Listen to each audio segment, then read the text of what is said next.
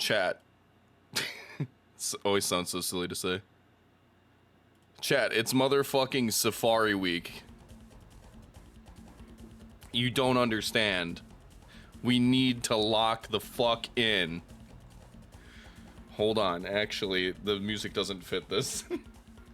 Fucking, what's a Safari-ass song, bro? Oh, I got you. I got you.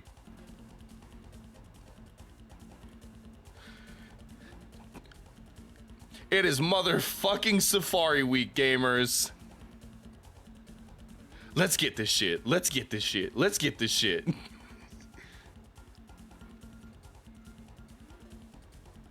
So, I understand that the people present are not necessarily Pokemon community type people. So allow me to explain.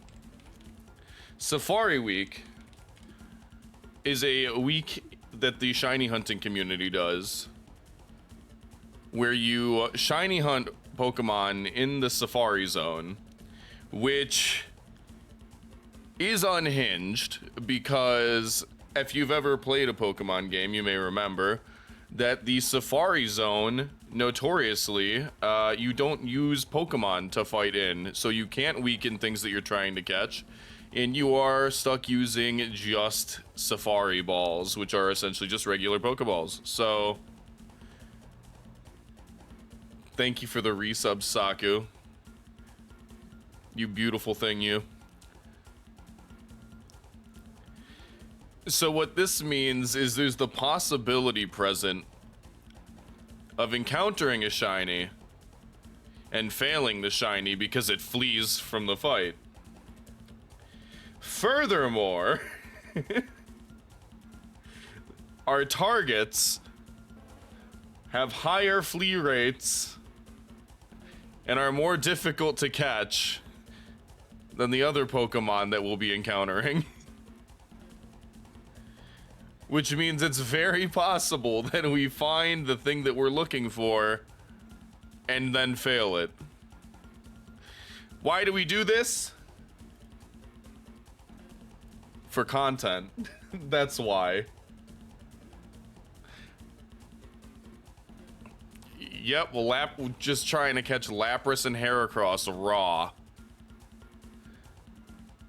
Fucking no lube, no status conditions, no false swipe, no fucking better Pokeballs.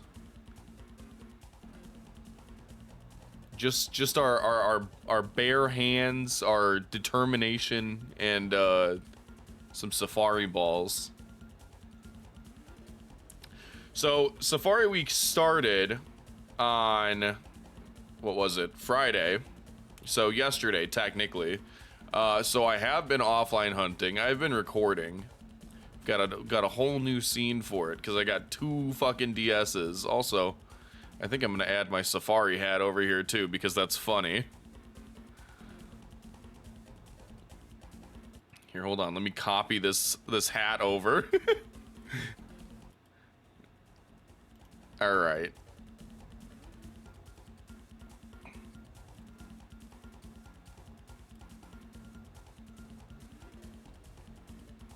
Hell yeah, brother.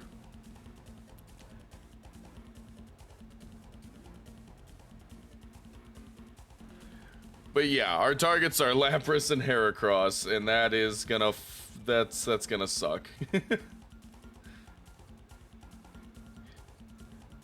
So we've already done somewhere in the neighborhood of 7,000 encounters. Pretty close. Yeah, pretty like 7,100. So we are almost at odds.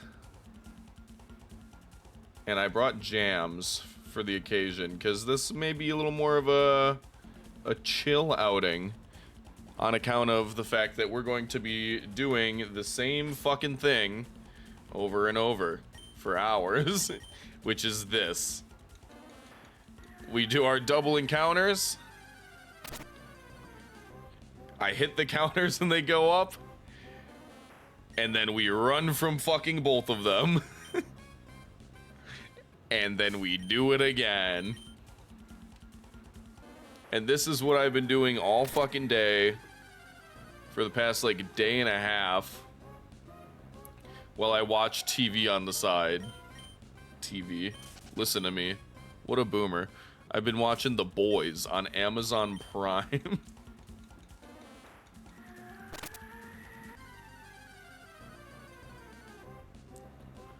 That's not a TV. That's not a television.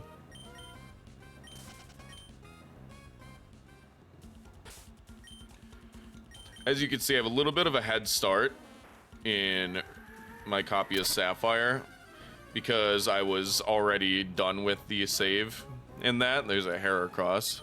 Alas, not a shiny.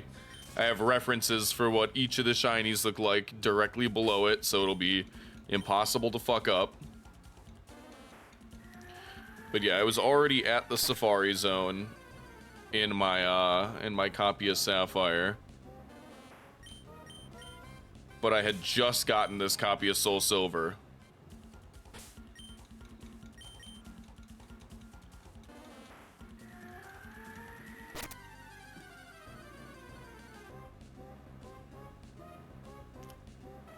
See, these are our two targets here.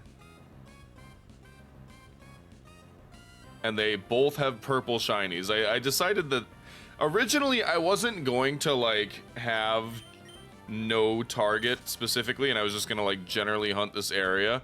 And like I'll still be happy with whatever I find. If I find anything this week and catch it, that's amazing. But I originally didn't have a specific target, and then I saw that both of the like rare quote-unquote encounters in their respective areas had purple shinies. I'm a sucker for thematic consistency.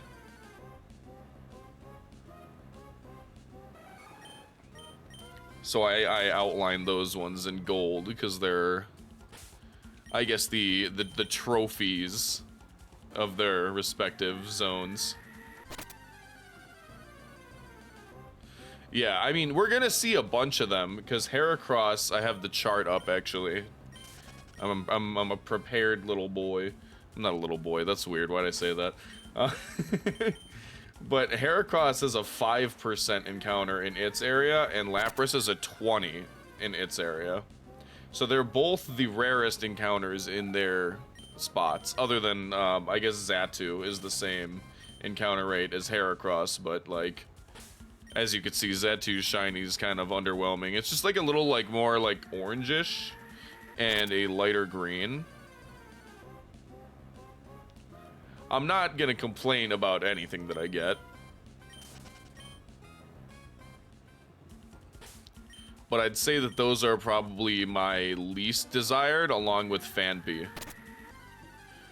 Because it's just like a slightly lighter blue, and then Donphan is like puke colored, I think. Either that or it was like a reddish, which I guess the reddish isn't so bad. It's hard to remember which one Donphan was, because there's the two other fucking forms of Donphan now.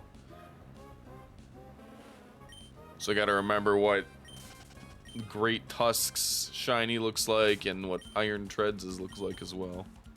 That's 3 whole Donphans. That's too many Donphans, brother.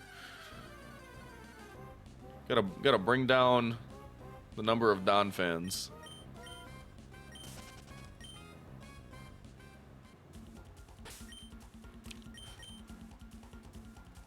I mean, I guess they did, since Iron Tusk, Great Tusk went extinct.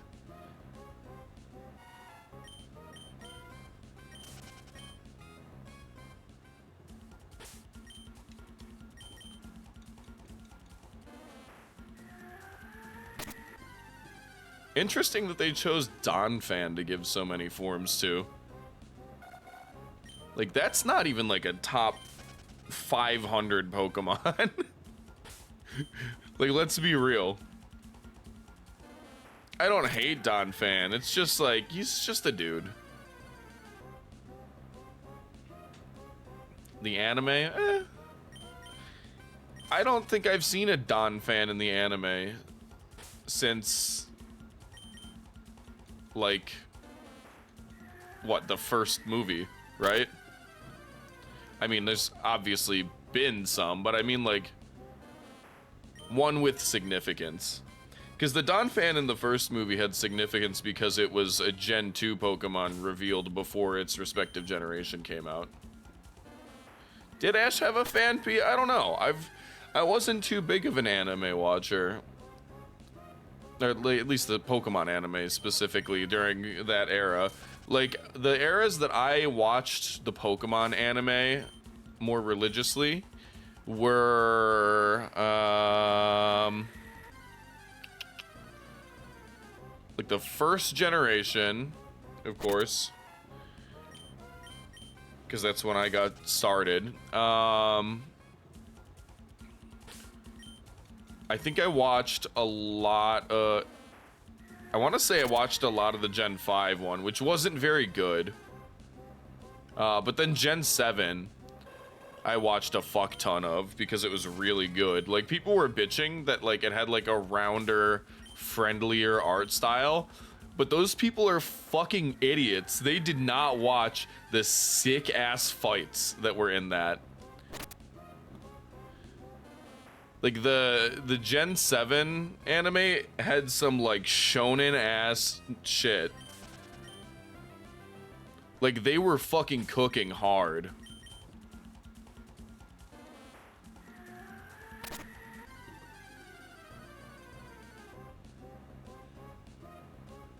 Yeah, I mean, obviously Gen 1 is, like, peak nostalgia for it.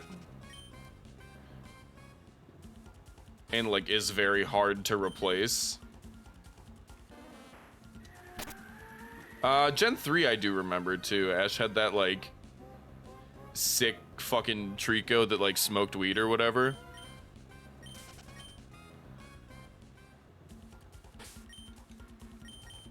I mean, it just, like, had, like, a thing of grass in its mouth, but, like, we can agree, bro was... bro is smoking weed. Trico was walking around with a fucking Black and Mild. Bro had a fucking backwood.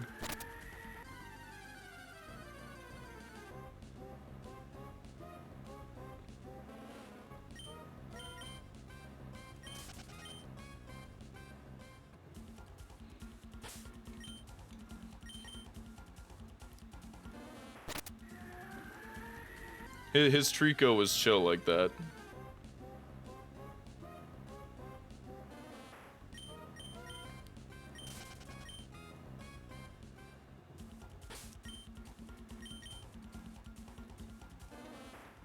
Ash has had some pretty chill Pokemon, actually. I think it was sick that he had a Crocodile that wore sunglasses, despite Crocodile's anatomy already giving it sunglasses.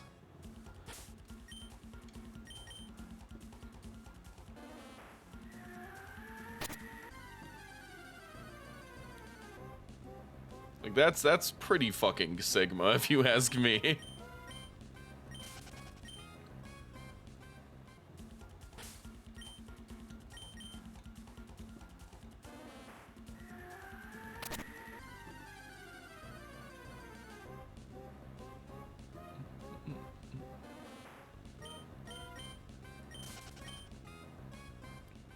I kind of want Poliwhirl out of these two, or like actually Poliwag, please, because it'd be easier to catch. Because Politoed is like a really good shiny. It's like cotton candy. It's like purple and blue. The Squirtle Squad, hell yeah, brother. The Squirtle Squad. That reminds me of that fucking meme. Where is it? No, I can't.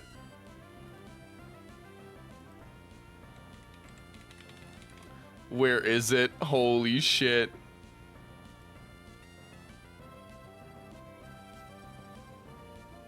It was some like fucking Craigslist ad.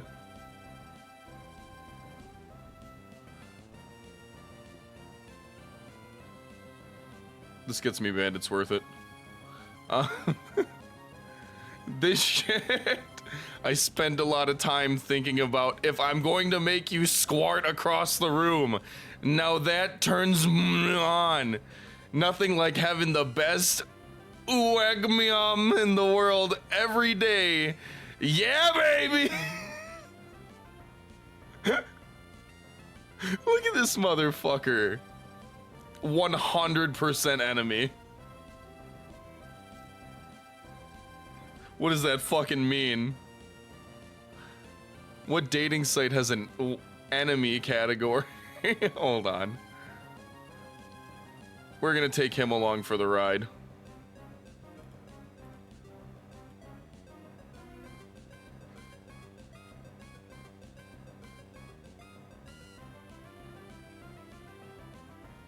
We'll put him right there.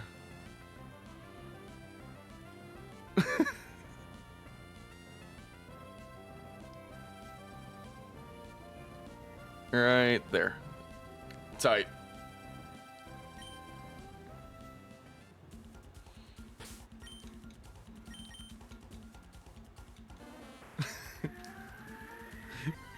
Gonna make you squart.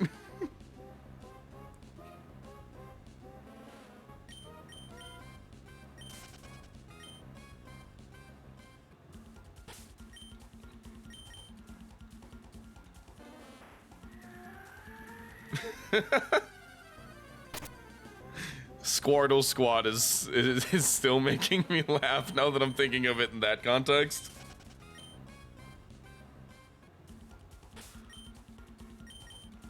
I feel like I should draw that. I should redraw that meme with a Squirtle.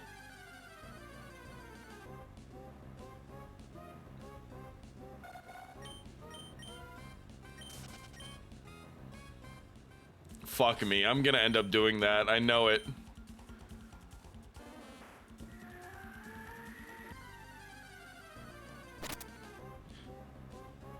Maybe I'll do that this week while I'm shiny hunting on the side. I'll draw that meme.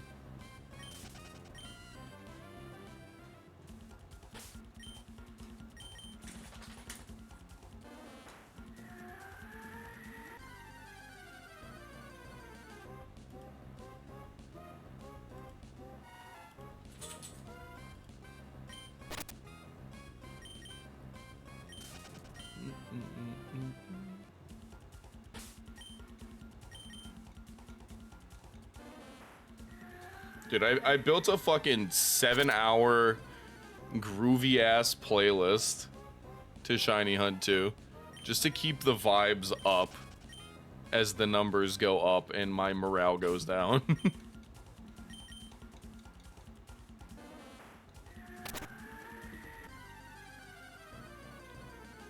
As the fucking light dies from my eyes,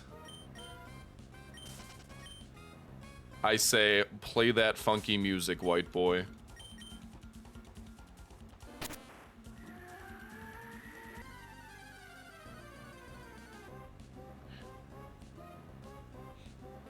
No, it's some of that. It's some city pop. There's some fucking jazz in there, because I'm cultured. Good call. You know what? This calls for a can crack. Who's ready for it? Let's get a rating on this one. Oh, that was weak. That was a fucking weak-ass can crack. Folks, we're sipping on Slaughterberry Iced Tea Agave Vitamin Liquid Death. I've been on my Liquid Death grind ever since trying them for the first time last week. I figured out that the tea that they make is fucking good, dude. Because it's like, I don't know how to explain it other than like light. It's like, I want to say watery, but it's just not. But it's just not like overly sweet to the point where like it's a problem. It's subtle. It's like the fucking LaCroix of iced tea, except good. Which I feel like that description didn't do it any favors.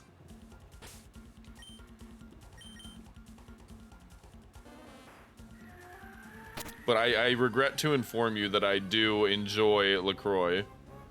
Some of them. Some of them taste like sunscreen.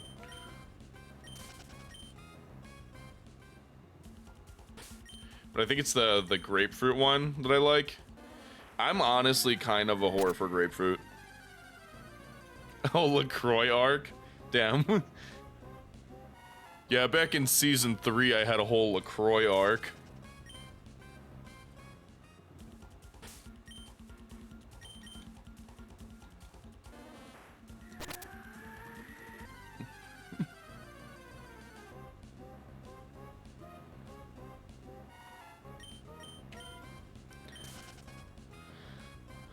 Until it started hitting the wallet. Yeah, I feel that. They're expensive, but like, I feel like I go through LaCroix fast as fuck because the second that they're not like ice cold, they taste like shit.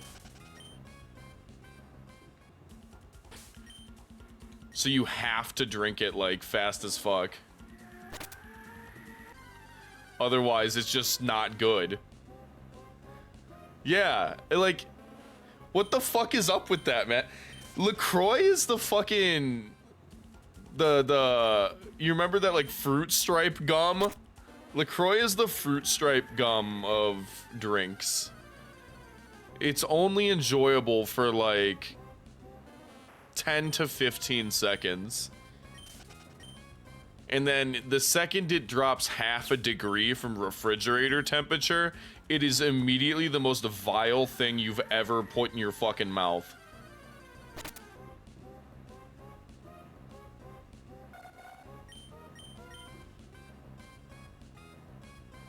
That honestly, I think that's a lot of why LaCroix has the bad rap that it does. Because someone tried it more than 10 seconds after it had been removed from the refrigerator.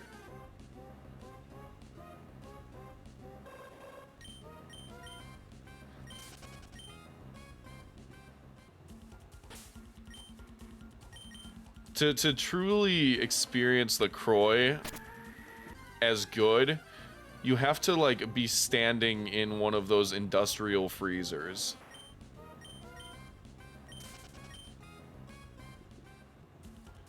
Hell yeah, get that tea, King.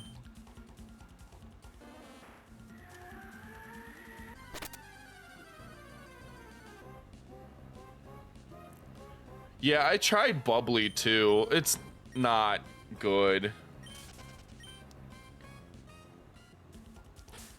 But I've had like some like store brand ones that are like pretty fucking good.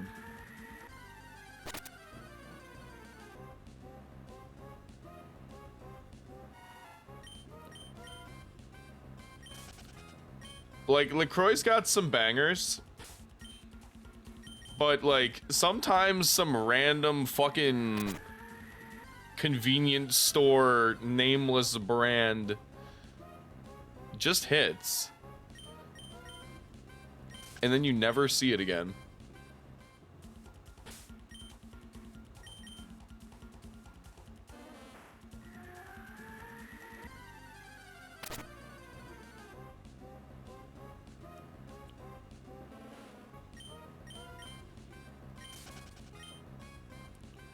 Ads, sad.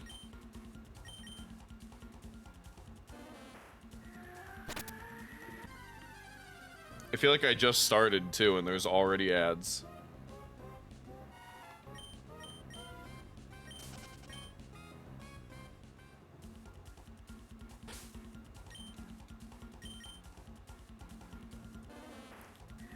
It's cringe, but if I have them any further than 30 minutes apart, people get pre-rolls when they click onto the stream, which... who the fuck watches through that?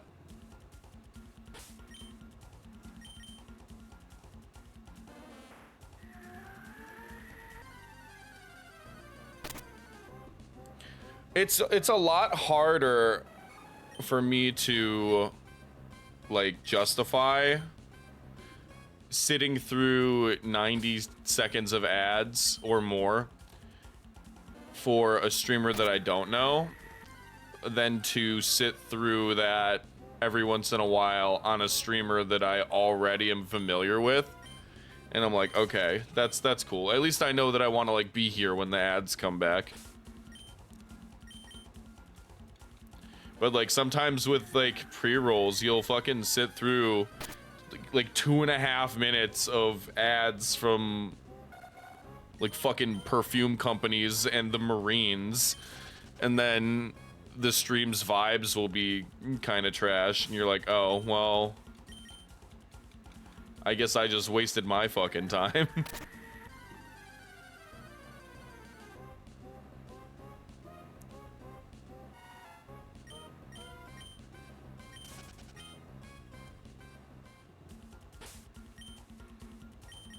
I just wish that you could have ads like the spacing wasn't so cringe, because having to do them every 30 minutes so you don't give people pre-rolls is crazy.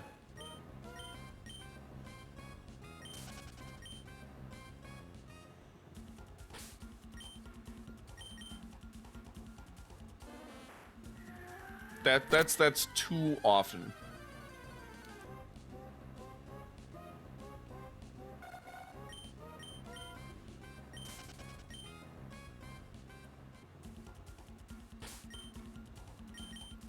But also, just like, I think that ads just don't work like that for a live streaming model. Like, what happened to fucking sidebar ads on websites?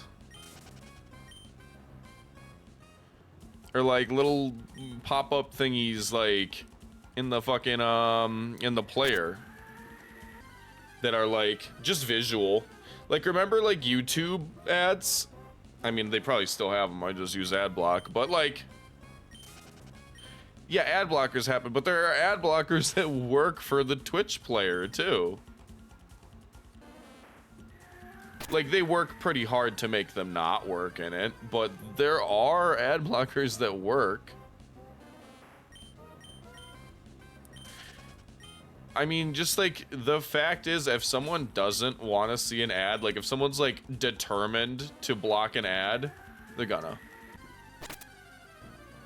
And it's not like someone who otherwise would be blocking ads that you force to watch an ad is going to buy the product that you're shilling to them anyway. Because they're gonna be fucking pissed that you're forcing them to watch an ad. Like, I don't understand the logic behind using ads to piss people off, because it just forms a negative association with like your product. Like, there are companies that will non-stop send me like spam to like my physical mailbox, and it's like, dude, I am never the fuck gonna use your shit ever. You've been harassing me and filling my trash can for a year. Why would I give you my money? So you could use it to print more fucking flyers for me to throw out?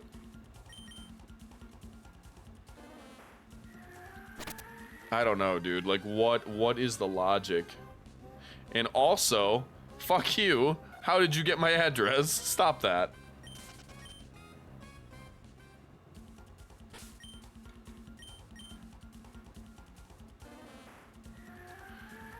Anyway, that's my 70-year-old man coded rant of the day. That's me being angry about junk mail in the year of our Lord 2024. As if that bit hasn't been done to death.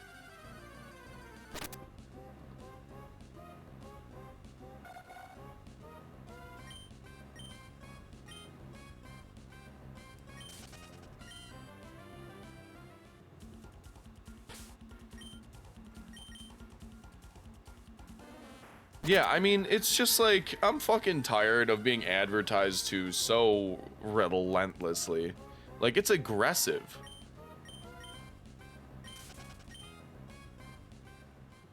And I don't understand how the companies doing it don't understand that it makes people fucking hate them.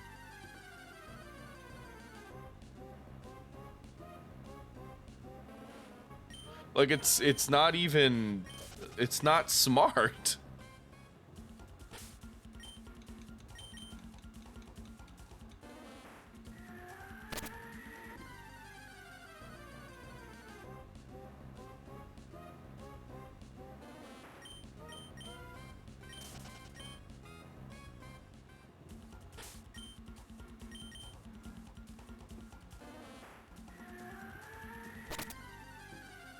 And they're like clearly not even targeted ads because the shit that I get advertised does not apply to me. Like there's no way that I'd even be using the product. Like, brother, I do not need a travel agent. I don't... What?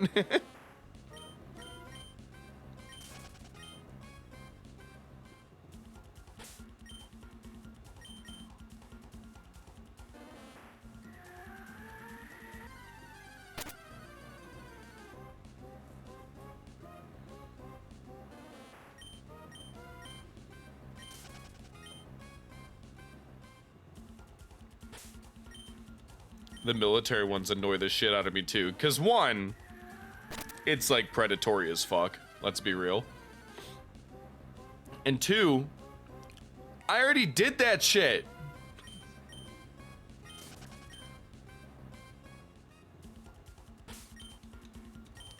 I already got swindled by a recruiter when I was a fucking teenager. Like, I don't need you trying to do it to me on a Fortnite stream. Like, fuck off, man.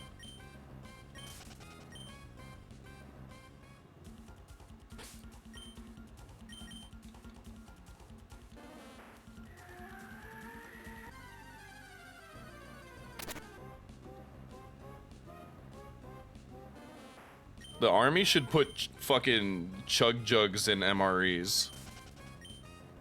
I think that would really up their recruitment numbers with the youth.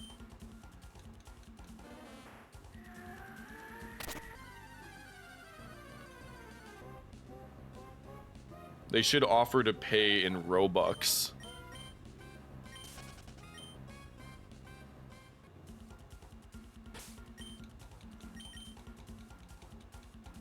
Honestly, drafting children into the military is probably less predatory than whatever the fuck Roblox is doing with them.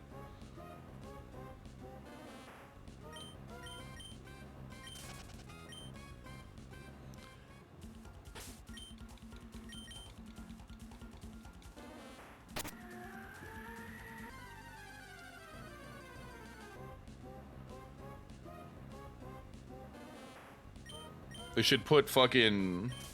They should put jewel pods in MREs.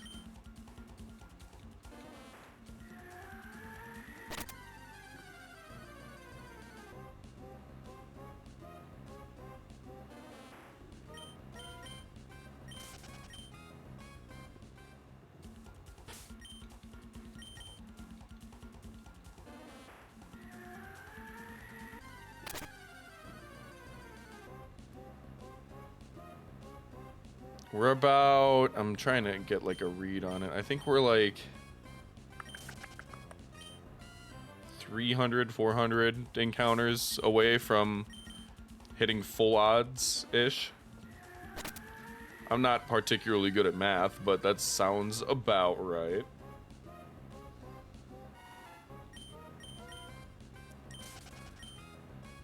Which means nothing, by the way. It just means that I've done fucking 8,100 encounters. Not that that guarantees anything. It just means that at that point, I am officially statistically unlucky. Which, by the way, I should mention, I have a new feature that is yet to be explored on the stream, and that is your ability to influence the luck. So it's got a small cooldown so it's not spammed, but you could bless the RNG. Where's the other one? Fuck. Or you could curse it. Thank you. Also, why did I pin that? Oops. I misclicked.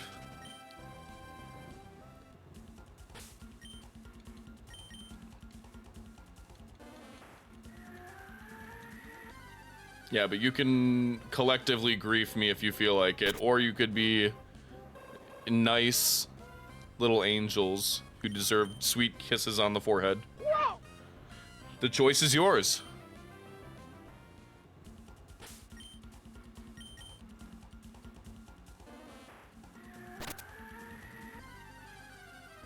The choice is yours.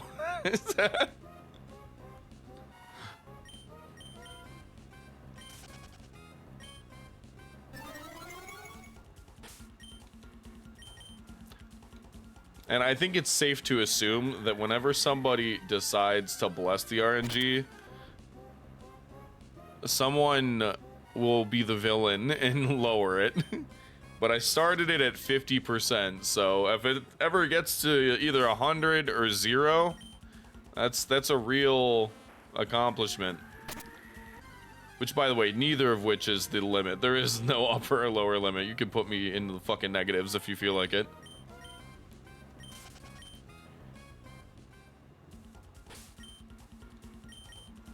Which is more realistic, I think.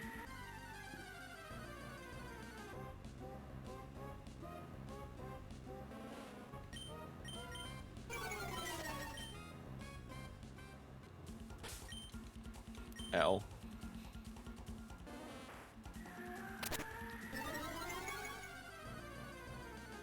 Just kidding, W.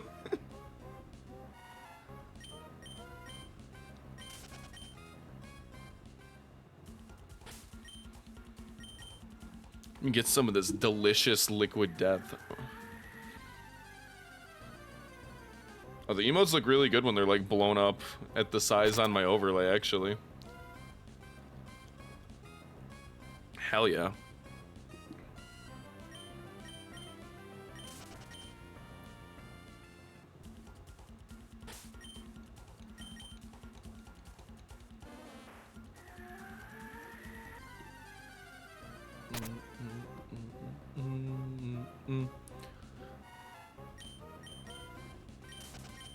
I have spent the past day training my muscle memory to play 2 games at the same time, while also being able to do something on the side, such as read a chat.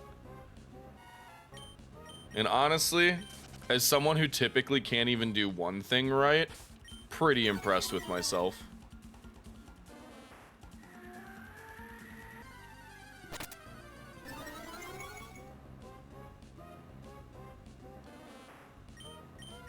Oh? You have staggered the RNG redeems in such a way that it's permanently raised by 1 point.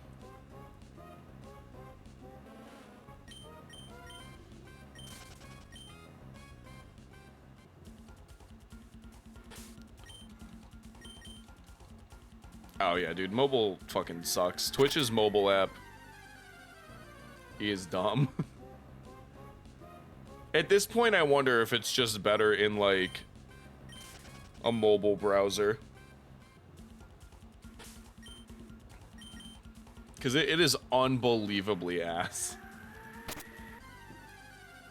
I used to watch Twitch on my phone at work, like, a lot, and it is fucking unbelievable.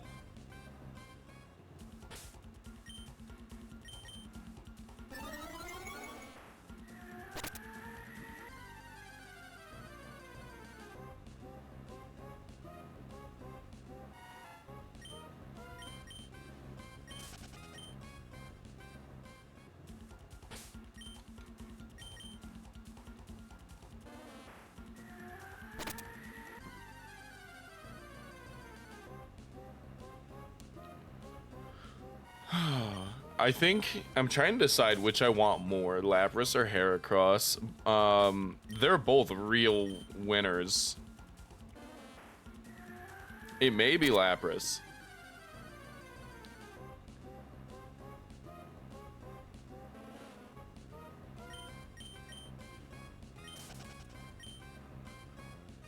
If you're unfamiliar, which you likely are, there is some shiny Lapras lore around these parts. Because I was doing a playthrough of Emerald Rogue, and everything fucking died. Except for a Lapras. And then I found another route that had Lapras as an encounter on it, and I filled my entire fucking party with Laprases, including one which was a shiny Lapras, who I then named Luck, and then taught it exclusively fucking hard to hit moves, just for the meme, like fucking sheer cold. We wiped that run, but I did hit a few important sheer colds with it, and so shiny Lapras is pretty poggers to me.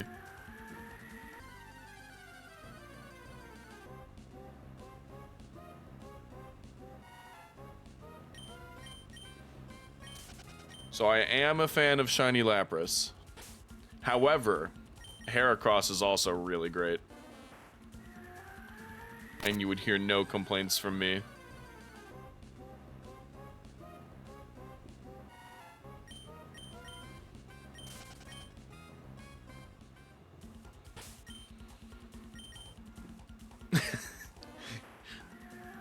The squart guy staring back at me is keeping me locked in.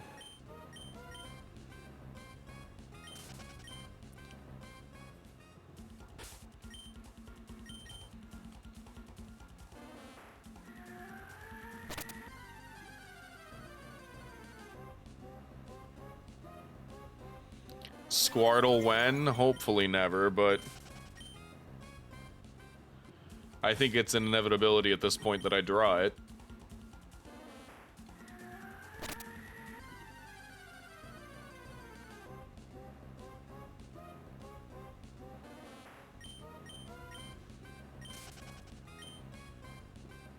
I feel like I should draw him wearing the sunglasses, obviously, because it'd be Squirtle Squad.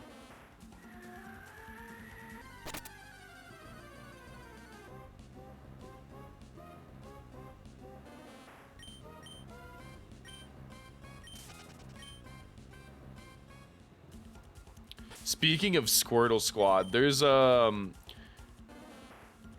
like a Fortnite update, and there was they data mine all the new skins that are coming out, and there's a sick fucking chili pepper guy that has Squirtle Squad sunglasses.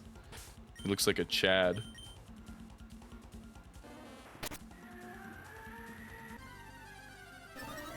I should get some Squirtle Squad sunglasses.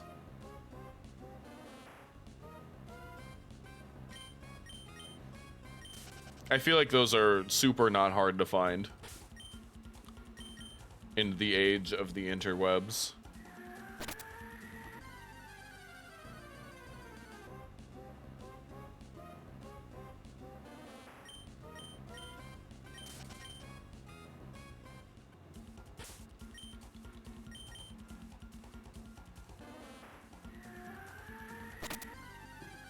However, that would then also mean that I would wear Squirtle Squad sunglasses in public.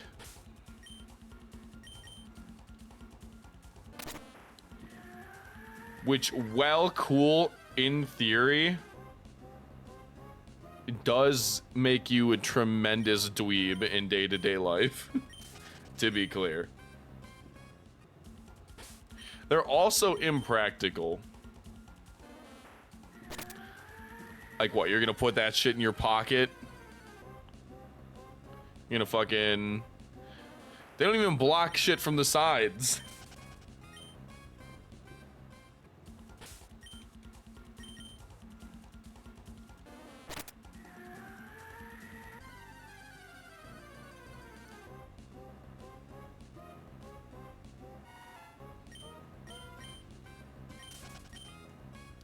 I don't know. I've seen people wear more cringe glasses. I mean, fuck me, man. I come from a time where I've worn shutter shades unironically. I'm not gonna sit here and fucking pretend that I'm better than you. If you want to wear Squirtle Squad sunglasses in public, by all means. Because I've been cringe. You merely adopted the cringe. I was born in it, molded by it. I didn't see the beast until I was already a man.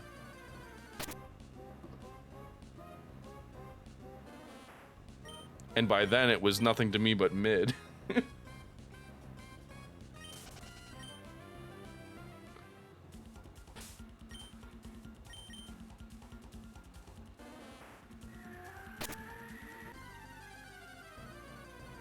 No, you're right. You should embrace the cringe, but I offer the counter argument that steps out of cringe and into being bad fashion sense, which is not just cringe, but is also a crime. Being cringe is one thing, but being dripless is punishable by death, I would argue.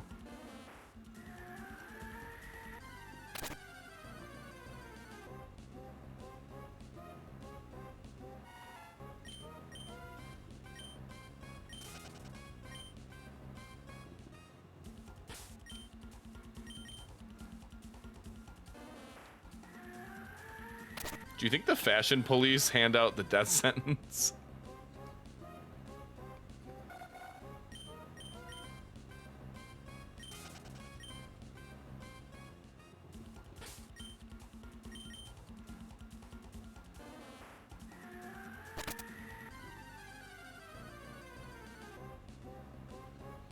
Death by Burlap Sap, but it's got a fucking Supreme box logo on it.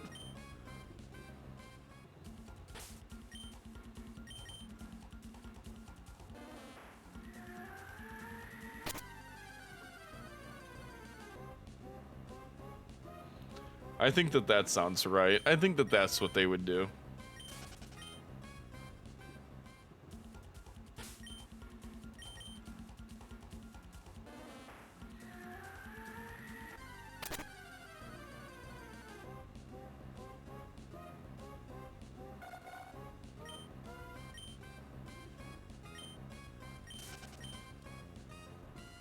Yeah, dude, I have assembled just a pure vibes playlist.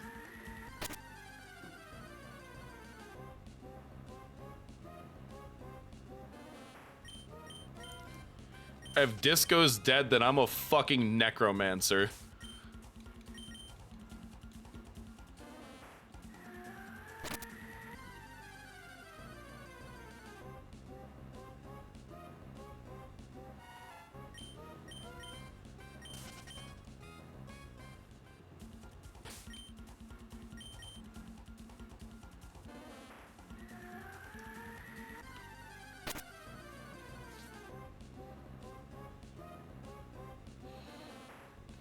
Look at the cats jamming together on the overlay.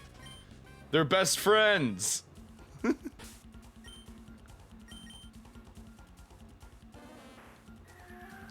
And they were roommates.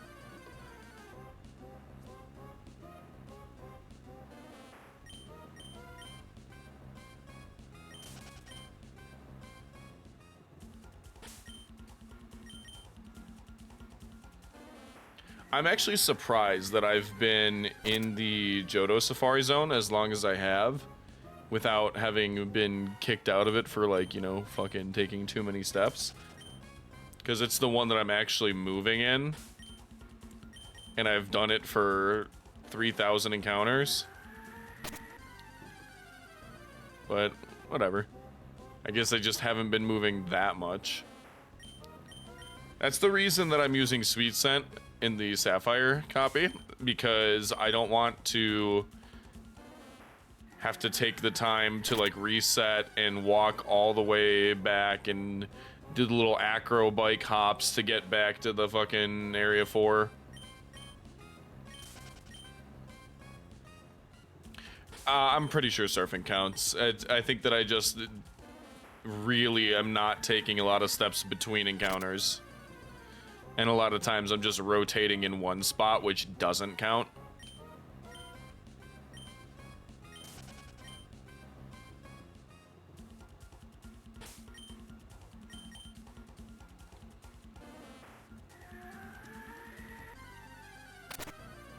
But yeah, surfing would count as steps. Surfing counts as steps. Biking counts as steps. Hopping up and down on the acro bike, it does not count as steps. But to be honest, sometimes it could just like take a while to encounter it, whereas Sweet Sense just like a guaranteed wait like 2 seconds and then something spawns.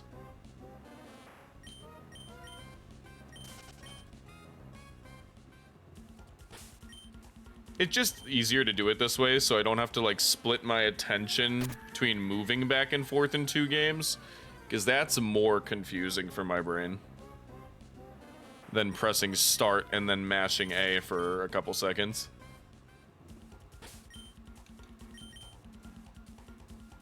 See, like what I just did in Soul Silver, where I spun around a bunch but didn't take any steps. A lot of the time it's been that, so I'm pretty sure that's why I haven't taken that many steps overall. Even if I did, though, and I did get kicked out, it's a lot easier to manage getting back to my spot in Soul Silver, because if you didn't know, in Heart Gold Soul Silver, you could rearrange the biomes of your Safari Zone and like pick different ones to switch in and stuff. So what I've done is put the one that I'm hunting directly front and center, so I just walk directly back in and all I have to do is surf.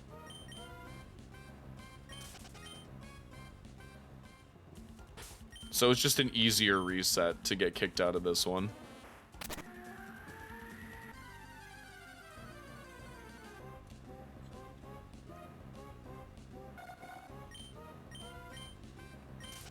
I've thought it through for maximum efficiency, because I am only using 2 systems. A lot of people are using like 4, fucking 6.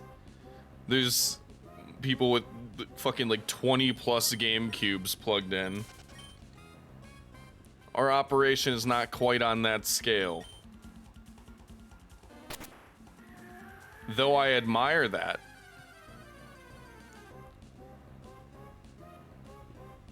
I admire the commitment to the bit.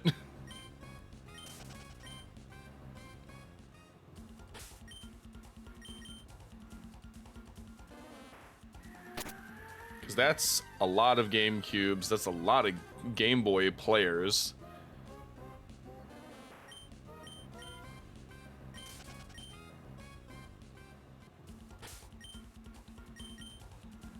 It's also just hard to watch that many screens at the same time to make sure that you don't miss one.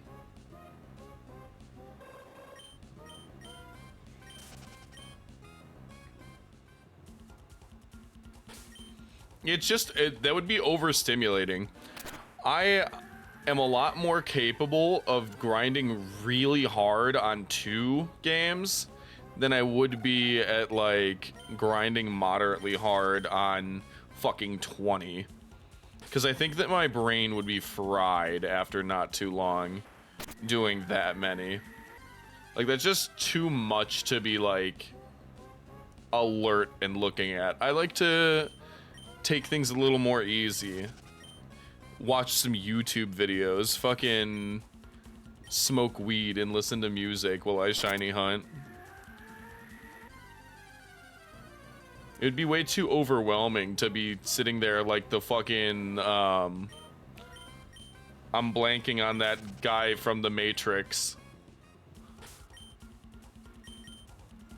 It's like that, but for shiny hunting. That fucking room full of TVs from The Matrix.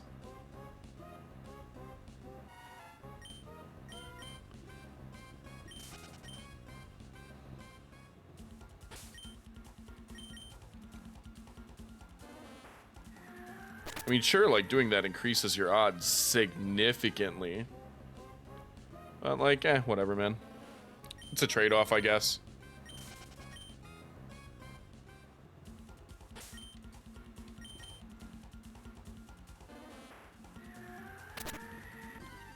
no matter what, it's gonna come down to, are you lucky or not?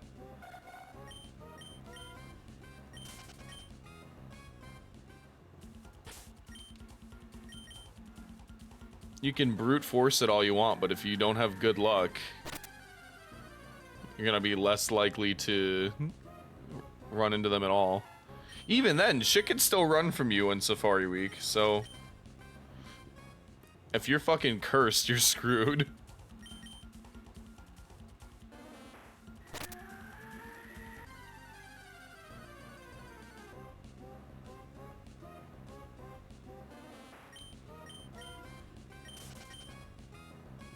What I'd be more concerned about when I'm like, if I were doing that many, is missing a shiny, especially with the more subtle ones, like take our Fanpy, for example. The shiny, look at the one that's on screen compared to the one on the example. They're not that different. You kind of have to be paying attention to see. And if you have 20 fucking screens up at the same time, I would miss that. I simply am not good enough at seeing the difference, I guess. I would miss that shiny for sure if it were a Fanpy.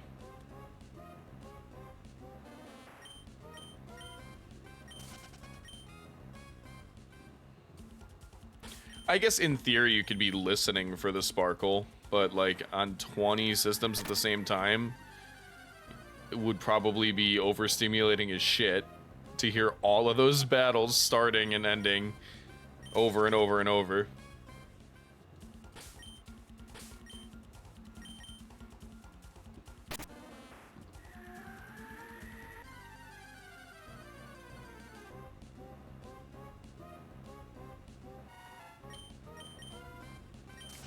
So while it's effective and very cool to see those setups, it's just not quite my tempo.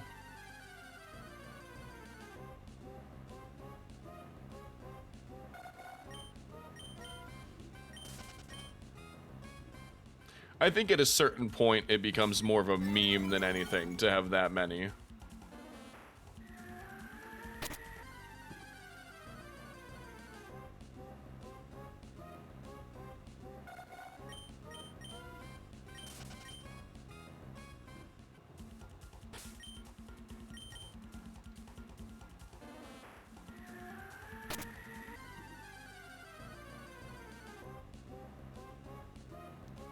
Even then, as a meme, I feel like after about 20 GameCubes hooked up, it is diminishing returns the more you add to that, until you hit about like 100 and it just looks like a fucking server room for GameCubes.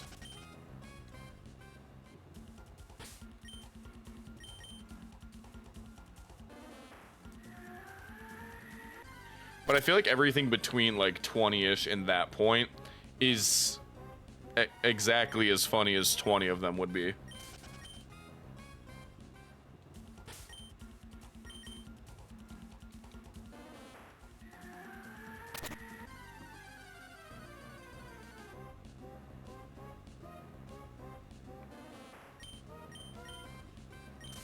I'm trying to think of what the next step up from that would be.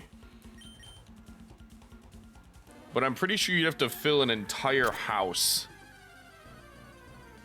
with simultaneously running GameCubes in order to enhance that joke any further. And at that point, you're just like an environmental criminal for using that much electricity.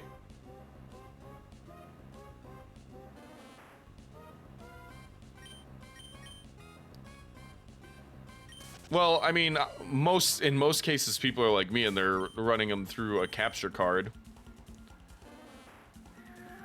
Which people have, for some reason, people have this expectation that capture cards are expensive because they see shit like the Elgato ones or like the old like Hapog ones if you're an old head throwback to fucking being a gaming content creator in like 2016.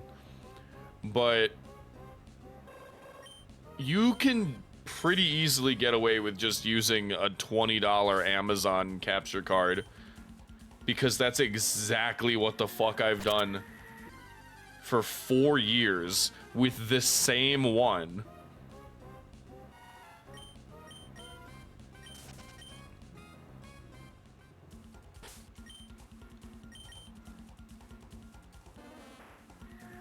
Like, capture cards aren't fucking rocket science, man. It's like it's basically just a little converter.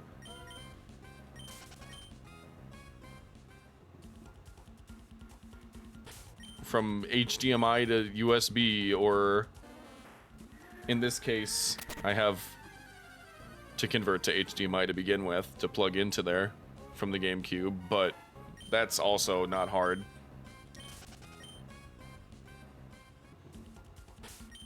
I even forget if I bought like an adapter from the triple input, whatever the fuck that was called, to HDMI, or if I just bought a GameCube HDMI cable, because I'm pretty sure they just sell those straight up.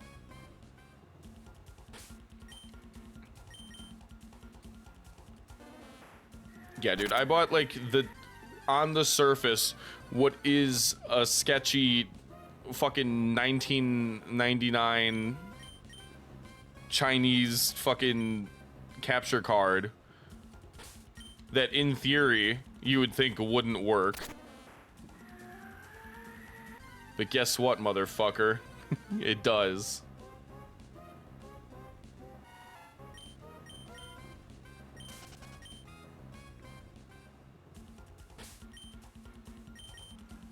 I wasn't even expecting it to last as long as it has. But I mean, I got this motherfucker running around the clock, dude. I always have my my GameCube running with the Game Boy player over on a side screen.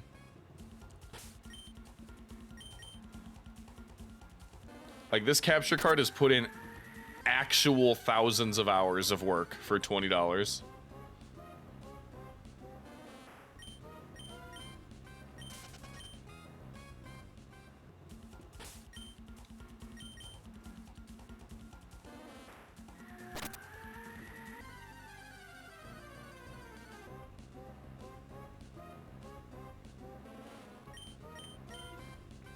Sometimes cheap shit just, like, is good enough.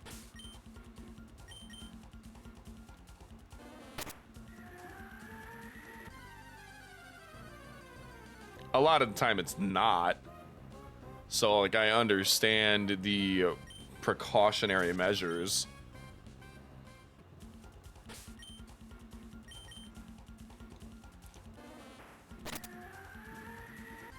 But I feel like that should be common knowledge, that those capture cards are fine. Because it would make shit a lot more accessible for content creators, or even people who just, like, want to take little screenshots of games.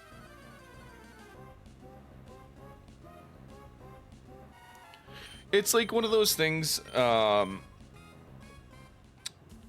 with the audiophile community, people who are super picky about headphones.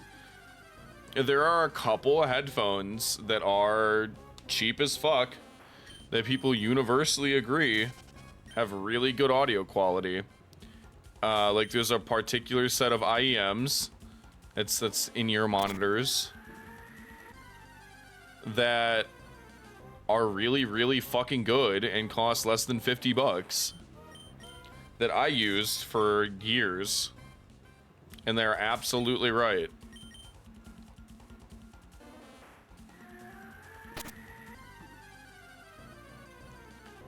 Now, I don't use them anymore because I prefer over-the-ear headphones. They're just comfier to me. I don't like having something in my ear. Especially because, if you don't know, I'm partially deaf and I have tinnitus as well. So having things in my ears just is really uncomfortable for me. but they were really good sound quality, and I think that also what's important is they were like really well balanced. Like they weren't like overly bassy, which can make shit sound horrible.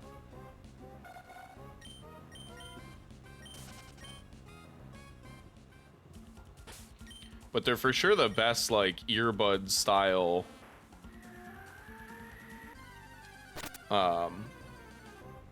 earbud that I've had.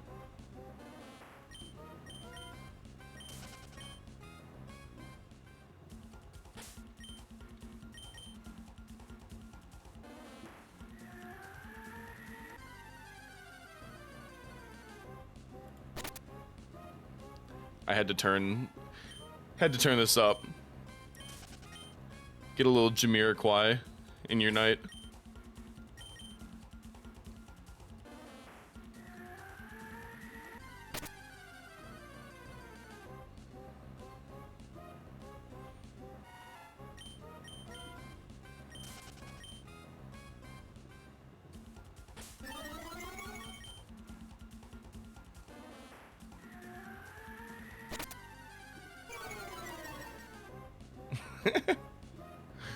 Gil's finally fighting back.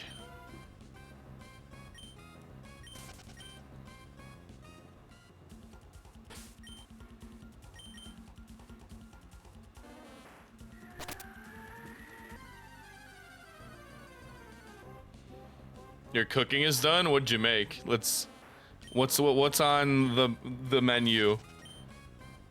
It's Shea Gilbert.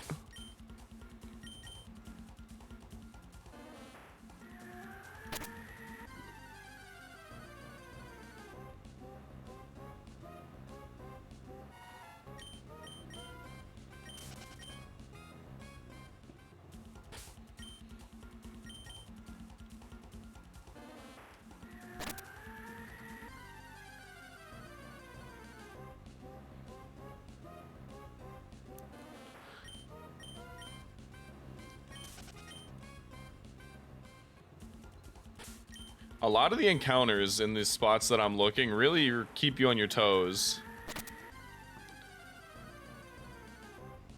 Basically everything but Heracross in Sapphire I need to look at carefully. And I need to look a little more carefully at Poliwag and Poliwhirl because they're just a different shade of blue. Whereas my actual targets are super obvious and would be impossible to miss.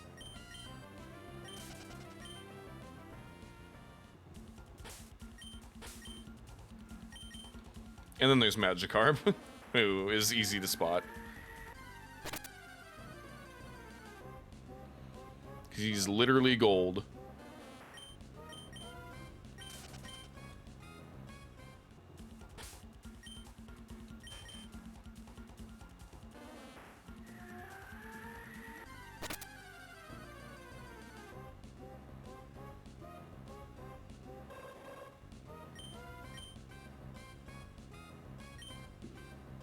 Taco seasoned ground beef with 3 kinds of peppers with onions and minced garlic served over rice. Hell yeah, brother.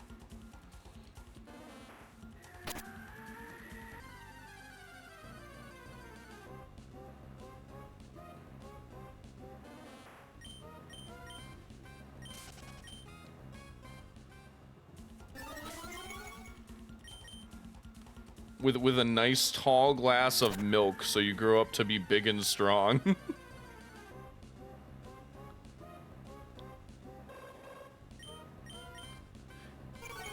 Yeah, dude, I feel that. The heat wave is fucking miserable.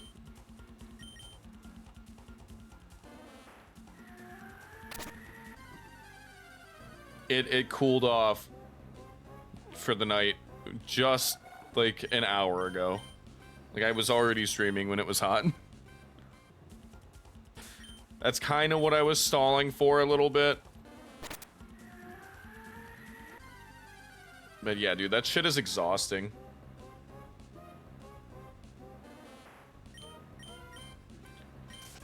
Don't forget to stay hydrated this week, gamers.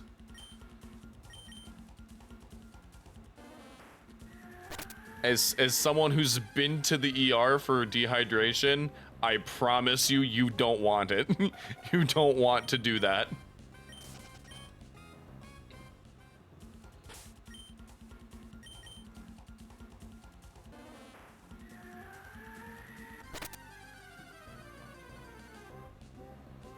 You enjoy the heat, you fucking psycho.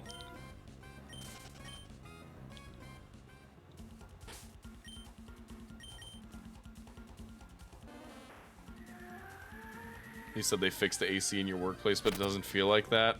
Bro. Fucking broken AC at work, possibly top 3 war crimes to be committed against employees. I had a retail job that the AC broke in, and they spent like 2 months fixing it. But it was one of those like stores that have like a fuck ton of big glass windows at the front. And every day during my shifts, the sun would be setting and shining directly through those windows and just making it hot as fuck in there. And they had like these like temporary like I don't know how to explain it. They're like air conditioner carts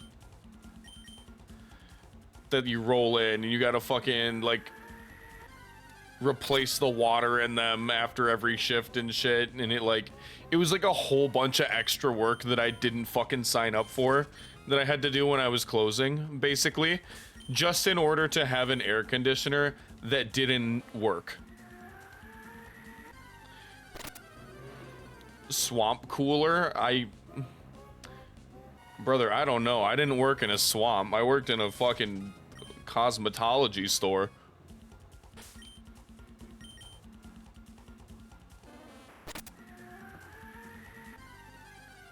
But maybe, I guess. They could be called that. Either way, it was fucking stupid and did not do its job correctly. Like a lot of other people in that store. But at the end of like every shift, and usually a couple times during the day, you have to carry like this like fucking 2-gallon reservoir of water into like the back room and like dump this shit into the toilet. It's like, it's heavy as fuck. It's water, so it's not fun to carry. It's cringe. I think that we should put a dome around the earth and air condition the whole fucking thing.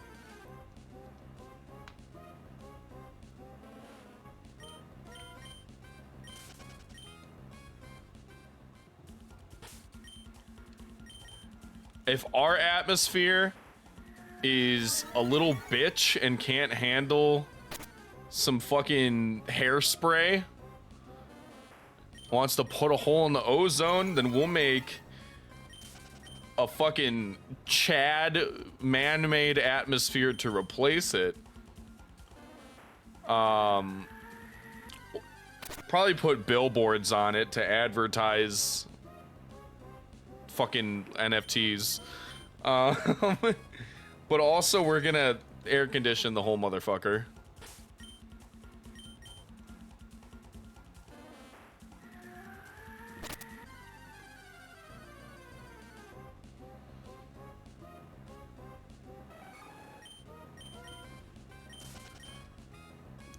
I feel like putting a dome around the earth is a bad idea generally.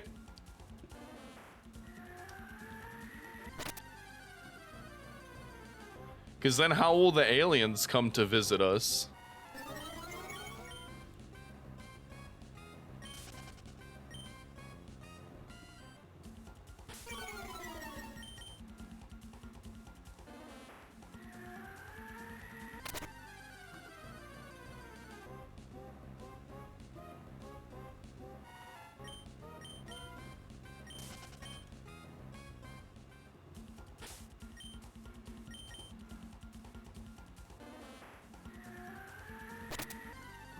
I personally like the conspiracy slash concept that slash theory slash just crackhead ass shit that like there's like we're basically like a zoo for a highly intelligent alien life form, right?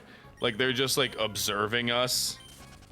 I find that hilarious because what kind of bum fucking jobless alien is sitting there watching me shiny hunt and being like, wow, this is a fascinating life form.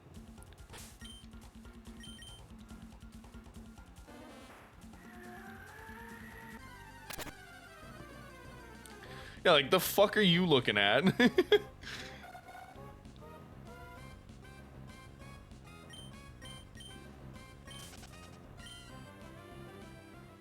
Oh, you're getting your sabotage in while you have the time, I see.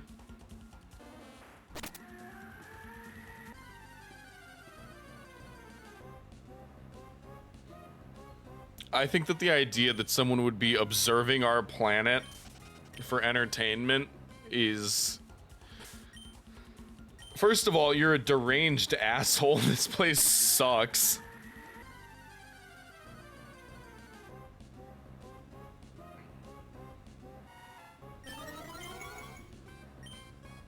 Watching Earth for entertainment is like... That's like a whole planet of the Jersey Shore.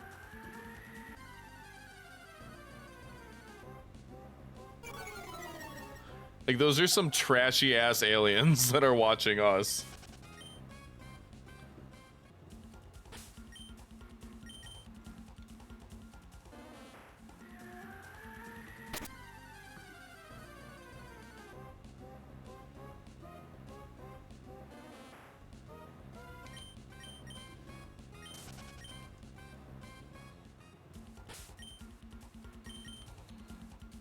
Do you think they have, like, fandoms?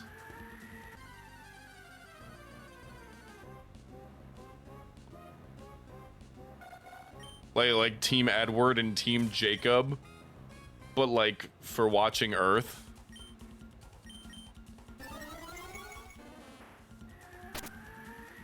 That does sound fucked, Saku.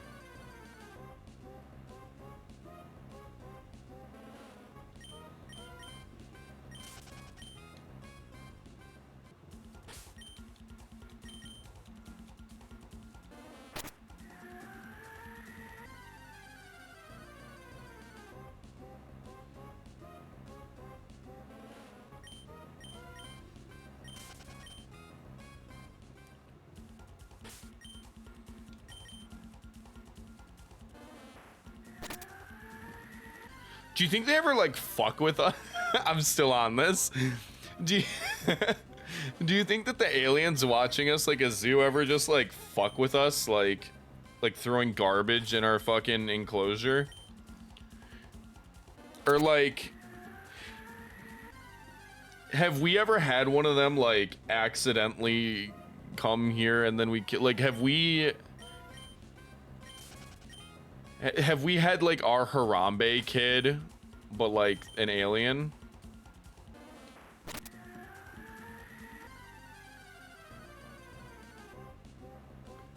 Is how he discovered fire? Okay, Prometheus, calm down.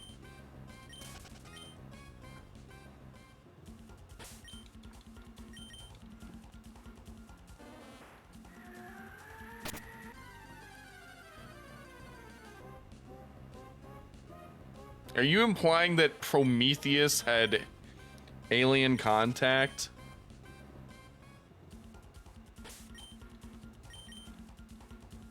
And all that they fucking showed him was fire?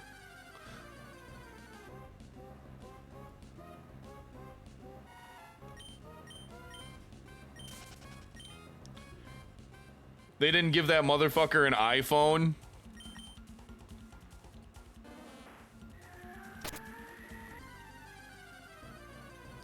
He was the alien contact? No, I think Prometheus was just a dude and that the aliens should have given him a cell phone so he could play Pokemon Go.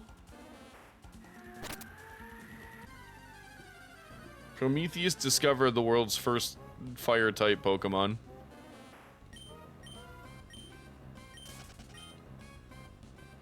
And he caught it in a great ball.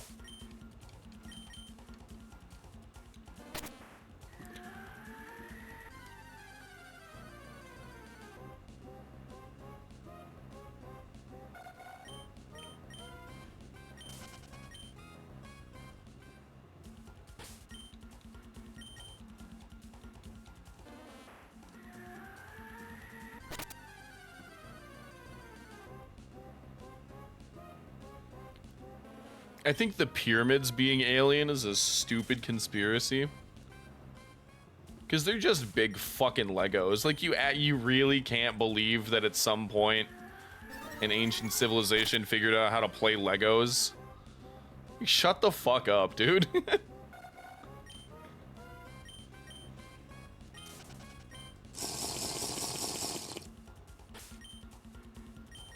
That's true, I should hydrate before I dehydrate.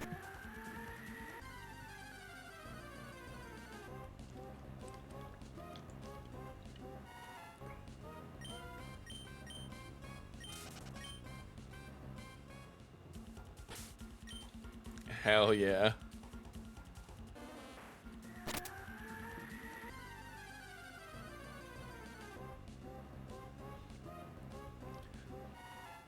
There's definitely, I feel like there's for sure been people in history who were influenced by extraterrestrial incursions.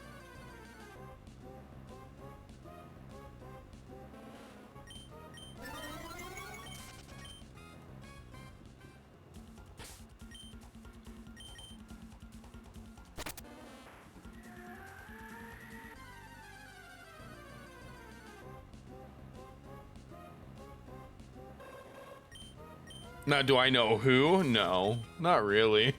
Keanu Reeves, probably. If I had to guess.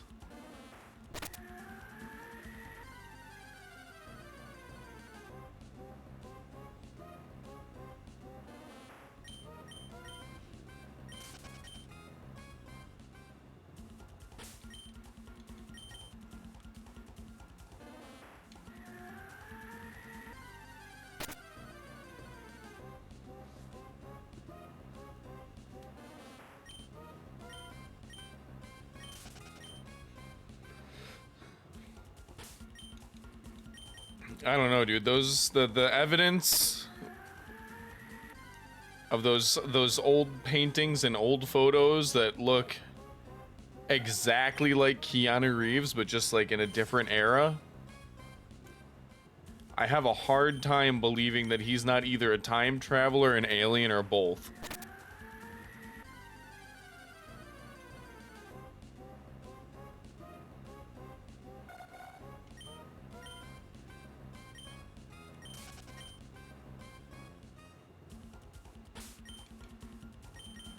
Would also explain why he's so nice, too. Because he was born without that human inherent thirst for hatred. He's just chill. And I think that's why.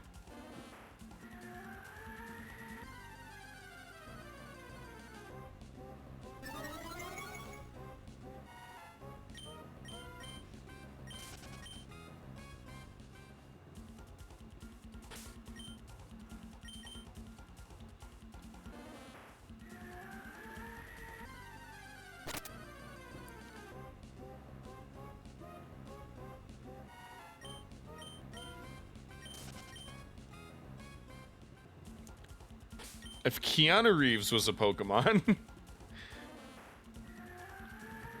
trying to think, what Pokemon would Keanu Reeves be?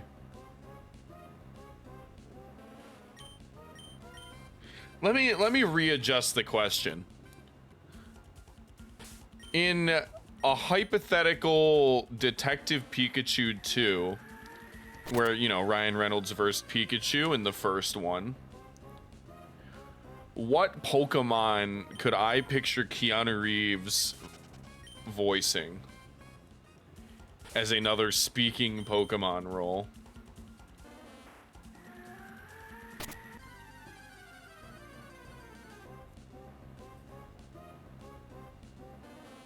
That's a hard one, dude.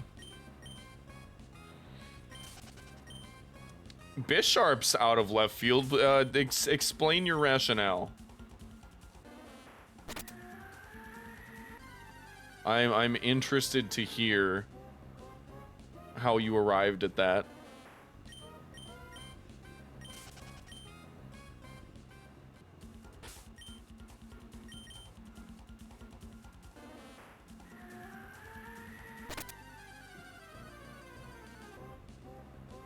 I'm still stewing on it. I'm thinking this one over.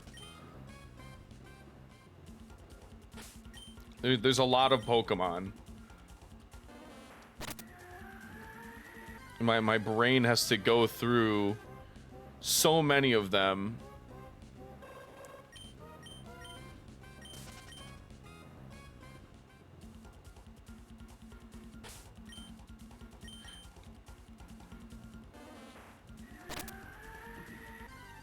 I could see that. You know, in like a callback to earlier with the talking about the Pokemon anime, where his Trico was a chill weed smoker but also an edgelord. I could see a Keanu Reeves Sceptile. The way that Ash's Sceptile evolved, I could hear him being voiced by Keanu, or like a Greninja, dude.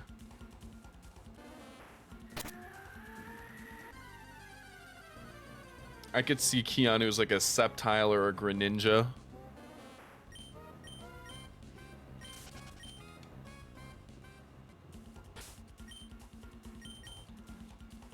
Darkrai? I could, you know what? I kind of get what you mean.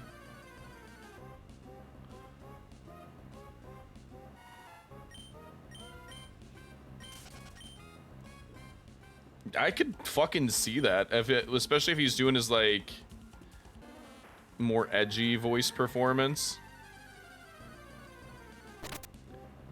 I could see that. And I think that fits thematically as well, because legendary Pokemon tend to be able to quote-unquote speak. Be that through telepathy or plot armor.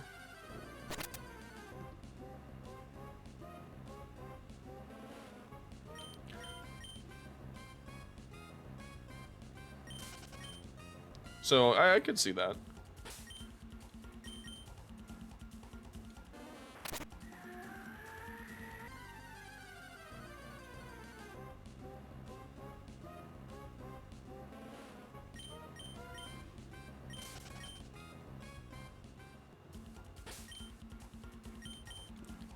The real question then is if Keanu Reeves is voicing a hypothetical Darkrai, then who voices its respective Cresselia?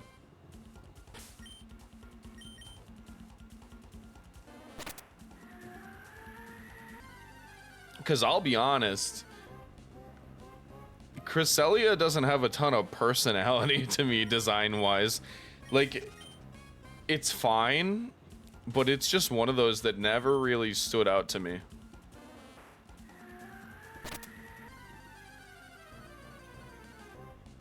Like, it doesn't feel too legendary to me when I look at it.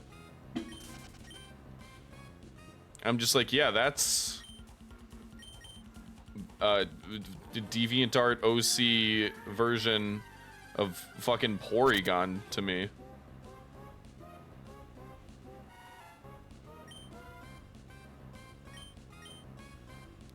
Cresselia looks like a regional variant of Porygon 2 from a region where everyone is gay. Which is based, by the way. Let's be clear. But it is still a factually correct statement.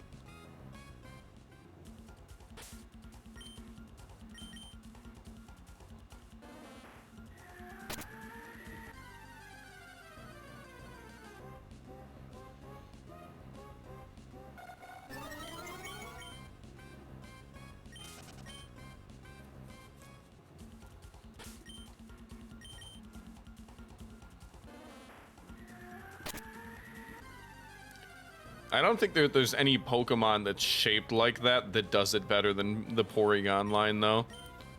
What a cute little line of digital ducks.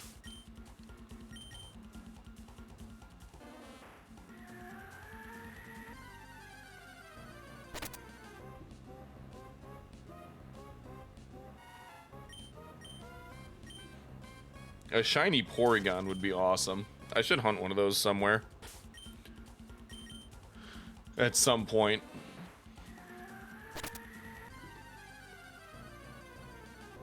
Because we will be doing more full odds hunts. Let's be clear about that, because I actually enjoy this. I like just chilling and yapping about bullshit.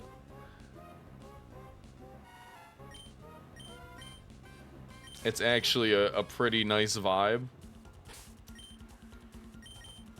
And I kind of use Safari Week as like a jumping off point into getting into full odds hunting.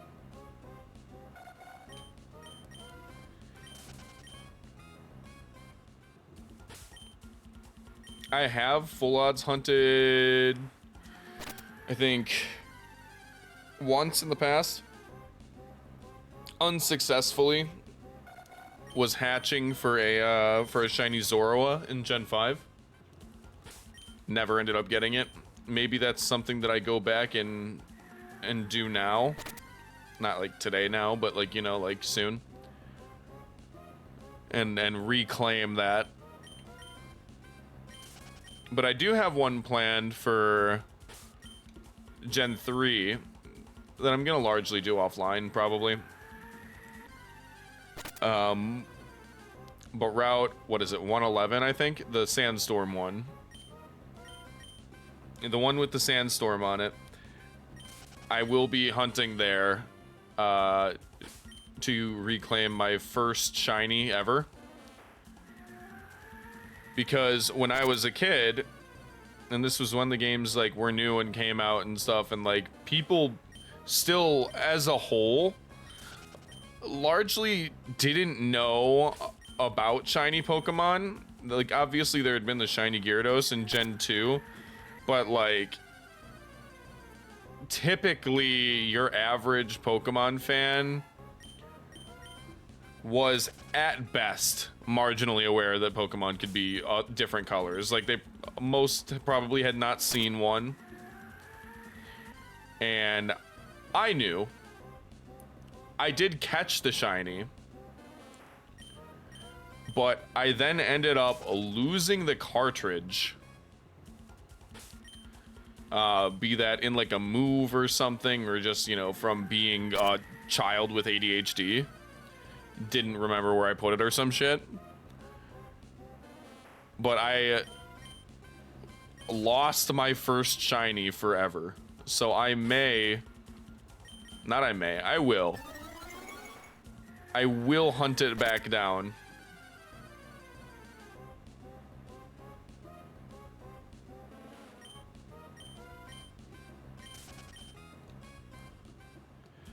So I don't know if that's next, because I have a lot of other shit to do with it. And I'm a little bit tired of Gen 3 right now, because I have been playing it for a couple months at this point.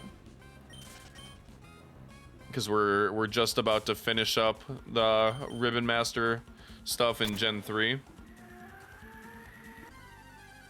So maybe something in Gen 4, because that's where I'll be next.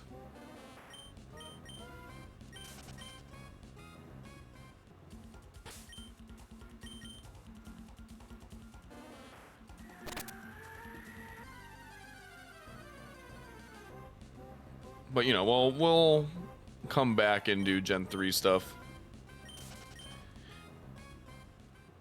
Because I never truly get tired of the generations that I do like. I just get a little burned out on them enough to come back after a little while.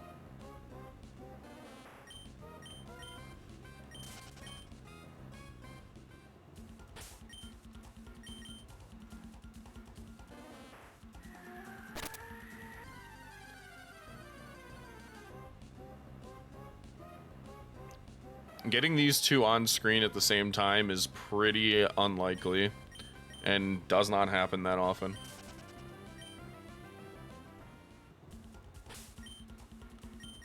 Because Heracross is 5%, Lapras is 20.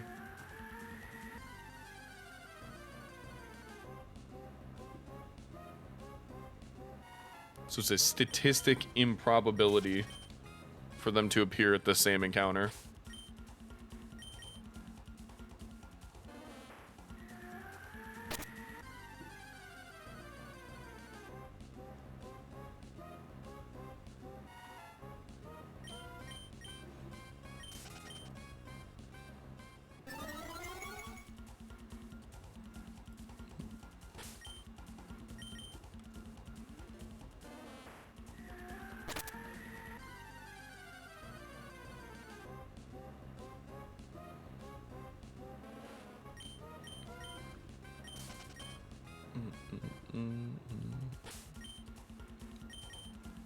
If I knew that I was going to be participating in Safari Week a little earlier, I probably would have gotten like a PNG tuber with the Safari outfit.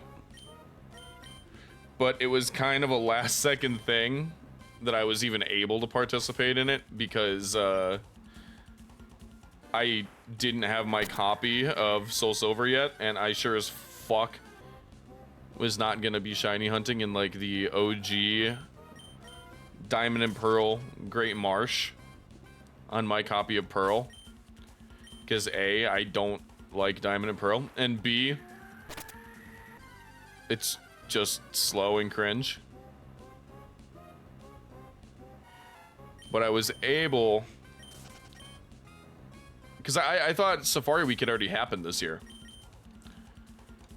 Because I, for some reason, was getting like recommended videos from Safari Week from last year, and I knew that it generally took place around June, so I was under the impression that I had missed it this year.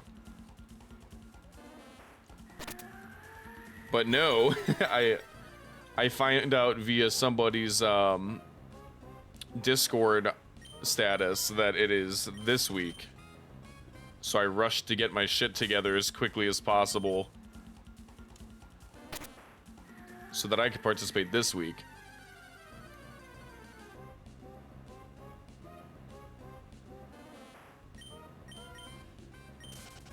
And I'm gonna be doing it like literally the whole time too. Like even when I'm not streaming, I will be shiny hunting, just like I was before I was streaming. I just record the whole time so I could get reactions if I do get them.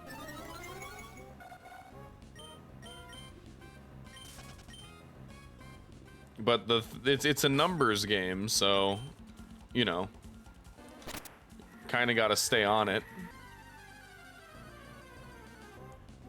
But since at this point I've been doing it so much on these two systems only, it's muscle memory. Like, I'm not even thinking about it. So it's honestly a pretty good side activity.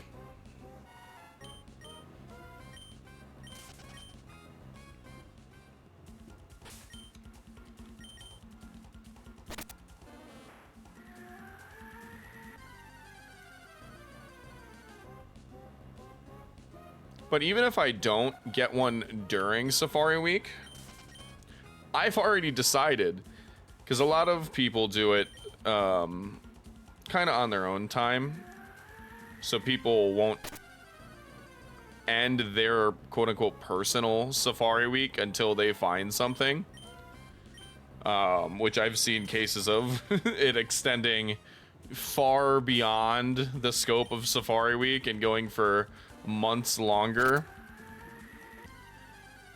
But I'll probably do something similar to that.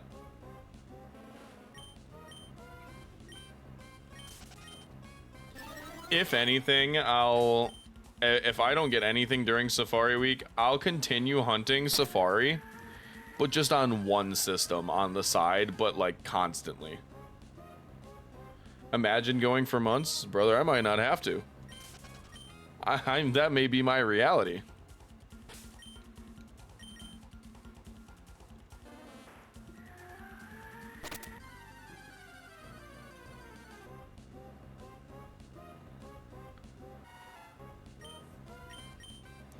Hopefully not, though. I am probably about, if I had to eyeball it, 300 away from odds. And it's the second day. So I'm attempting to brute force the numbers.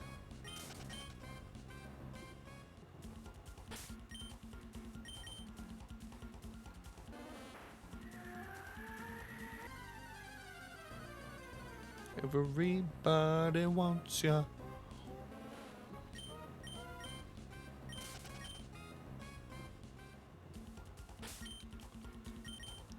But that's kind of the nature of full odds hunting, though. You might have to go for months, but then you like have a trophy to show for doing that.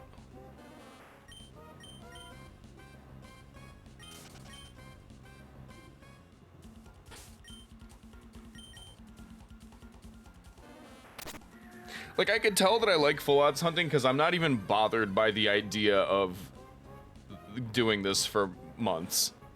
I wouldn't do it for every stream, but I would continue my Safari Week hunts for months and be fine with that, I think.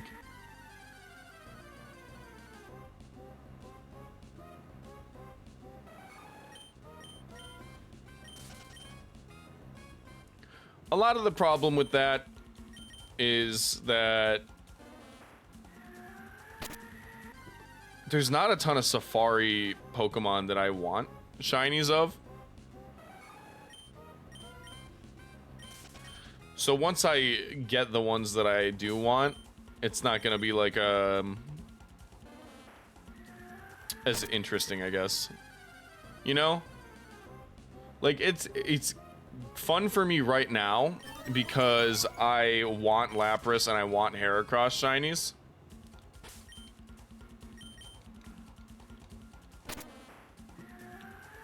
And I do have a kind of a list in my head.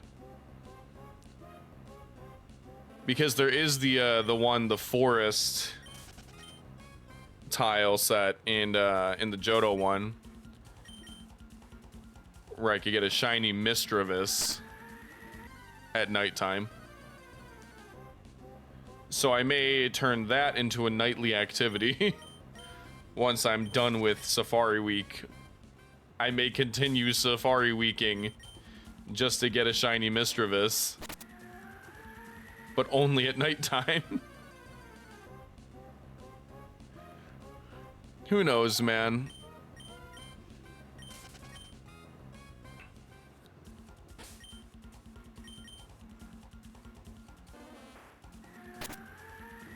I'm a lot more motivated to do stuff like this now that I'm playing on like actual systems, as opposed to like emulators and stuff like I used to experience my Pokemon games through. Because these are like real Pokemon, quote unquote. They can go to other games. You can like play with them and trade them, and like they're tangible, I guess, in some sense.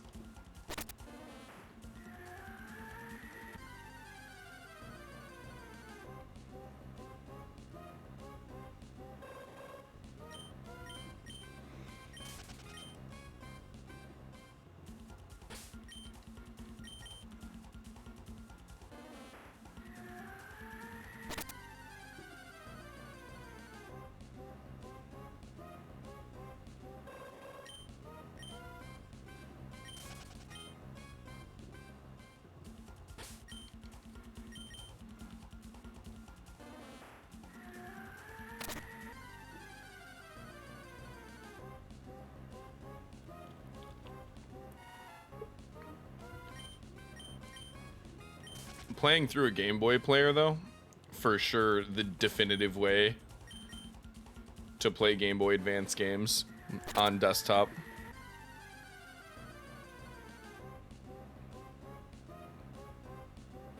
Because, well, it is convenient. What people often don't talk about is how nice GameCube controllers feel compared to other things that you'd be using on like a PC emulator.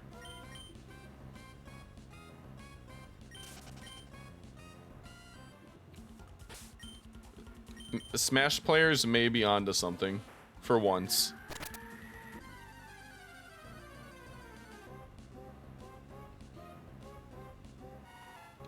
They may not be the shining models of human hygiene,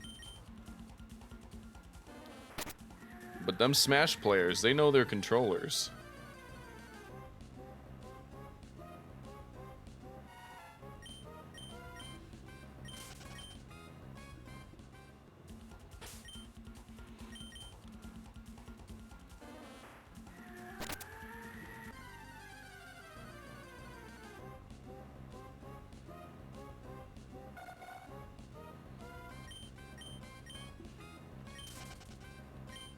Both hurt and offended this accusation of uncleanliness. Well, I guess it depends. Who do you main? See, that's the difference. You haven't played Smash in ages. I'm not talking about people who enjoy Smash. I am talking about smashers. I'm talking about people who that's what they play. Ridley along with Duck Hunt. See, like, you're not, like, an unclean, sweaty Smash player.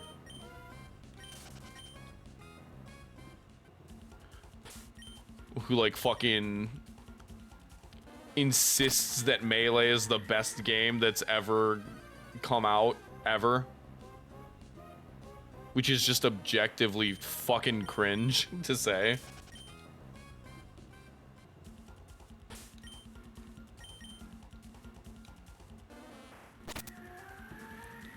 And I'll tell you why. It's because Smash Melee didn't have the Wii Fit trainer, and she's a bad bitch. So it can't be a perfect game without her.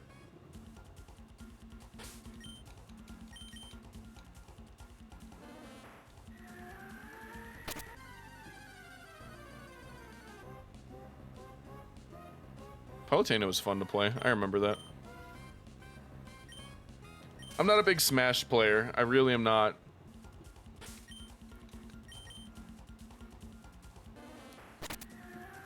I think when I played the most, believe it or not, was Brawl. And I played a fuck ton of Sonic.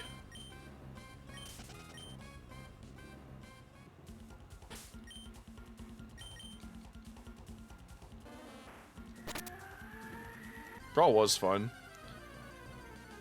With, like, the same people that, like, love Melee fucking hate Brawl. Because they're allergic to fun.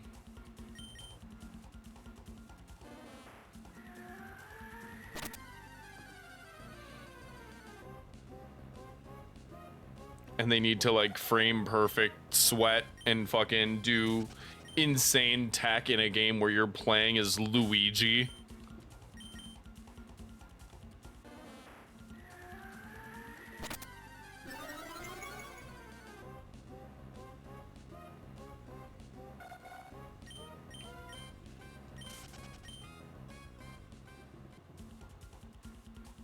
I don't even have a specific opinion on Luigi mains. I'm just taking the piss out of the concept that people are like so hardcore fucking sweaty about a game that is like supposed to be like goofy.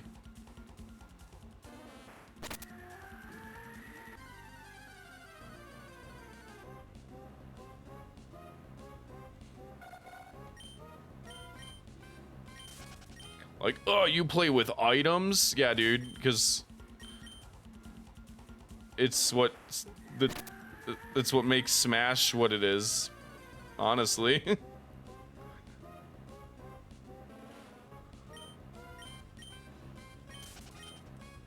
Yeah, but that's what I'm referring to when I'm talking about Smashers and their relationship with the GameCube controller, because they insist that it's the one controller to play the game with.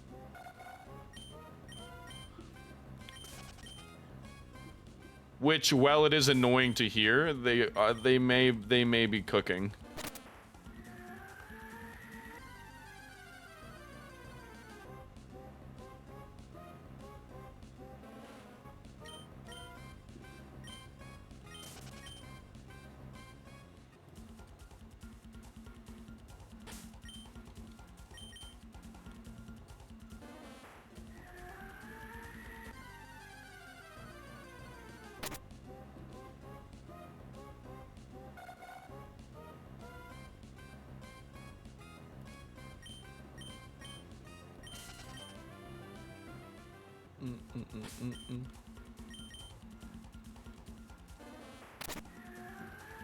I like that I just named my oddish Sweetness, because I caught it exclusively for the purpose of using Sweet Scent for me.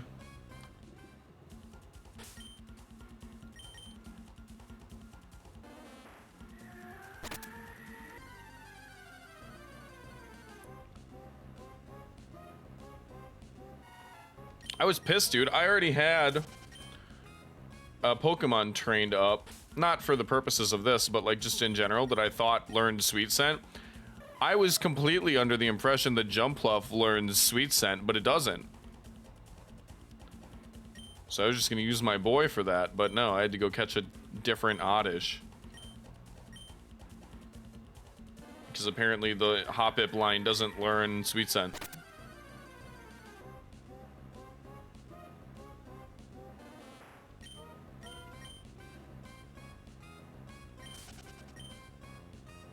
Like, if you would have asked me a week ago if Jumpluff could learn Sweet Scent, I would have put $20 fucking on it.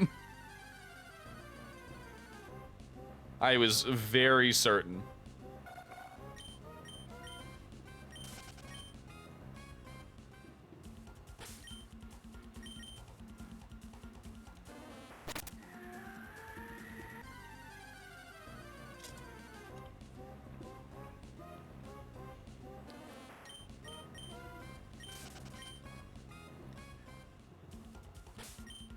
Yeah, but as it turns out,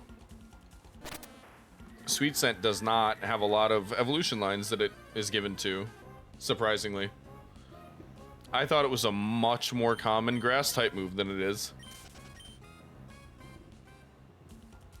I thought it was just one of those moves that like a fuck ton of grass types get. Like Stun Spore and Poison Powder and fucking Absorb. I thought it was just one of the basic grass type staple moves.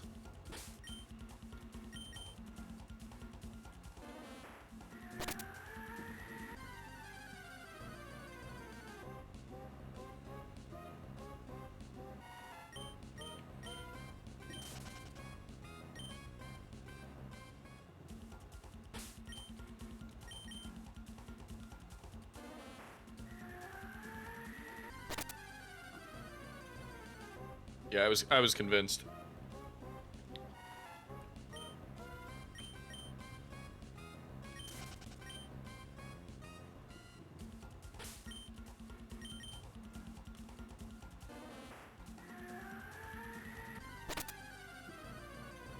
It's not like Sweet Scent's like any type of crazy move either. All that the Pokemon really has to be capable of is smelling good. Which one would assume that most grass-type Pokemon do.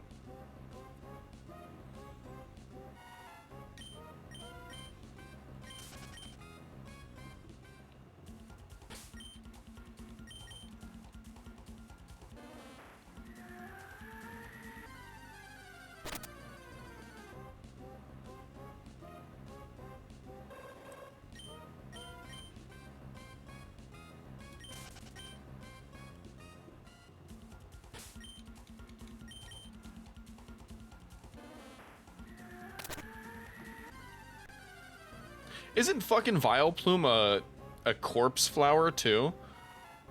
Doesn't it smell bad?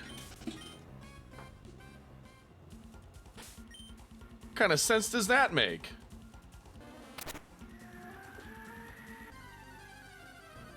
You're telling me that you could evolve an Oddish into a Vileplume and have it still no sweet scent while it smells like dead people, motherfucker? But Jumpluff can't learn it at all?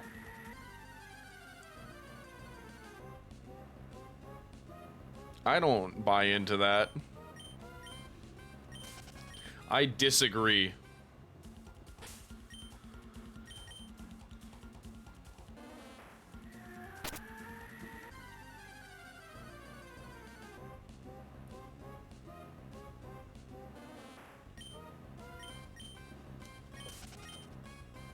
I think that what Pokemon smell like isn't a topic that's discussed enough. Like, some of them have things about it in their Pokédex entries, obviously. But, like, obviously grass-type Pokemon typically will smell good. And that's acknowledged pretty often. But it leads you to wonder, you know those, like, trees that, like, when they're in bloom, they smell like cum? What if Executor smells like a fucking cum tree? What then?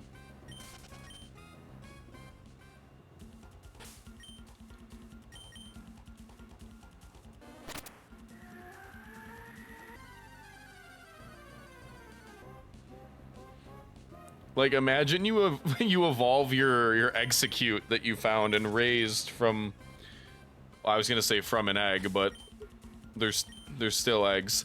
But imagine you're raising your Execute and it evolves, and then it just smells like nut. You're like, holy fuck. You evolve your Execute indoors, and now your entire apartment smells like jizz? That's fucked up.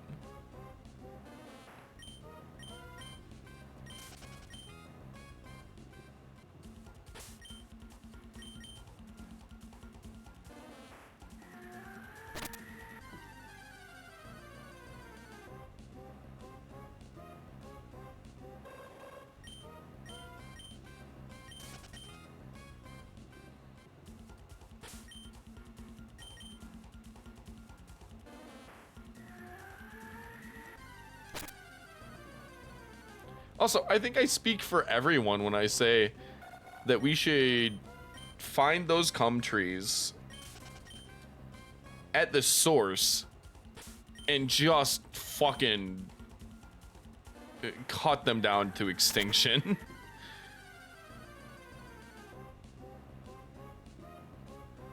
I think that we could possibly maybe kill all the cum trees and be okay.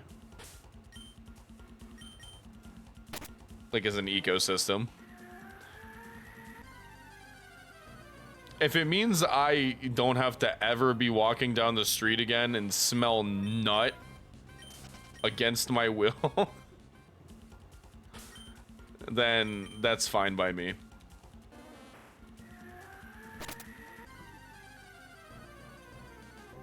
I think that that's a fair trade-off.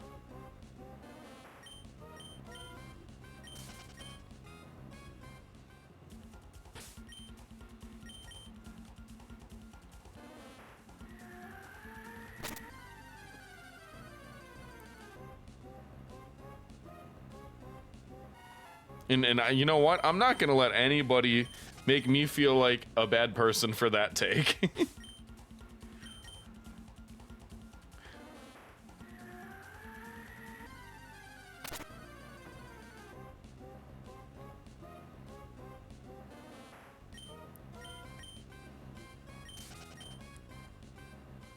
Because I'm correct. What trees? The trees that smell like cum. I think they gotta go.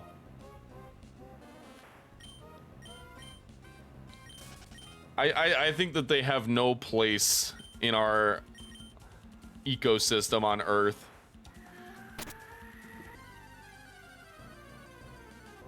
And I don't know why they plant them in urban areas as well, like as like street side trees. Like you'll just be driving through a neighborhood with your window open and get hit with a fucking wall of cum smell. Like that should be illegal, dude.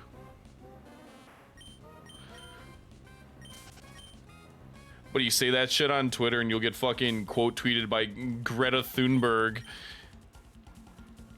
And fucking you'll get doxxed and murdered for wanting to not smell cum.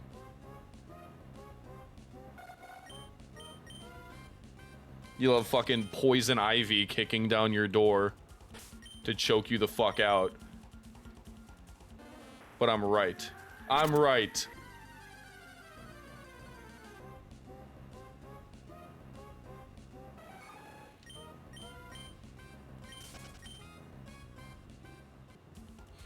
Wait, that's hot though?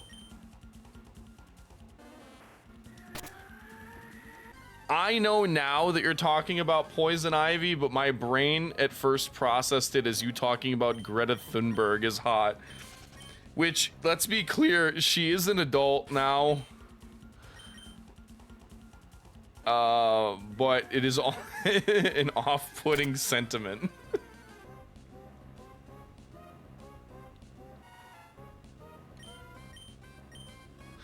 I feel like she's just one of those people that's like always going to be a minor.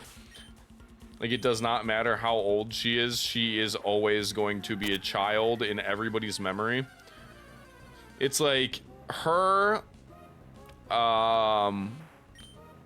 Millie Bobby Brown. I don't give a fuck that Millie Bobby Brown's like 20 something now. If you find her attractive, you belong on a list. And fucking, I think probably,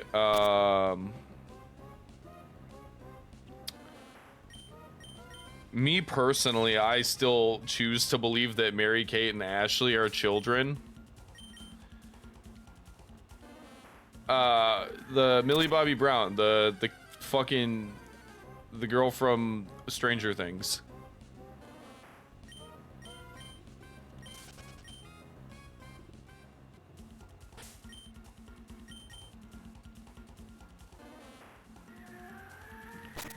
The question marks indicate a lack of understanding that I am unable to elaborate on. It's a show that was on Netflix, but Millie Bobby Brown, dude. I am incapable of seeing her as like an adult, because like my only image of her is on that show as like a fucking 13-year-old or some shit.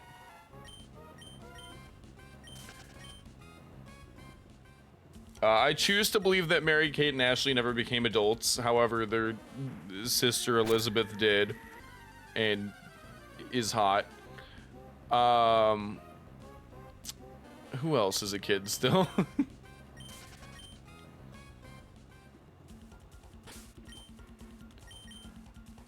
Dora the Explorer.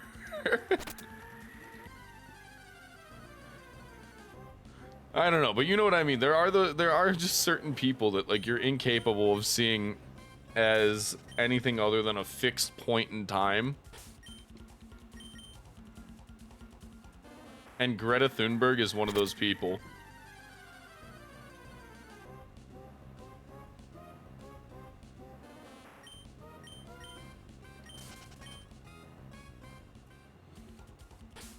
I'm not even shitting on her either. The kid's fucking right.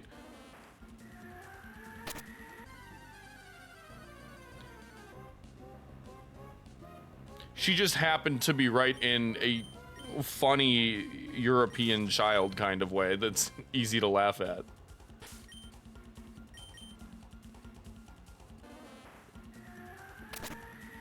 Which is a fate worse than being wrong.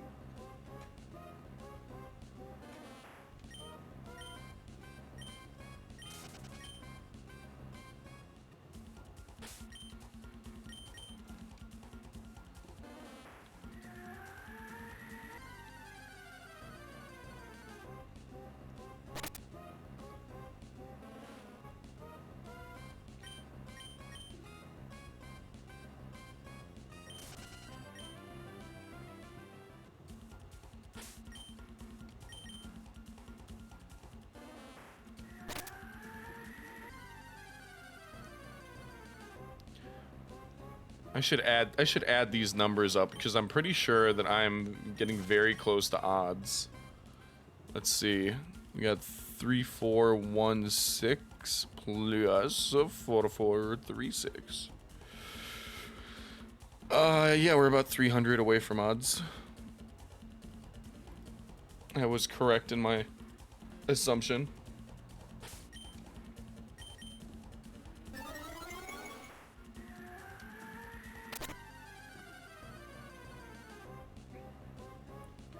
Oh, we're about to hit 69 luck, and then you gotta keep it there, obviously.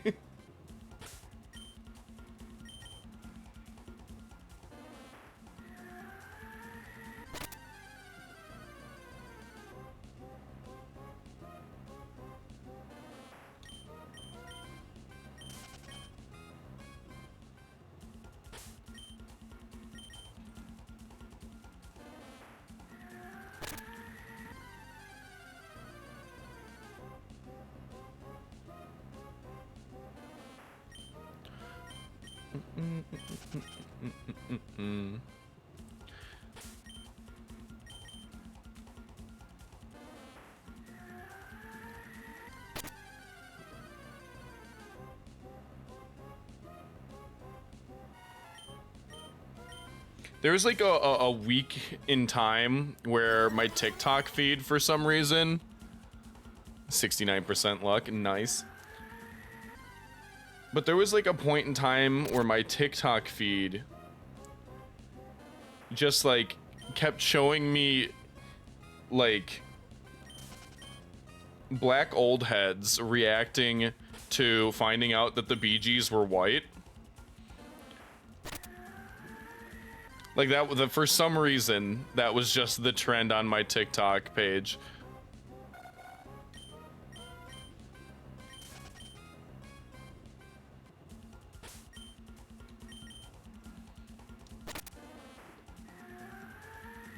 Which honestly, that is it's very valid to have a significant reaction to that information if you didn't know it your whole life.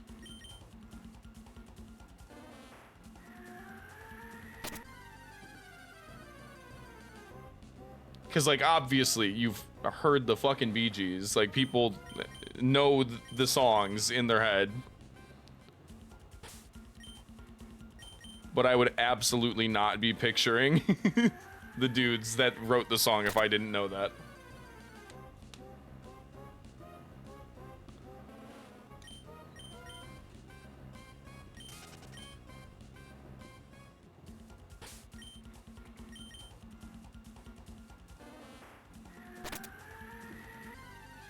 Yeah, so I could see why it created like fun reaction content. The real question is why did it keep showing it to me? Maybe because I might have like if I watched the first one all the way through, did the algorithm pick up on that and be like, "Oh, let's give him 20 more of these."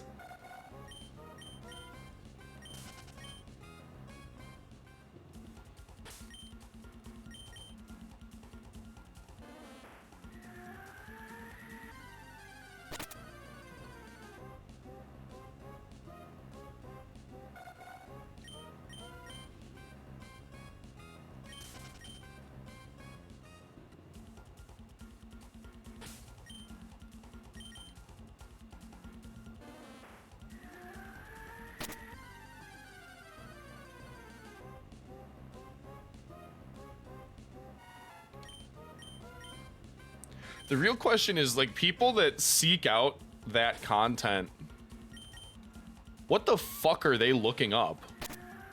Like, what the fuck is their search for that?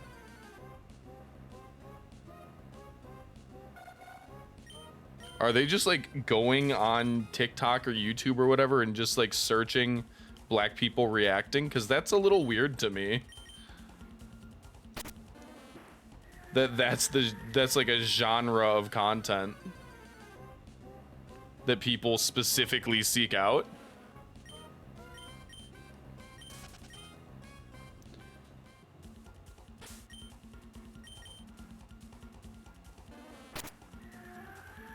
Like, I'm not weird for thinking that, right? Like, like specifically wanting to watch black people react to things feels a little weird.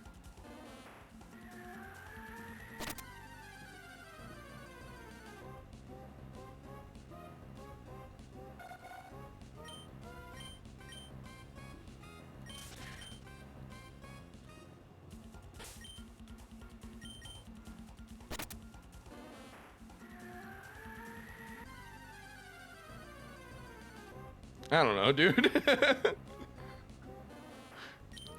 It feels like dangerous territory.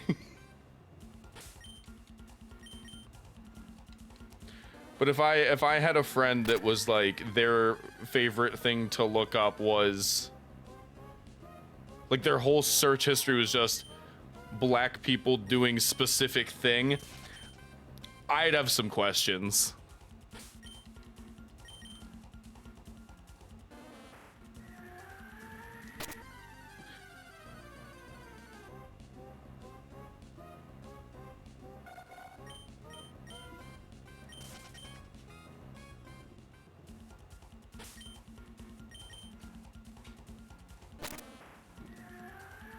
Like, obviously this all completely falls away if it's like specific content creators they like.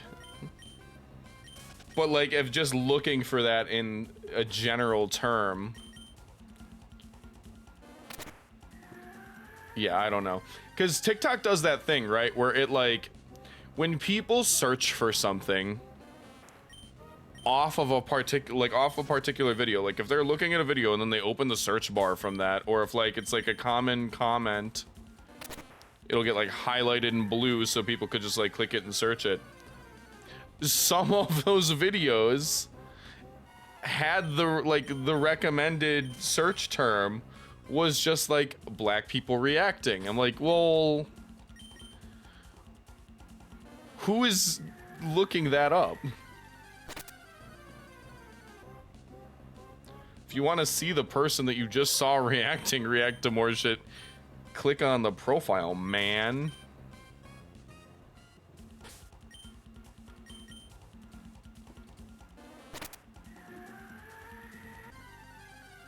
I feel like I've lingered on this topic for an uncomfortable amount of time.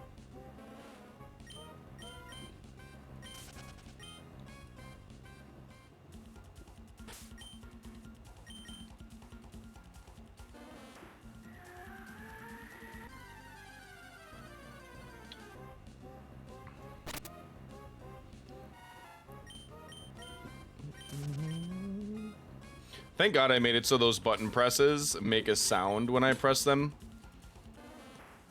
Because otherwise, I would fucking forget.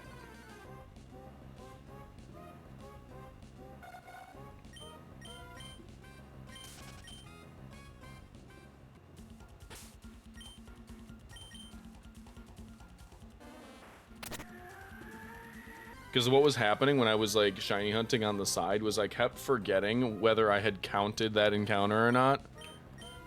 And so I'm sure there are some that I missed and some that I double counted.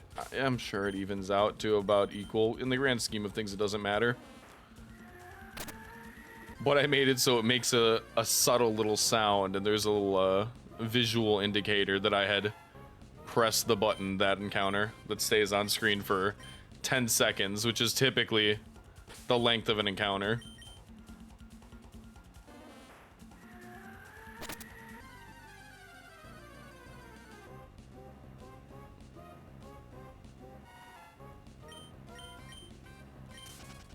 But I'm big stupid and I need constant reminders because my short-term memory is awful.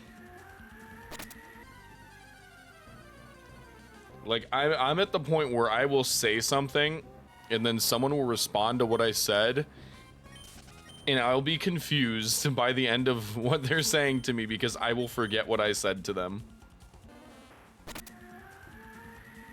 Like, if I'm distracted by something, my brain just fucking short circuits. I cannot retain information short term.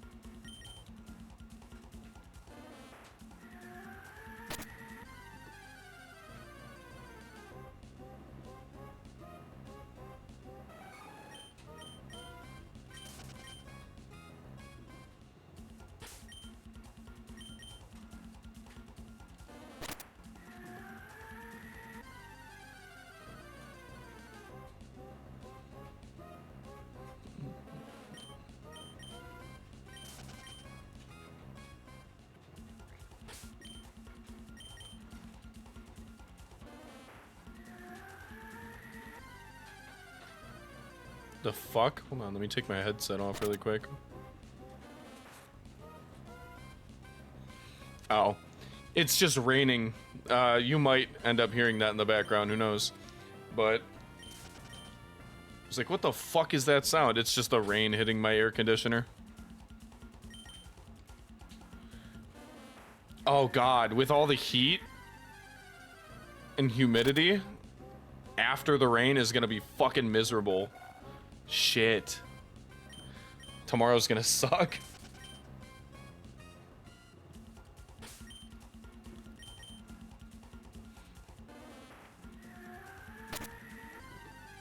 I hate the heat, so I've been taking my dog out before the sun comes up and after it goes down.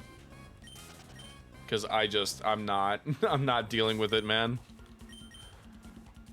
But this humidity is gonna be nasty as fuck, cause I'm not gonna be able to breathe.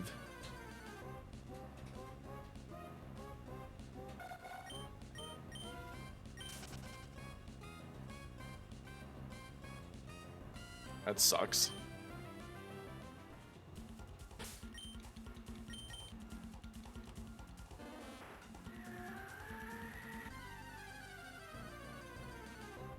It might be hailing too, actually. What the fuck?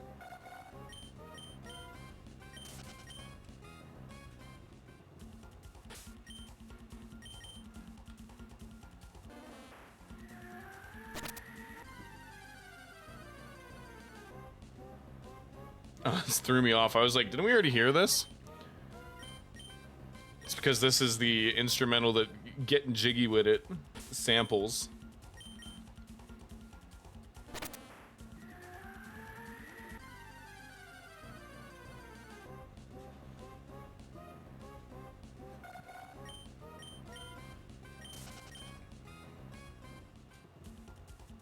That said, we heard Getting Jiggy With It so recently, I am gonna skip it. Just shuffled in an unfortunate order.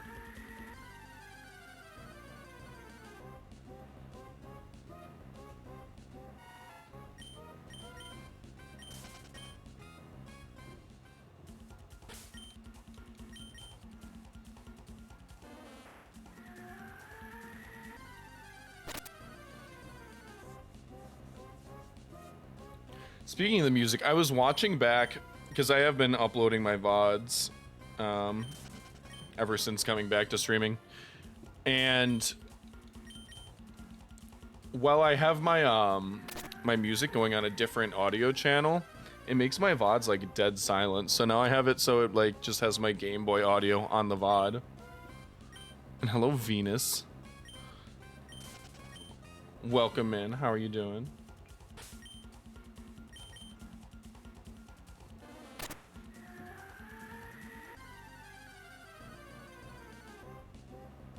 Yeah, I put my Game Boy audio on my VOD track though, because it's like so awkward to just listen back to it and just hear like nothing in the background, like just like the room noise and like the air conditioner. I'm like, well, that doesn't match the vibe of how the stream feels live, because I feel like the music is a big part of the vibe.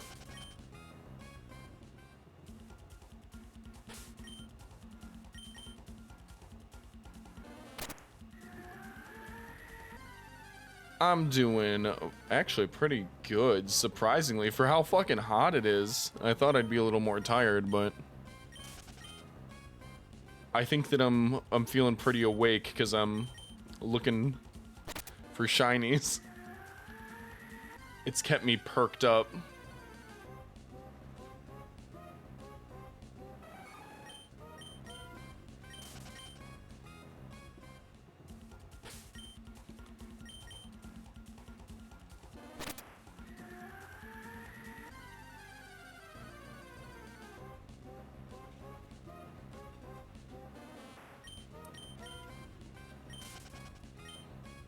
I'm not gonna lie, I forgot the Squart guy was on the overlay. He can go now. He's overstayed his welcome. That bit happened 2 hours ago.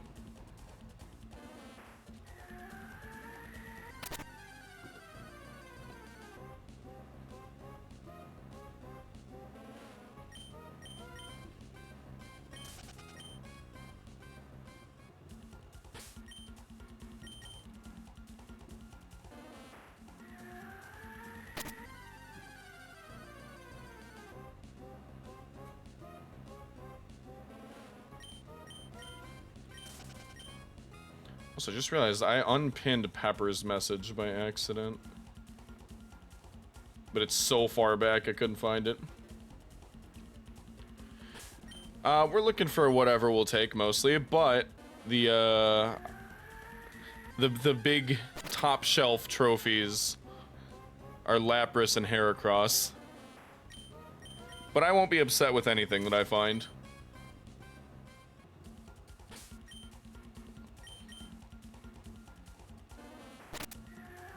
We've had none so far.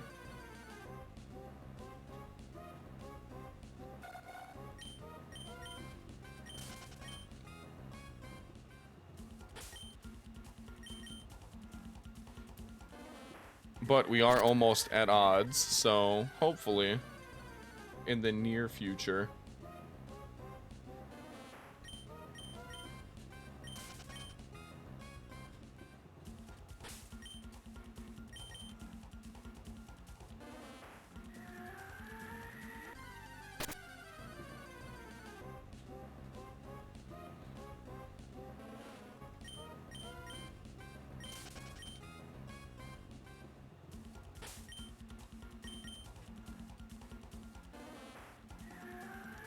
Honestly, a Poliwag would be a really good one to get.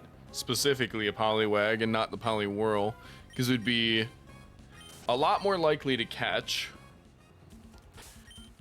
and evolves into a gorgeous shiny.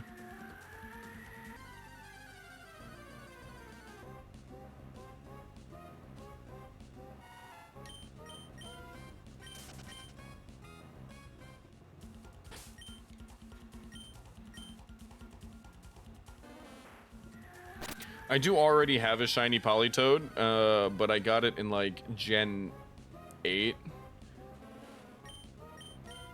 So it wouldn't be as special as like a full odds Safari Ball one.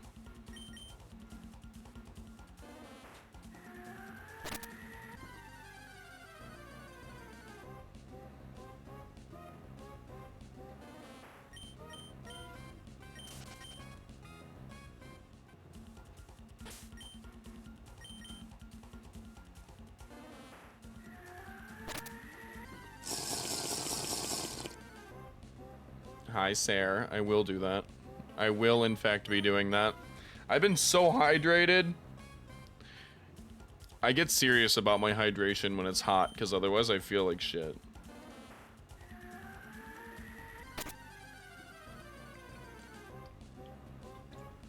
Even though it's, like, always important to be hydrated, obviously. You love my hat? Thanks, I found it at Google Images. It was on sale.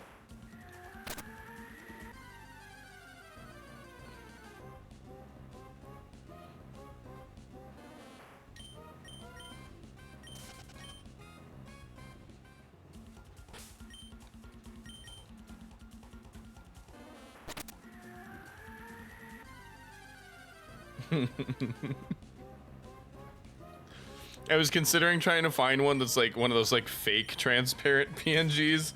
So it'd have like the white and gray checkered background behind it, but I feel like they got in the way of the screen too much.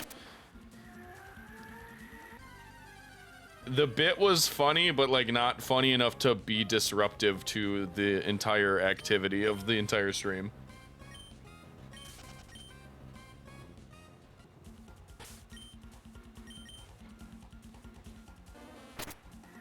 I draw the line at visual obstruction.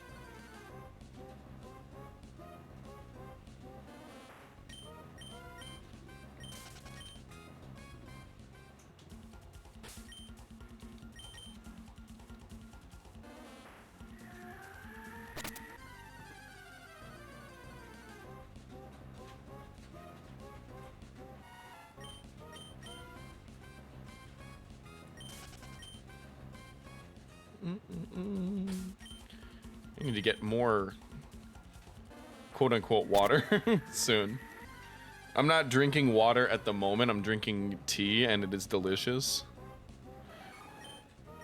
I will, for the second time today, shill Liquid Death's fucking tea, because it's so good. My favorite Pokemon game? My favorite generation is 5. I don't know if I like Black and White 2 more than I like the first. They're kind of evenly matched for me. But it's for sure Gen 5. And it always has been this revisionist history that people have formulated surrounding Gen 5, where they act like they enjoyed it the whole time. Nuh-uh. I remember. I was there for the first 10 years of nobody liking those games. And now all of a sudden they want to pretend. I remember, though. Playing Gen 5 right now. Excellent choice.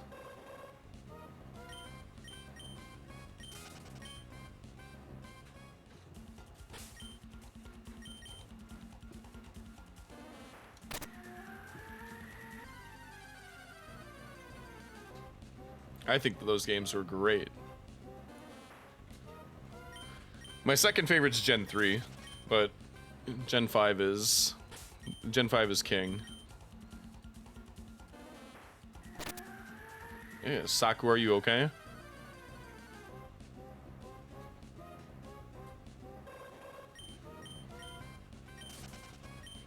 Oh, damn, I'm hearing fucking thunder now. It's like an actual storm outside. Cool, cool, cool. Tight, tight, tight.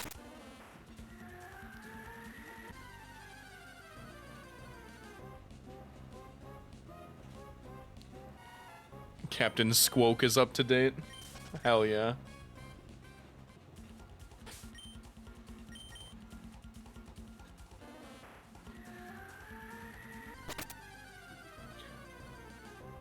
Of course you're not okay, Saku. You're becoming a VTuber in 2024. There's something deeply wrong with you.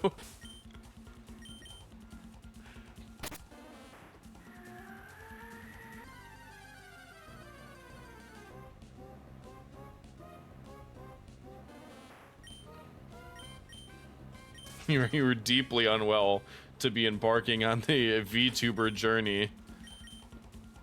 This late, especially.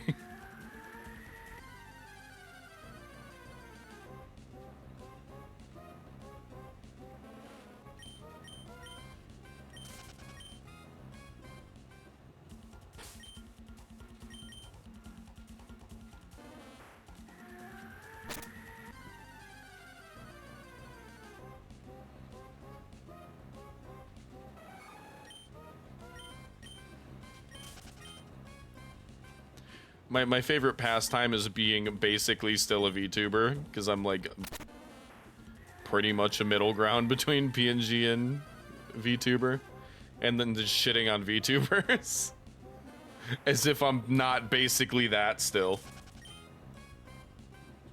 As if I didn't have VT in my name until like 3 months ago.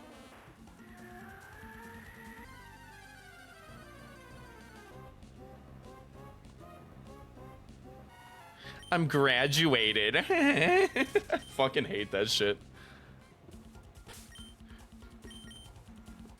VTubers calling when they stop streaming graduating. Shut up, dude.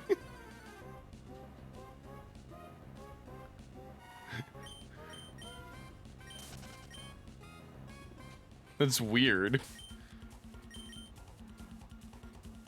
Haunted Vermont. Believe it or not. That's funny that you mentioned that, because there is a Facebook page called Haunted Vermont that was pretty mad that I owned the handle Haunted VT on everything. They were like they did like haunted house tours in Vermont.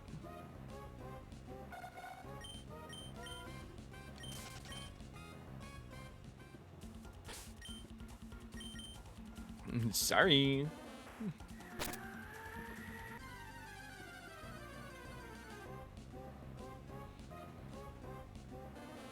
Whatever, dude. They can suck it. Who gives a shit about Vermont? That's not a place. That's not even top 40 states. Not that I'm gonna rank them. I don't give a fuck about any of them.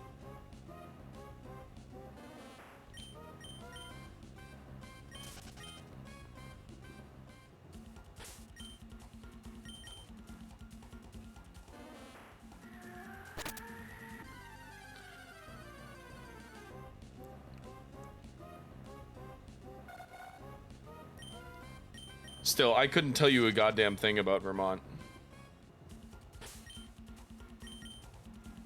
Or Connecticut, for that matter. Or New Hampshire.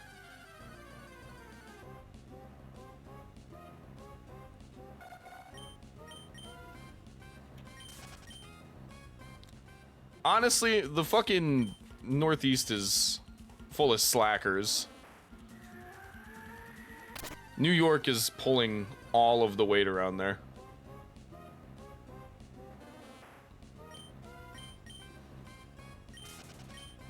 The rest of y'all need to earn your keep. I'd say Maine is the runner-up because lobster is pretty good. I like lobster. And that's the only reason for that decision.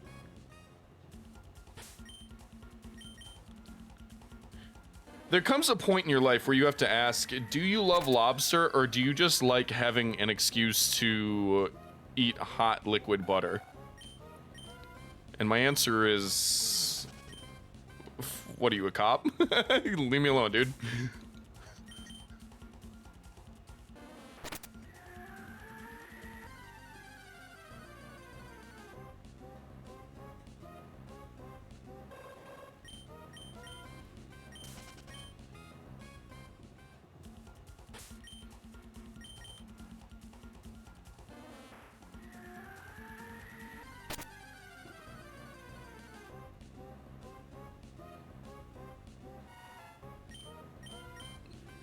That's right. If your knees crack when you stand up, you could do whatever you want.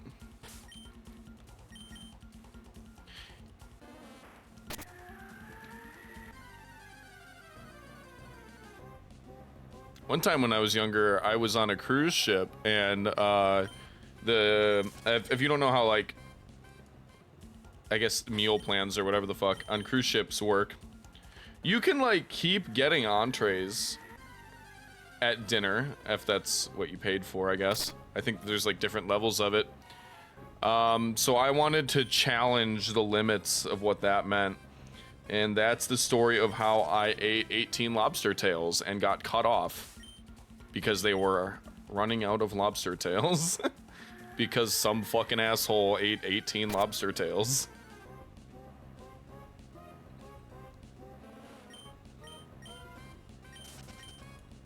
Could have been anyone, though. Never once in my life, and I've been fucked up before, have I been cut off at bars. But I have been cut off from ordering more lobster tails.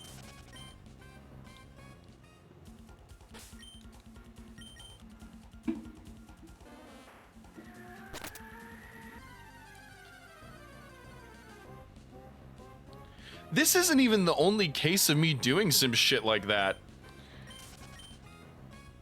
Because I was on an international flight once, and sometimes when you're in the military, they will allow you to drink for free on airplanes. And chat, there's a finite amount of alcohol on an airfaring vessel for any given excursion. I drank 30 miniature bottles of whiskey. I drank all 20 of the Jack Daniels ones that they have. And then I drank 10 of the Maker's Mark ones. And then they told me, sir, you cannot keep ordering alcohol on this plane. And then I slept for 11 hours on an airplane.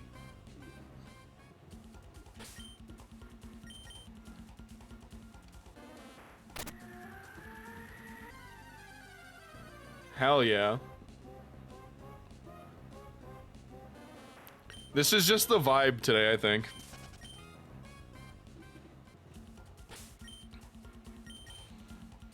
Not I think, I knew, and I anticipated, and that's why I built a 7-hour playlist of this vibe. Because I knew.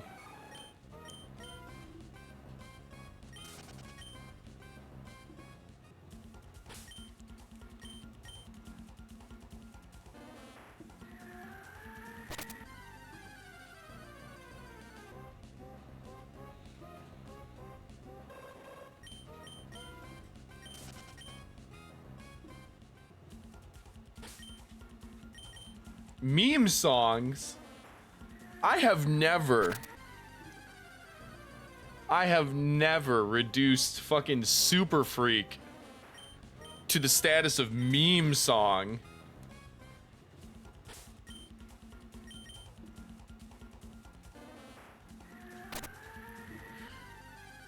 I've loved Super Freak since it was in.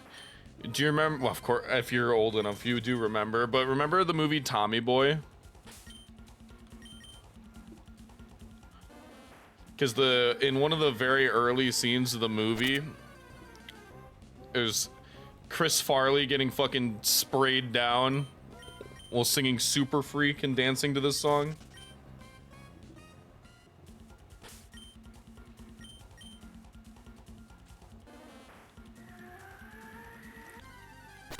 You might be ancient, but I'm the one talking about fucking Tommy Boy in the year 2024.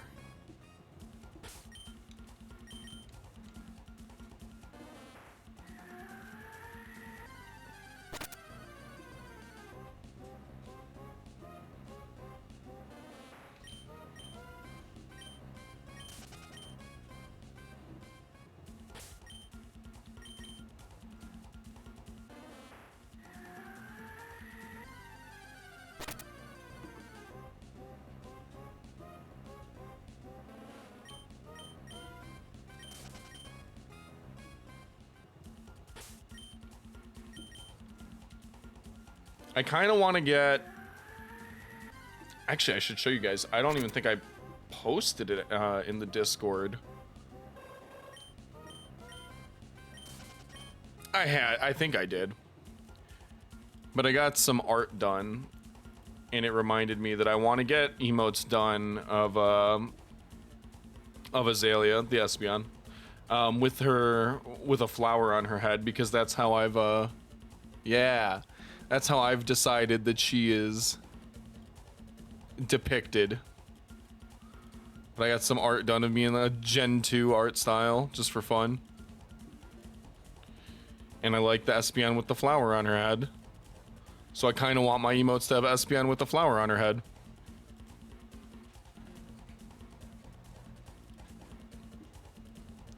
Is it bad that you just search up Tommy Boy? No, because you are probably not 1,000,000 years old. And that's fine.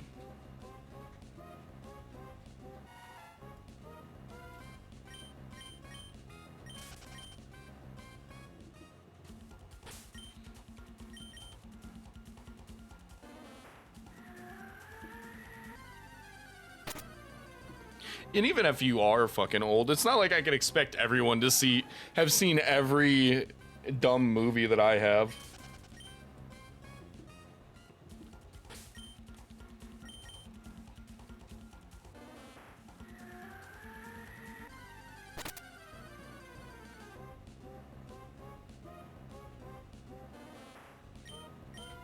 Yeah, I should. Here, I'll...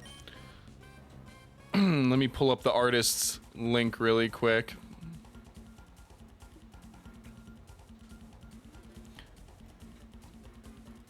Let me... Boop, boop, boop, boop. Okay. That's who did the Gen 2 art.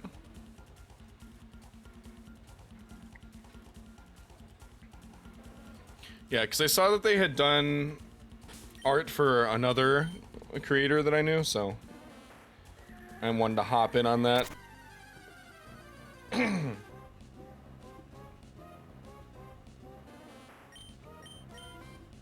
I should hydrate before my throat dehydrates.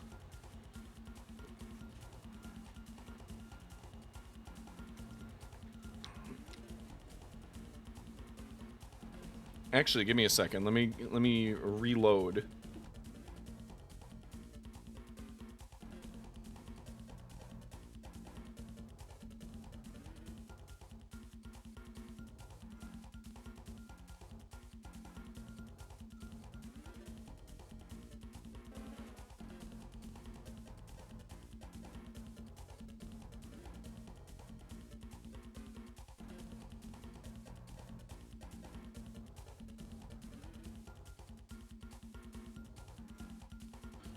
Or else.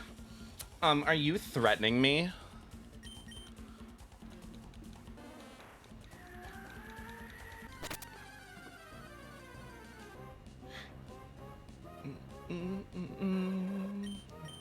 I'm on my last liquid death, and then I have to drink normal peasant water. I'm kidding, but it's safe to say that I'm hooked at a concept that I previously ridiculed, which happens a little too often.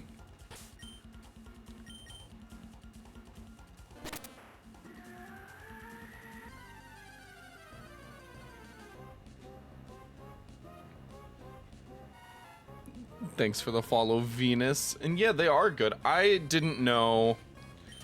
I kind of dismissed it because my understanding of it was that it was like canned water that was like more expensive than water bottles. I'm like, okay, this doesn't do anything for me. But then I found out that they do like teas and like sodas or whatever, and I was like, still, like, I was still not on board. Cause it's like, dude, I've had a fucking million generic like drink brands that think that they can make a good tea that just like sell you like sugary fucking bullshit that's like they probably squirted Mio into a bottle and put a new label on it. But these are like actually good. Used to think it was alcohol. Yeah, I've heard that people think that. I think that I'm just like trained to not think of things like that as alcohol because like I'm so used to seeing people with like energy drinks in the same shaped cans. It is kind of it is a tall boy though. I will give you that. Let's see. Let's rate this crack. The first one of the day was shit. Okay, that was an okay can crack. That was like a 3.5 out of 10. Not amazing, but it wasn't some limp dick can crack like the last one. It had at least a little oomph to it.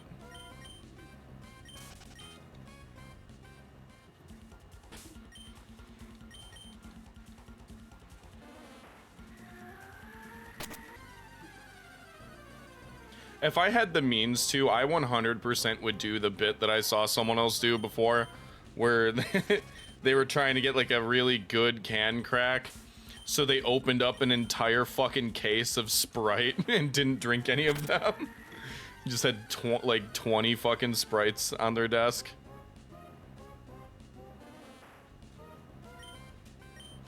Yeah, the can crack it's important. It's all about the vibe.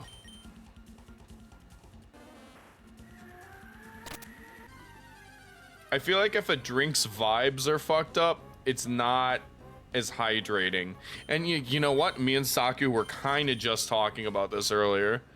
where that's where I think that people's negative conception of LaCroix comes from, because LaCroix is literally only good when it is ice fucking cold. Like, the second a LaCroix has been out of the fridge for like more than 10 seconds, it is already, it's like driving a new car off the lot. Like, it loses like 50% of its value the second the temperature goes down by 1 degree on it.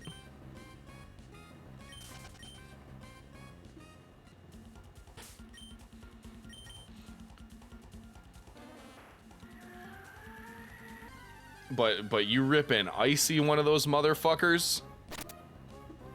Woo! Yeah, you have to be sitting inside of an industrial freezer in cold storage.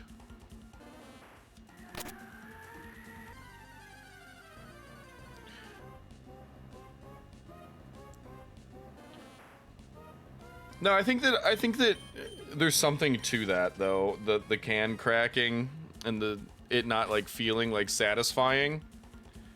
I think that there's a psychological element.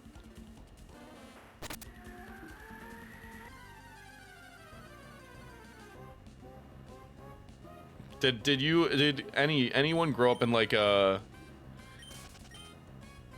did you guys have like a garage fridge or like a shed fridge, you know, like one that was like pretty much just like beverage storage, just like an old fridge that like got replaced and relegated to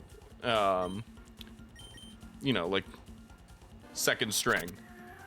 You had a basement fridge. Yeah, you know what? That's the same category of fridge, I would say.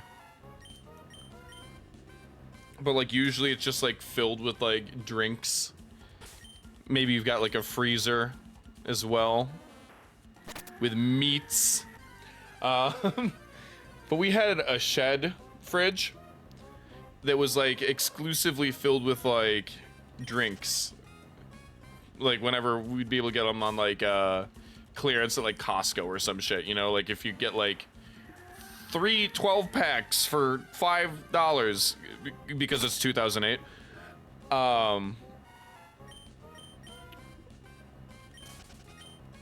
But like the drink that I have like the fondest memory of, and this has remained unchanged for my entire life and will continue like this. There is nothing that has ever been better than like sneaking to that fridge in the shed when it's like hot as fuck and you've been playing outside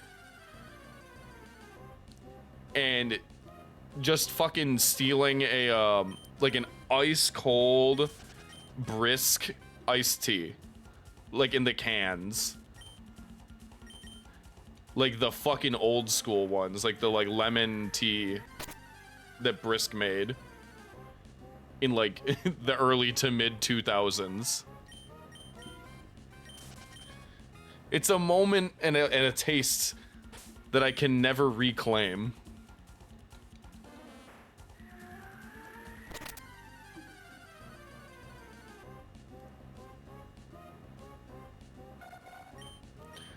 Like, if you could take how refreshing that felt and just make that a drug that I can do, I would be a fucking junkie, dude.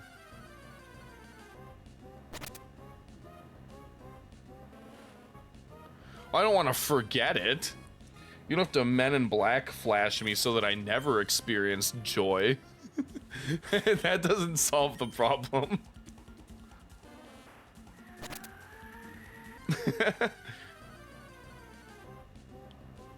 That's funny.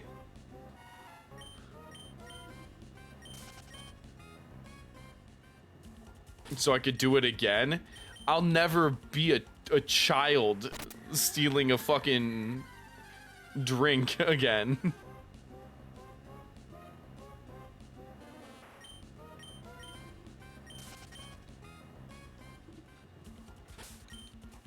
That's what I mean, though. The context. The context is important. Like, is brisk lemon tea still delicious? Yes. Super sugary. It makes my teeth fucking hurt, but it is good.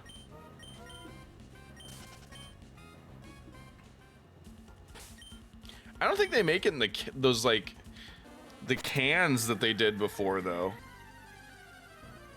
I feel like I've only seen them in, like, those, like, plastic bottles.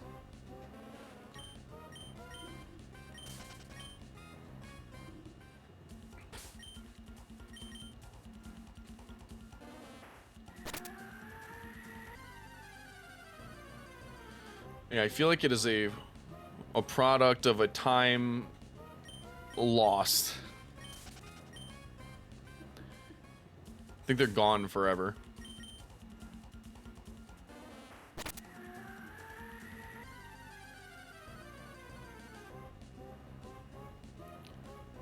I'm psychically transmitting to anyone who's stuck in ads that I am sorry that you are stuck in ads because you can't hear me.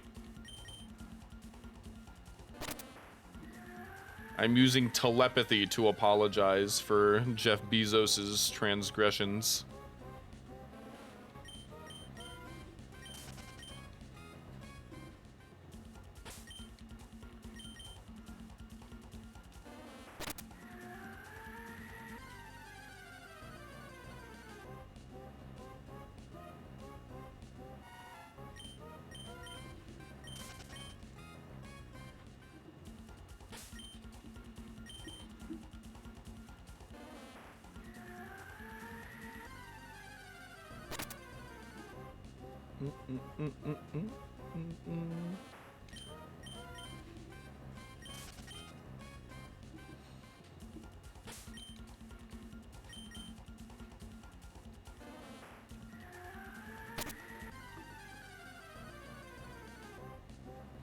Welcome back from ads, ad watchers.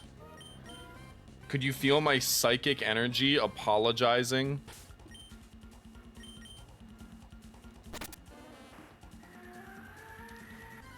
For you having to sit through ads? I was trying to astral project through the through the internet.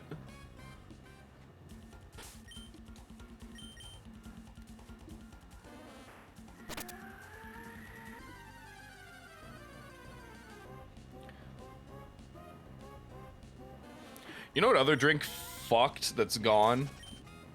Vault, dude. Remembers Vault? Vault went hard. It was like the perfect middle ground between energy drink and soda. And I think that that's still a largely untapped market.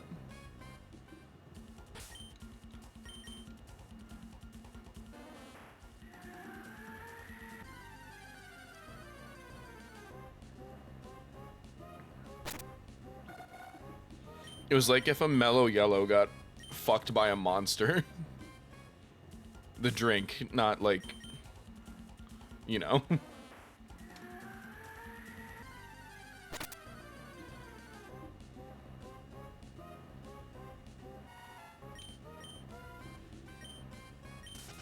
Vault was good, dude.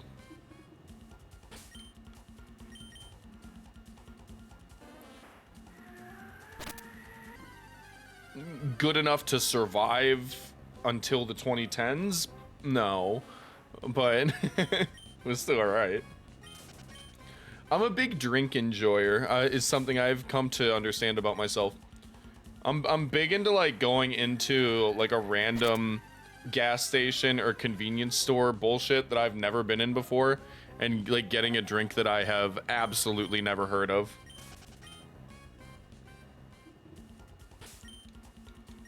I did both. I was an early coffee drinker and a very early energy drink enjoyer as well.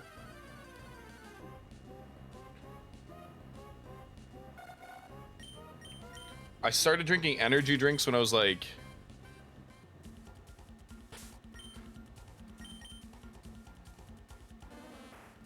I want to say 10, which I feel like qualifies as neglect on my parents' part. Which tracks with everything else. But I started drinking coffee at like 12.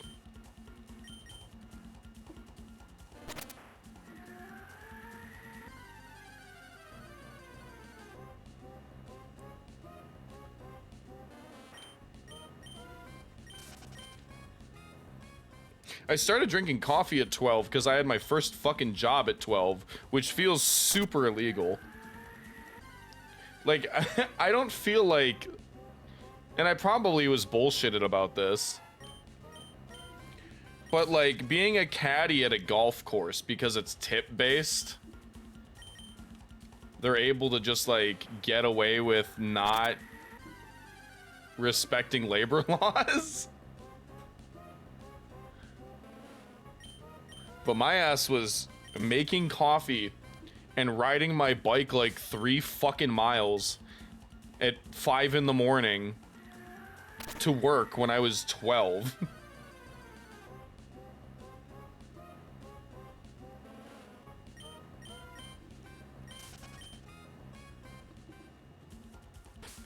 Like, that can't be good for me. Like, developmentally.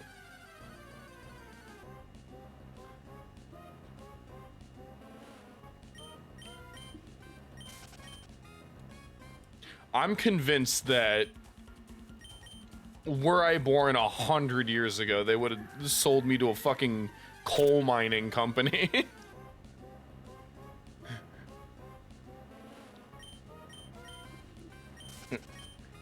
The fact that I had to work when I was 12 is actually nuts now that I think about it. That it was necessary for me to be a coffee drinker at that point.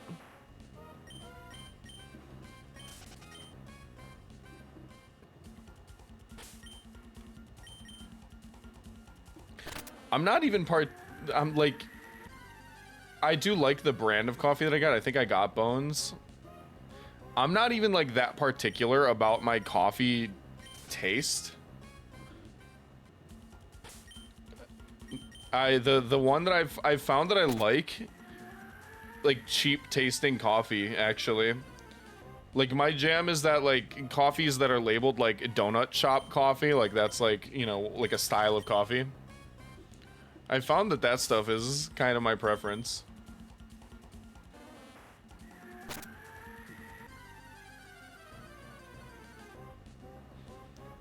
Which, you know, also tracks, because I fuck with Dunkin' Donuts hard. I love Dunkin' coffee.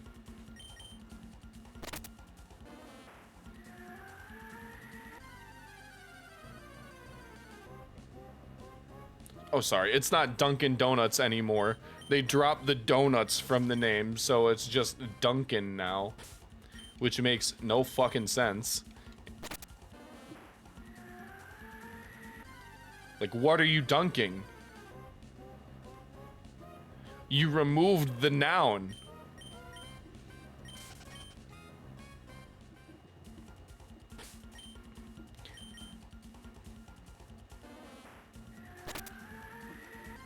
I'm talking a lot of shit for a guy that's named after an adjective, but my statement stands. No, please do tell about fast coffee, because I have had it all types of ways, and I enjoy various methods of coffee. I own a French press and a grinder. Like, I've had whole bean coffee that I grind and press myself. I'm not ignorant to what quality is. It's just a matter of me having garbage taste. And also, French presses are fucking annoying to clean.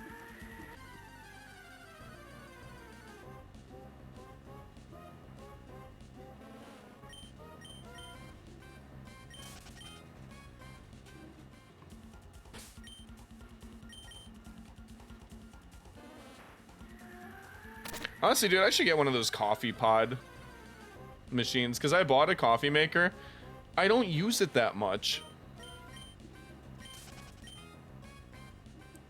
What I want a personal live-in barista. That's what I want. Yeah, well, they don't pay me to promote their brand by name, so they can get fucked. Yeah, no, I've had a Keurig before.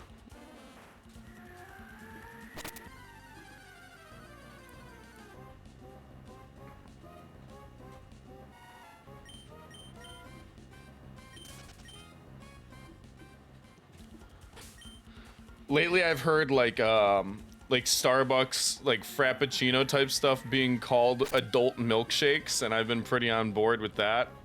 I love them, and I'm fine with that. But it is correct to say that it is not coffee. It has coffee in it. Plenty of things do though. Hot chocolate or cider? I'm a cold cider kind of guy.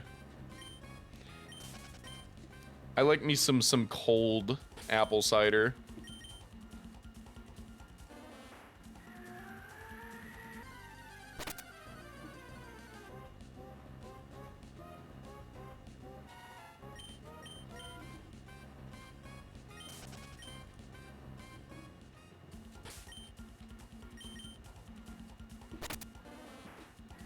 I want one of those fucking like Spy Kids Star Trek food 3D printers.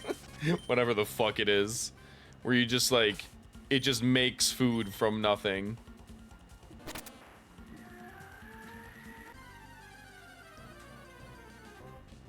I want that. I also want a Coke freestyle machine. I have very childish desires.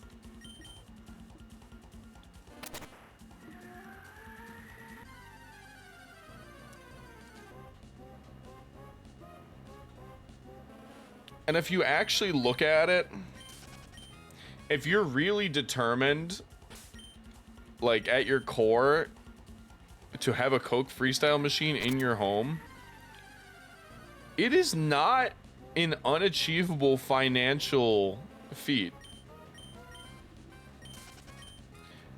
What really gets you is it's the syrups. Renting the machine itself isn't that bad, all things considered.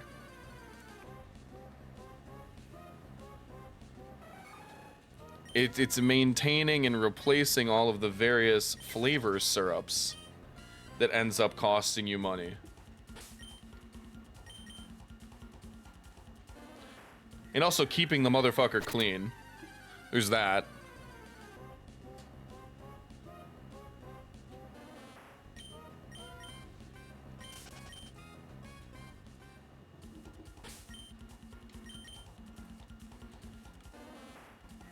Putting chains around it to keep the boys out. And I could see myself helping them by bringing a bolt cutter and removing the chains and toppling your oppressive regime and being a hero to them, a freedom fighter.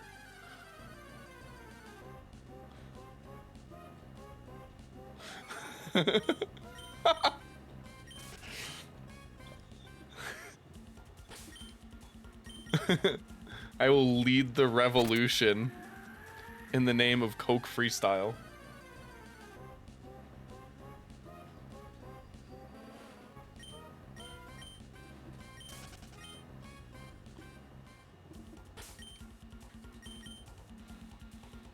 This is why I couldn't be a dad.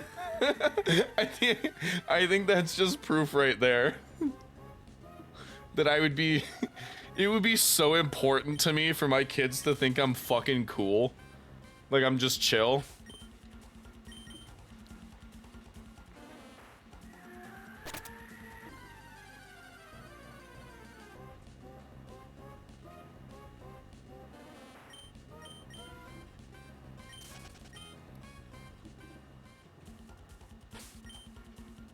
I'd always be trying to be the cool dad instead of parenting.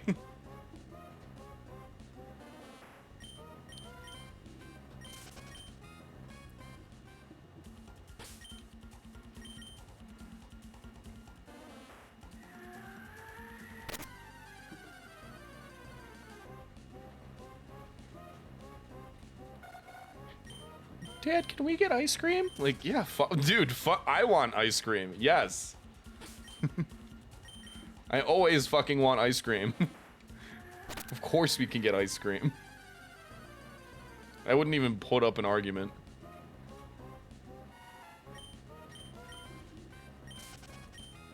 I could pull this shit that I did when I was a kid, and like, I would wait until we were like on like road trips and stuff.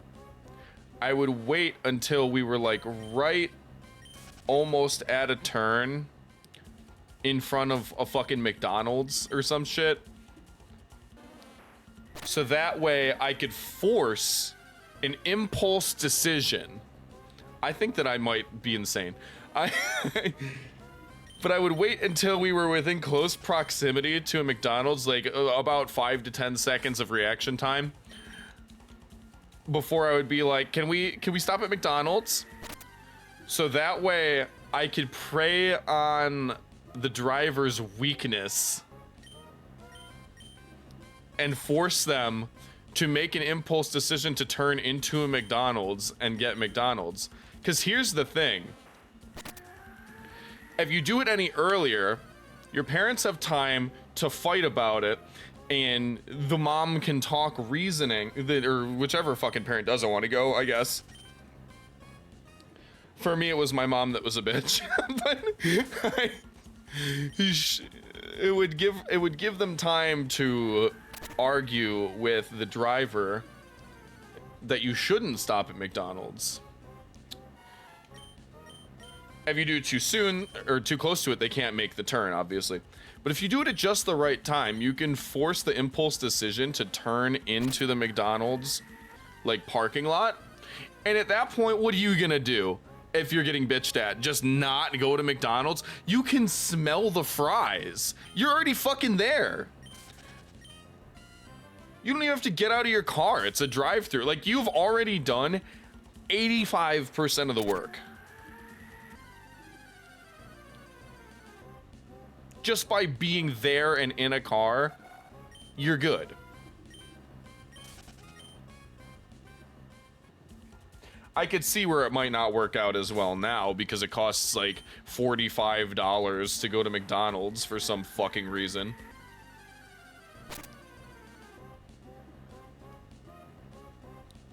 They're like, oh yeah, a McChicken is $19 now, by the way.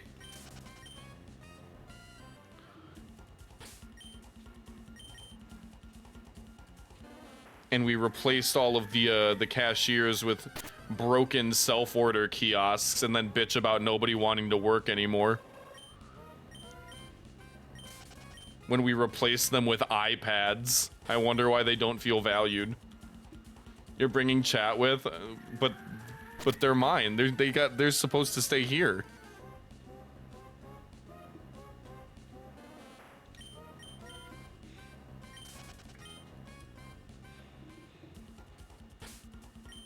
That's okay. You're fine. I'm chilling.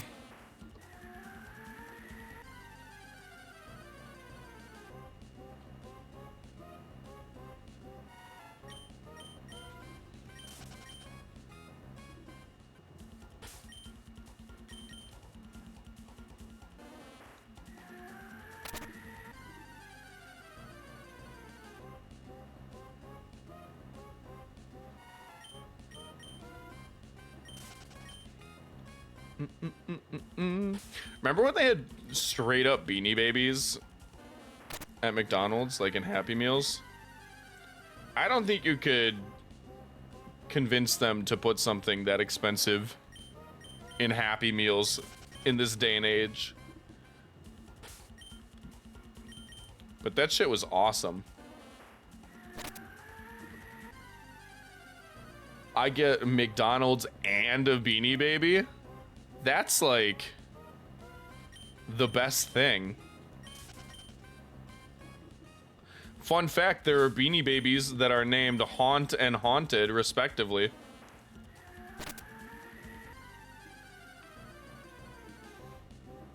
There are Beanie Baby Me. I think one's a ghost and one's, I want to say like a bat or something. No, one's a... I might be mixed up. One might be like a jack-o'-lantern bear? I forget.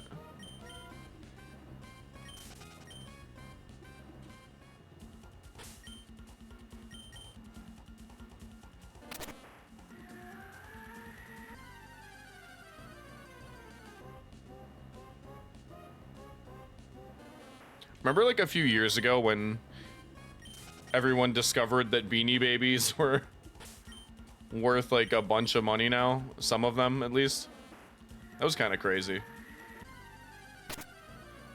That was crazy to see as someone who like remembers having like 30 of those motherfuckers.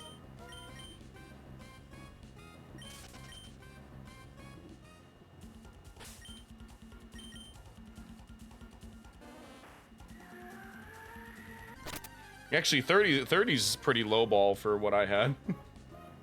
I had a lot.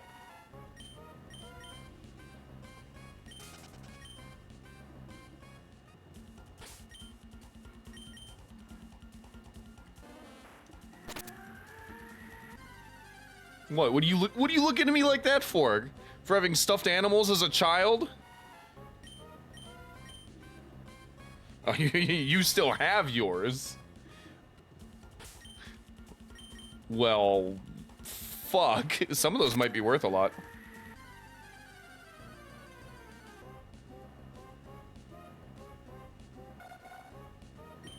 French-style rotary phones, damn.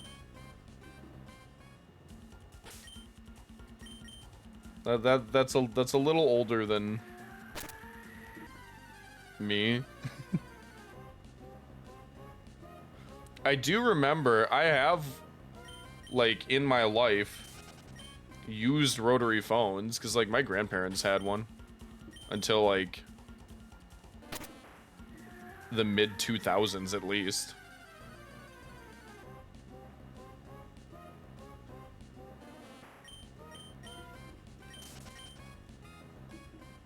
Like, plugged in and working still. Like, fucking why?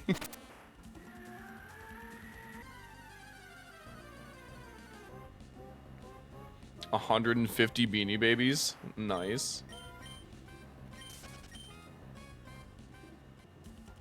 Yeah, rotary phones are fun. That brings us back to the can cracking subject. It's about the vibes. It's not necessarily about practicality always. Sometimes just the... What's the word? Something being like tactile. That's what it is. It makes it more satisfying. That's actually part of why I have it, so when I push these buttons to do the counters, then it makes like a small click sound. Because it doesn't have to make a sound. I went out of my way to do this, so that it does little clickies when I push the buttons. Makes it feel nice. Going to Goodwill and grab... Yeah. I remember when Goodwill was still, like, a good place to thrift. And then Macklemore. Then Macklemore ruined the hobby of thrift shopping for an entire generation and caused fucking 500% price markups at every Goodwill. I remember watching it in real time because I was someone... This happened twice to me, actually. 2 times, something that I did like that, the prices fucking spiked while it was like a hobby that I was actively participating in, because I loved thrift shopping and I watched the prices for everything go up when that fucking song came out. But also I was a record collector. I like digging through crates for records, and you used to be able to get shit super cheap, like literally like 50 cents you could get used records. And then fucking they became popular. Like, that became like a cool thing to do.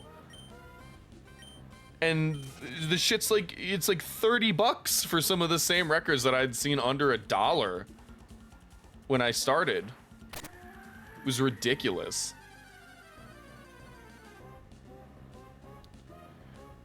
Ooh, a whole box of Sonic comics. That would have been cool. I still have a lot of my old comics. I used to go like, there was like a local comic store. And a lot of like, comic books were always kind of expensive, on the expensive side, you know? Like, like new books were more than I could afford on a regular basis. But I went to a comic store that had like a whole area that was just like rows and rows of boxes that were full of $1 comics. And some of them were actually like good shit. Like, it's still like, it's like still good comic runs. It's just they were like maybe like a little bit damaged, or just like the shitty version of the cover, you know, like how there's multiple cover versions. That's how I got like a bunch of like Spider-Man comics and stuff.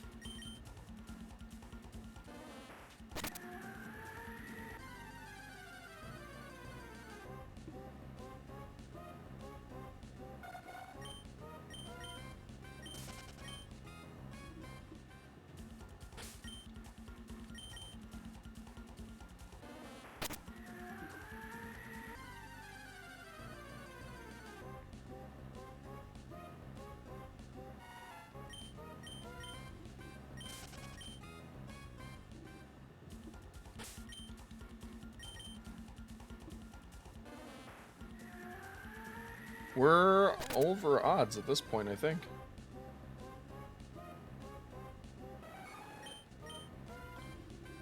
Let me math it out. Let me whip out the old calculator.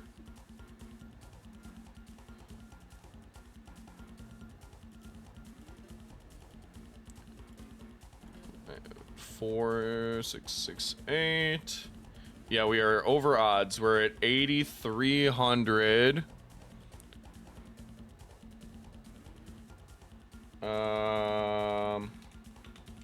The odds is what, like 81.92. That's right. I remember it was 81 something.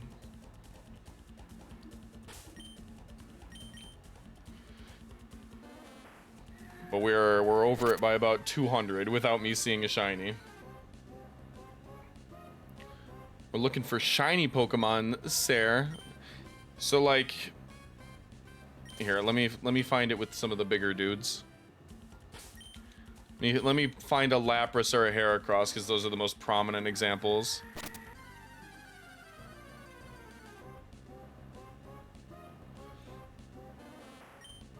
Okay, well, that's neither of them. Yeah.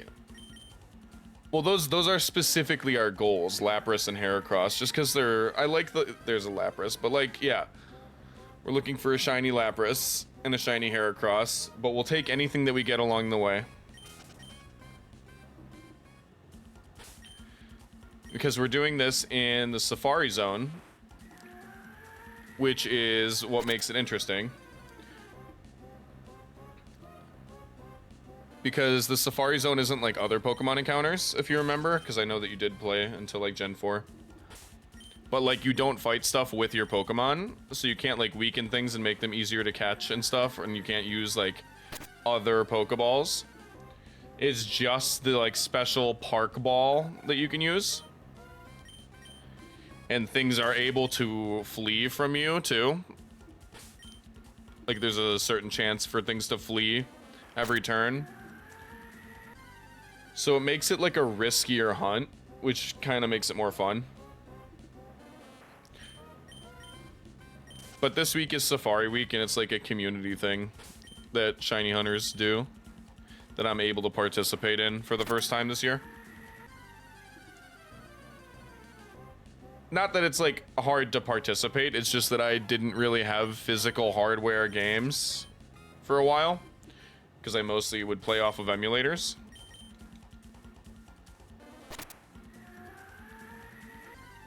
And you can shiny hunt on emulators, whatever. I'm not discrediting people that do that, because I think that's fine. Especially since you could kind of just transfer that data to an actual cartridge and like trade out of it. Like, it doesn't really matter. But this is just how I prefer to do things.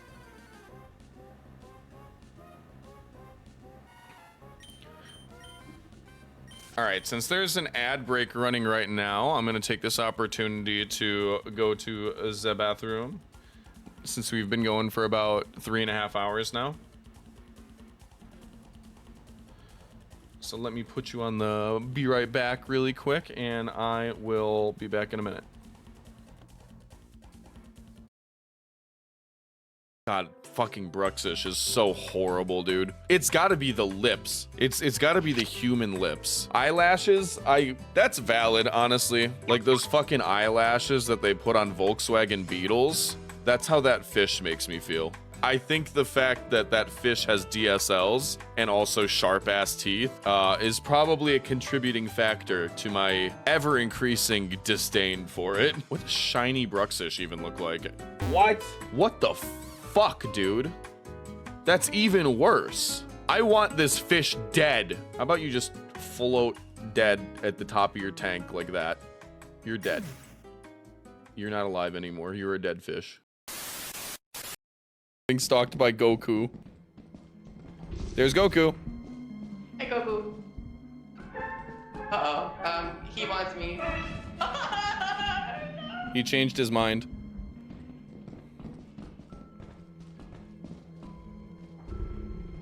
Goku, fuck off. Not again. Hey, it's me, Goku! You shouldn't have told him to fuck off. That's honestly on you. We're leftovers defensive ass Lugia against Brawly or Gucci. I don't think there are a lot of fighting types that could be that big of a problem for me. Like, even Blaziken's not stressing me out, really. Oh, it's Speed Boost Blaziken, too. Okay. I wasn't worried. I might be now. I may be concerned. Who are you, baton pass? We're in trouble. That thing just baton passed off 2 speed boosts and a swords dance to Marshadow. We could absolutely get one shot by this thing right now, I think. Yeah, Lugia got fucking one-shotted by it. I knew it. I knew it, you piece of shit. Oh, Brawly doesn't have anything that's gonna be a fucking problem for us. Extremely loud, incorrect buzzer. Yeah. Come on, Bracken. Come on, you pussy. Oh, and there's a coil head. Oh, there's a coil head and a Bracken at the same time. That creates a problem. Shit. He's coming! He's coming! Come on, Goku. Come on, Goku. Come on, pussy. Come on, pussy.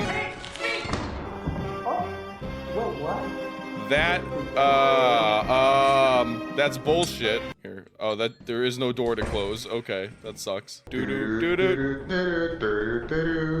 if I just... No, please. I mean... Oh, fuck.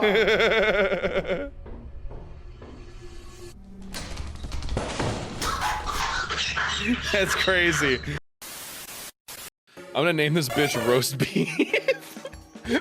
Having a Jinx named Roast Beef is so fucked up. I smell like beef. It knows lick and sweet kiss. I have to take this thing out back and shoot it in the head. I can't have this thing on my fucking team, man. This is far too incriminating. Well, I have a special relationship with Jinx. Pause. I don't like that sentence. I have a history using Jinx in challenge runs. All right, you caught me. I fucked my Jinx. What do you want? This Pokerogue run was going smoothly until it wasn't. Oh, it's Cynthia. Okay.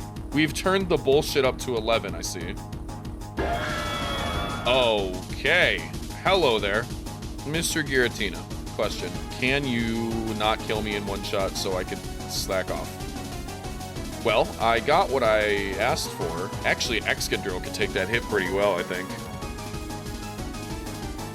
It most certainly doesn't. Kartana's got outspeed, right? right. That's a problem, man. That move is a problem for me. What is anyone supposed to do about this? There's no way I lose to this bullshit. After all I've been through. Okay. This is fucking stupid. How is Infernape the...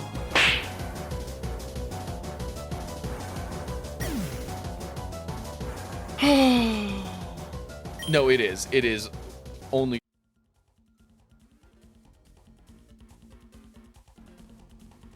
What do you want to know, Haunted, from the past? I hate that the clip keeps playing a moment after I transition scenes. Oh, I had to take a second to, like, close my bathroom window. I had it open for breeze, but the, it's storming like fucking crazy outside. Like, I'm pretty convinced that my apartment was gonna flood. Anyway, I have a Red Bull now, which means we get a second can crack to rate.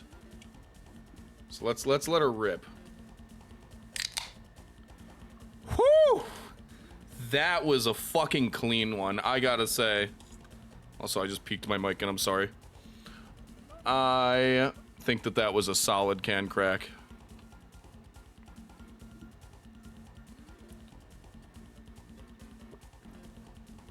That was pretty crispy. Red Bull's got a good can for that, I've found.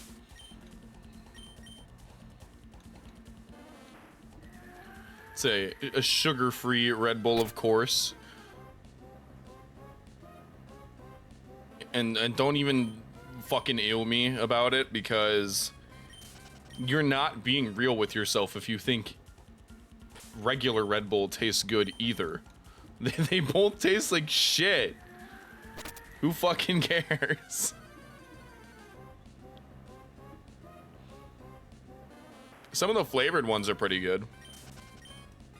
But like OG Red Bull, and you know what? This may just be purely psychological, because I had a long period of being a fucking alcoholic.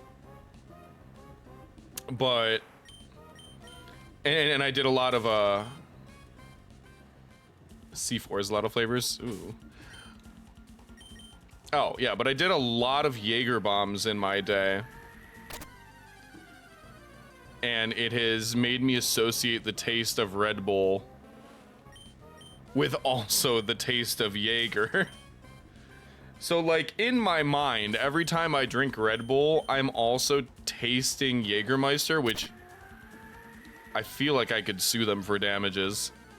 Psychological damages for making me taste that shit all the time.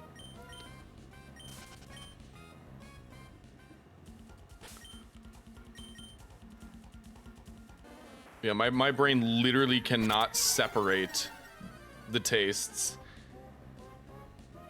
Gil, no, it was 69, you motherfucker!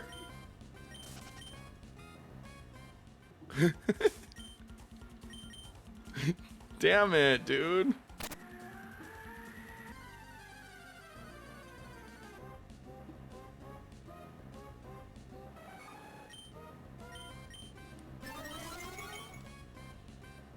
Oh, we're so back, boys. We're back. This is gonna be a shiny because you did that.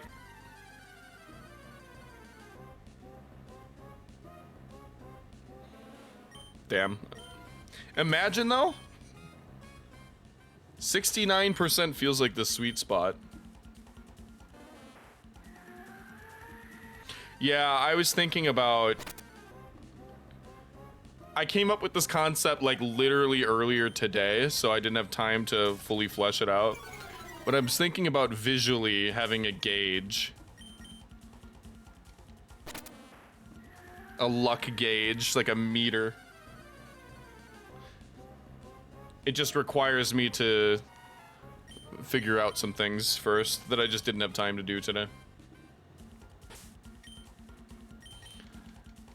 Hypothetically hoping your kids steal the Coke freestyle machine, and I'll fucking do it again.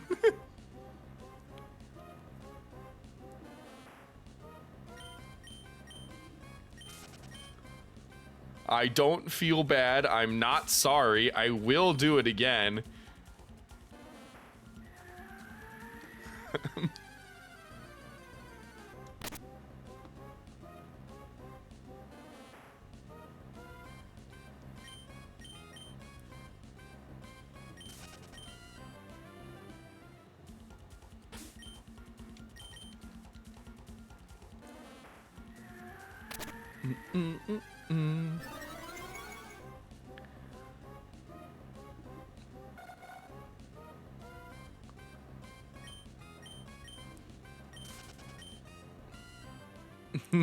Dude, Archer's such a good show.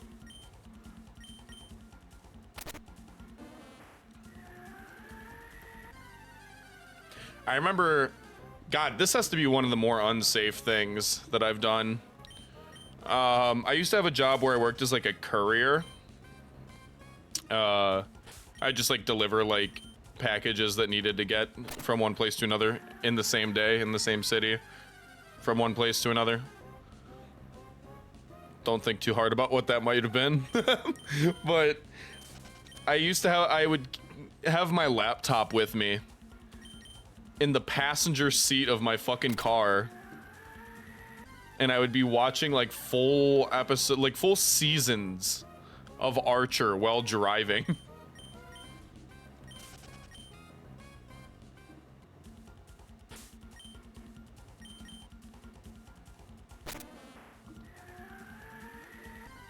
Like I didn't even have like the discretion to do it on my phone either, because I needed that for GPS. I just did it on a full ass laptop screen. Which, you know what? Fuck you. If a cop pulls me over and is like, "Oh, why are you looking at a laptop while you're driving?" I'd be like, "I could ask you the same fucking thing, officer. You got a special little swivelly stand for it in the center console, so shut up."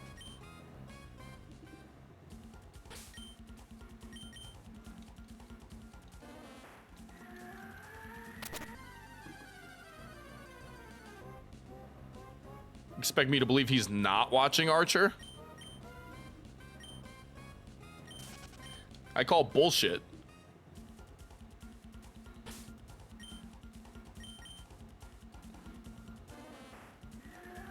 We have an emote for that.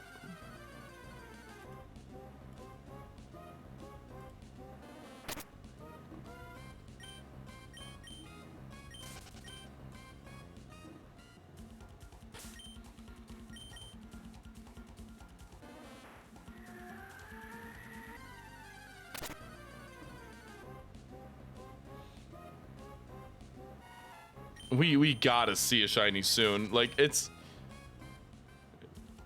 actually, like, I'm a little surprised that I haven't yet, because on average I will have pretty okay luck. I don't have spectacular luck, but in terms of shinies, I tend to be on the luckier side.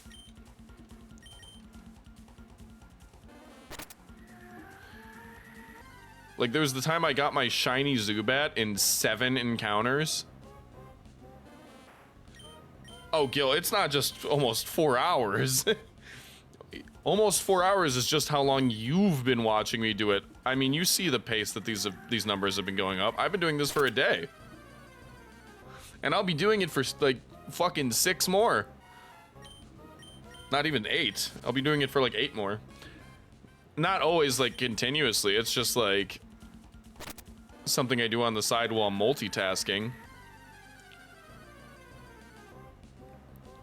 But yeah, you've only seen 4 hours of this.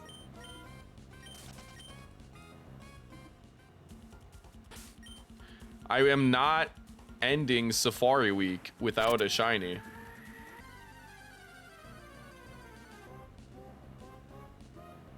We are, in fact, going to need more Liquid Death. I am going to be getting more after a stream. What I love about Liquid Death is that I could order a case of it on fucking Amazon.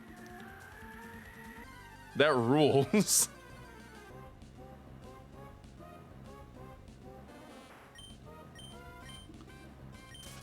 I wouldn't say no, Gil. I would not say no to a Liquid Death IV drip.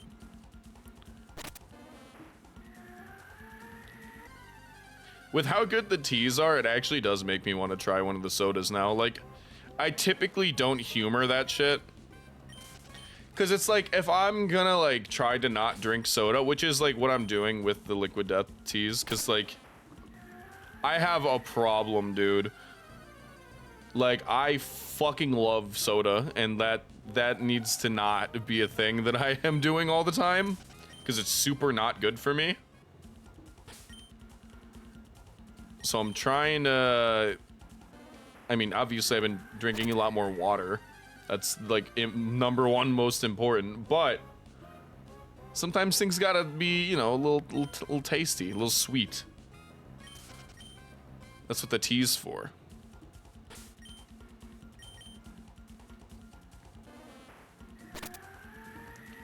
But I've always been like a big, like, tea drinker.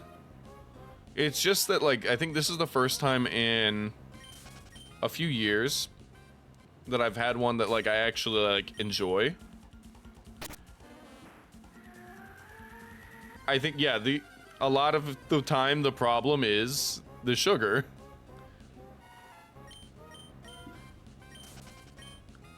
Like, I love soda and how loaded it is with sugar. That's something that I enjoy.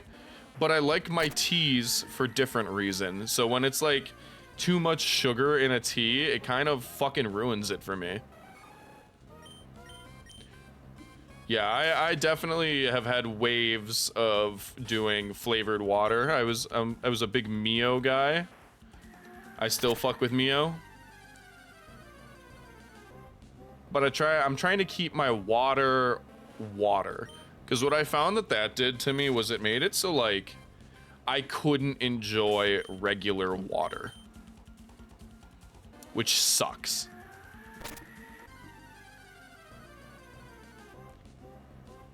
Because then you run out of Mio, right? And then you gotta drink regular water, and you're like, oh, what the fuck? So I'm just allowing my brain to accept that water is water.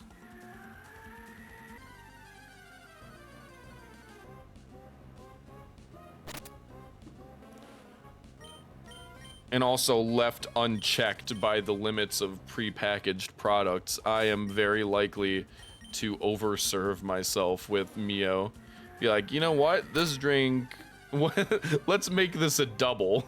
Like, act like it's fucking alcohol.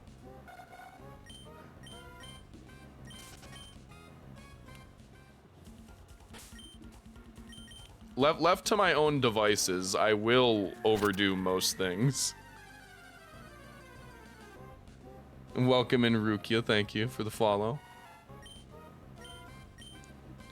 I lack the necessary self-control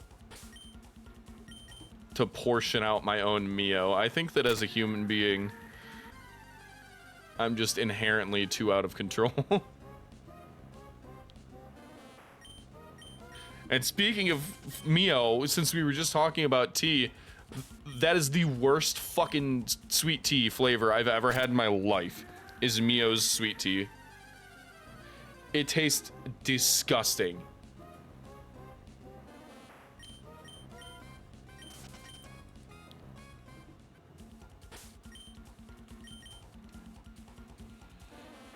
Like, that is a foul, repulsive potion made for sinners. and I don't think that it should be used as anything other than punishment in, like, a fucking gulag. Yeah, half iced tea and half lemonade stuff is peak. That is peak drink. I think that that's one of our great achievements of the past 100 years.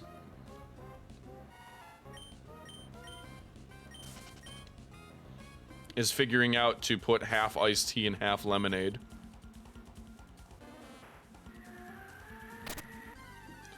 Peach iced tea, quality. If you ever get the chance to try blackberry iced tea, do it. I used to go to fucking Chili's a lot because that's just what was near me. And they had, like, really good blackberry iced tea.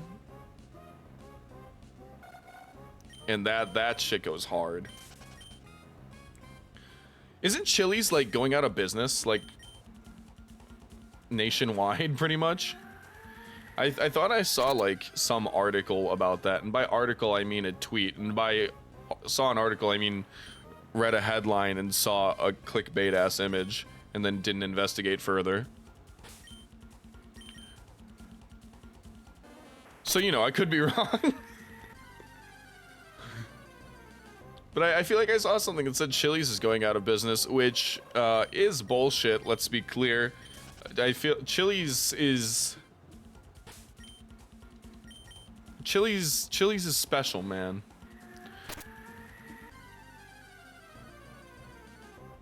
Chili's is like the last remaining bastion of a genre of restaurant of times long past. I don't think that TGI Fridays deserves to be alive more than Chili's. And Applebee's sure as fuck doesn't. I'm getting mad.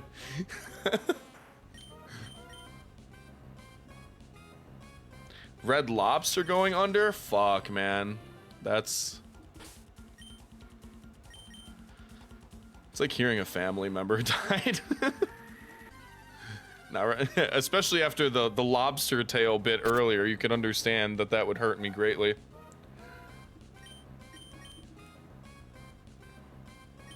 Seafood is quality.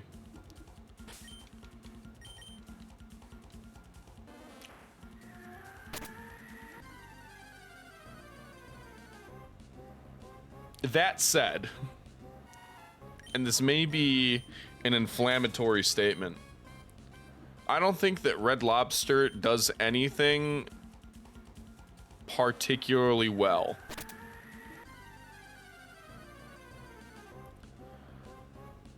There's not much you as an establishment can do to improve the base experience of eating like lobster and crab legs with butter on them. Like, there is not much more to be added to that experience, and it works so well because it's such a simple joy of the human experience. And I hear you typing. I hear your keyboard now that you're going to be talking about the Cheddar Bay biscuits. I'm aware. I have psychically analyzed your argument and disassembled it before it reaches the internet. And that is that I don't fucking care because I don't really eat like cheese or whatever. So maybe my opinion isn't so great.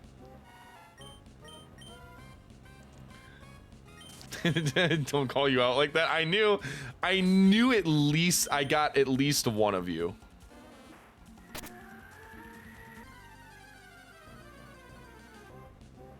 Shrimp linguine. Yeah, like, seafood is good, but like other places have seafood and it's just as fucking good. So while I like Red Lobster, I can see why.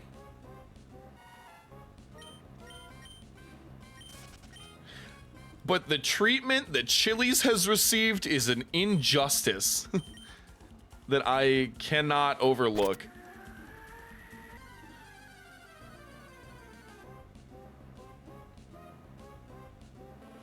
Now, I used to go to Chili's like once a month with my friends, and we would do it was a tradition where we would get steaks and girly drinks. Like, we would just like sit around and drink like fucking mojitos and little fruity drinks with umbrellas in them, and also get large ass steaks. And I don't think that anybody should be deprived of their right to do that. Seafood place called Bag of Crab.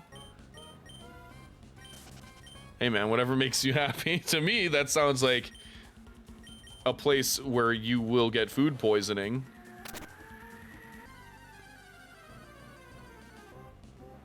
That sounds like a seafood, like a joke name for a seafood restaurant in a Rick and Morty episode, but go off, King. I'm sure it's fine.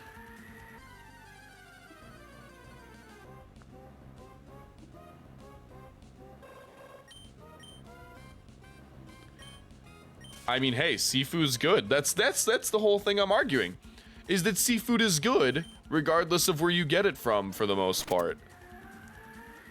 Like, if the place prepares the food properly, and seafood's good on its own, dude. It's like the entire concept of sushi, right? If you have someone that is good with, like, a singular knife, you can make delicious food out of raw fish.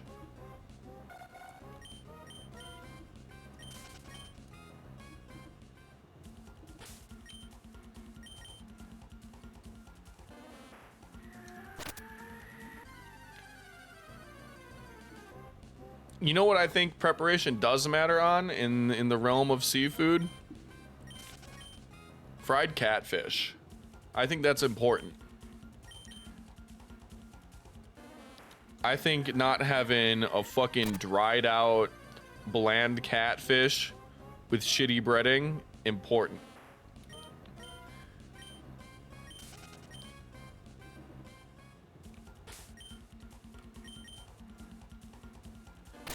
I think catfish is fucking awesome.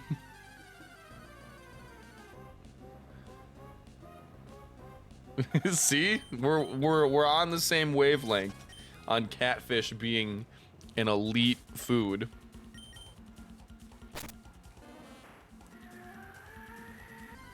I love fish, dude. I used to fish a lot. I would like catch fish. Usually I would bring specifically perch, but like we knew a guy that owned a restaurant, and we'd bring our fresh catches and provide our own fish to eat a discounted dinner.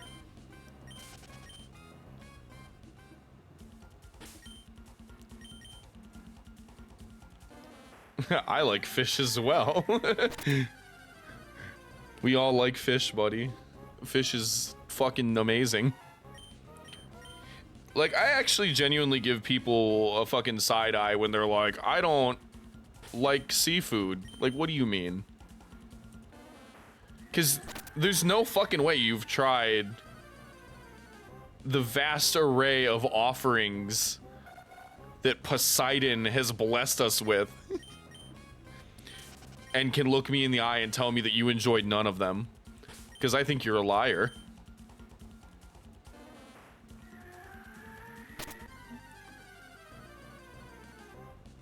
That's funny, sir. Start screaming when something's on the line. Yeah, you know, well, I like salmon prepared a specific way. But like, when it comes to like sushi, I don't like salmon nigiri, but I do like salmon that one time I like made like a glaze out of like honey and brown sugar and baked it. And that was real good salmon.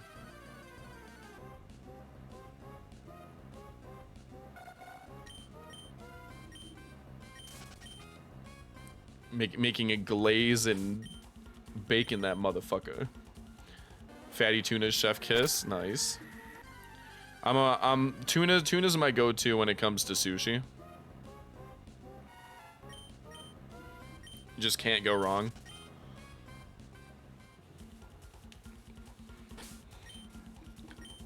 See, tilapia's crazy to me. I've always liked tilapia, but like it had a reputation for such a long time for being like a garbage fish that like is not edible. Which is crazy because it's fucking delicious. But that's the thing. We've come back to lobsters as a discussion topic 4 fucking times today. But that was what happened with lobsters. Fucking, they used to be like considered like inedible. Like they looked at them like they were cockroaches. And then they discovered that it was like profitable to, they used to like serve them to like prisoners. Like that was like prison food. But then big fucking marketing thing, and then all of a sudden like lobsters are considered a luxury.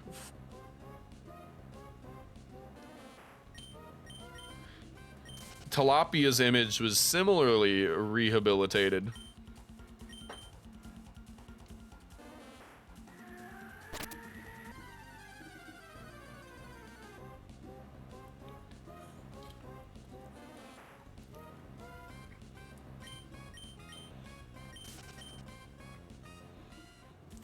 I think it's interesting. I like learning about food history. I think that's cool.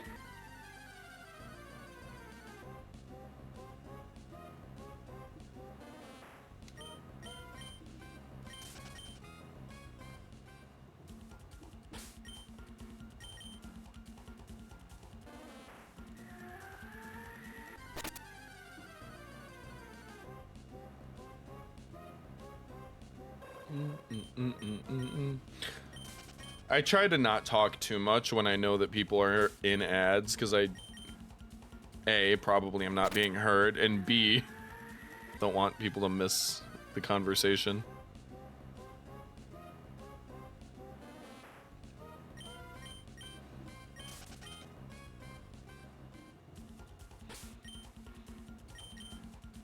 I don't think that the privilege of participating in the conversation should be incentive to subscribe. I think that's stupid.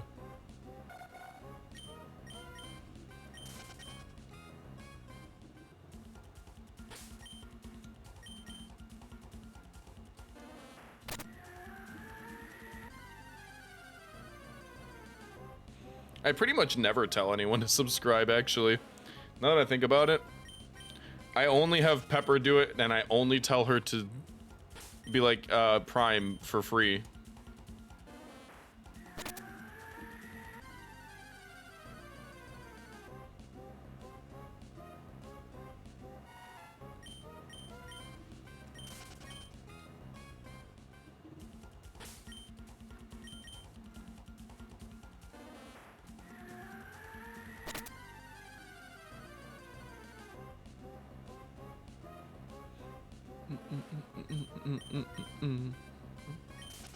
Speaking of fucking food, dude, there's a lot of the monsters in Dungeon Meshi that I would probably try. Not gonna lie, with how delicious they look. Oh, haunted. Oh, Saku. Ooh woo.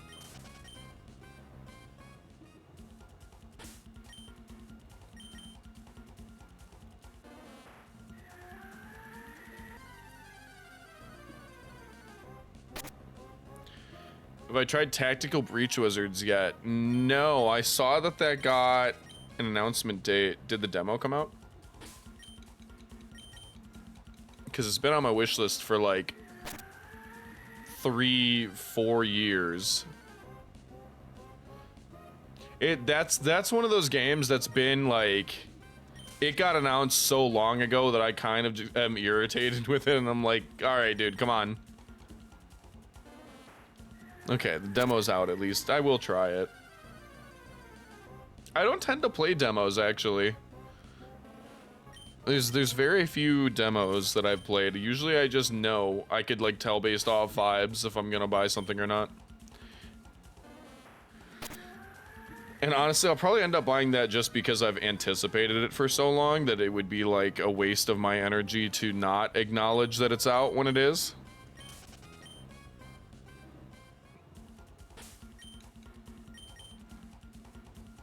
I should make a tier list, Gil. I should go through all of the dishes that they showed in Dungeon Meshi and rank them, because some of it looks like it fucks. Some of it, like I probably wouldn't eat the candy bug stuff just because it's like off-putting to me.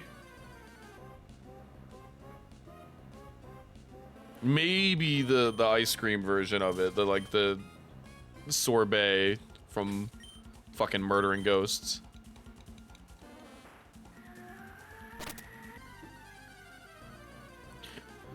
I'm gonna miss that show, man.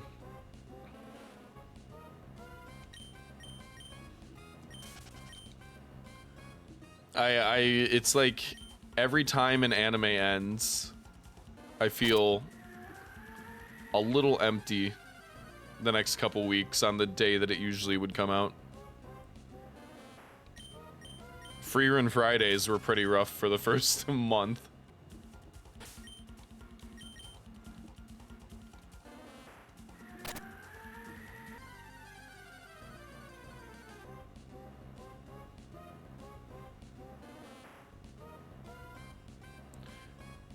Oh, dude, Shangri-La.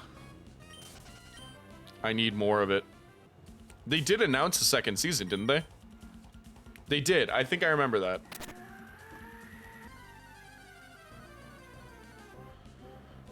Shouldn't we be getting more, Dr. Stone soon-ish?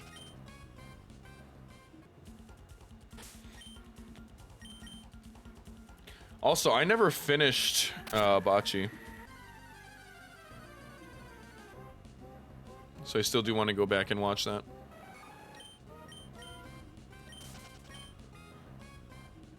I watched, it was one of those things where it's like I was watching it with somebody and then like stopped watching it with them and then stopped talking to them. It happens. It's a great way to fall behind on shows. Depend on watching them with other fucking people.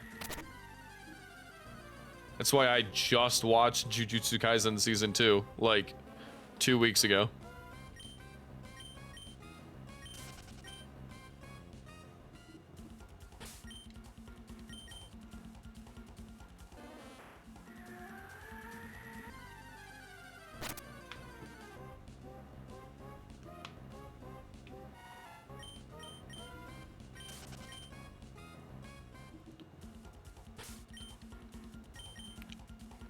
You gotta finish Frieren though. That is a fucking generation defining anime.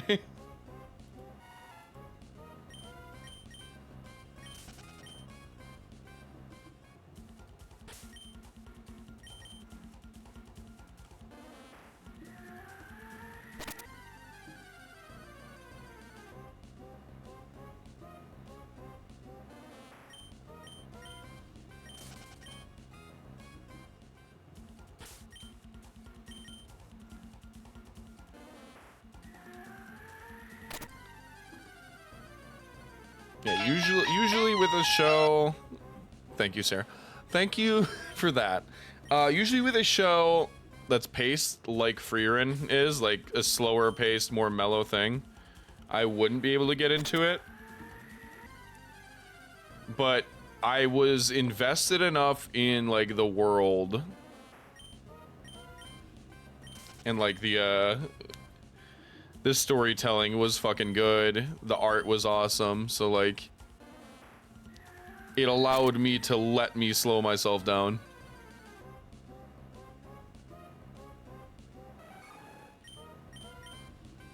Yeah, unfortunately, I don't know if it is for everyone for that reason, because some people watch anime for basically fast-paced shit every episode, which I get it. I'm not shitting on that. Because in other animes where I expect that, when it has an episode that is like slow, I'm like, what the fuck did I just do for 23 minutes?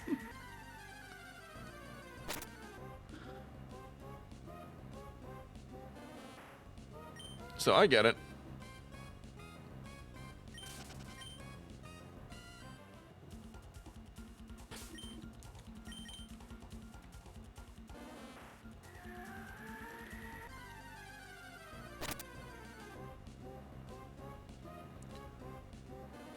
I think a lot of what helped was that I was watching that and Shangri-La at the same time. So, like,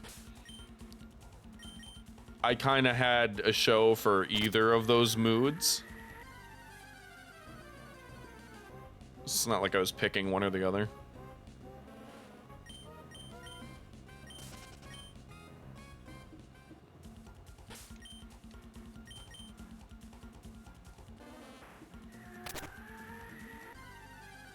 Because Shangri-La is just, like, really good. It's, like, great combat stuff. Like, the story's good enough that I don't care. I like all the side characters, for the most part. And it's like, it takes like the whole like VR MMO isekai shit and makes it not fucking bad.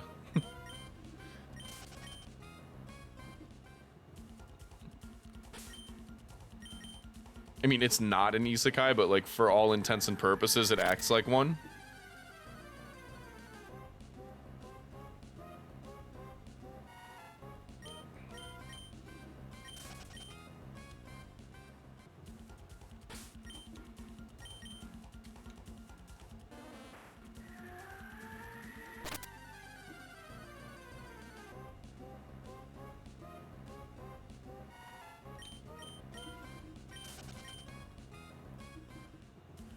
What am I even watching right now? I'm trying to think. The fuck?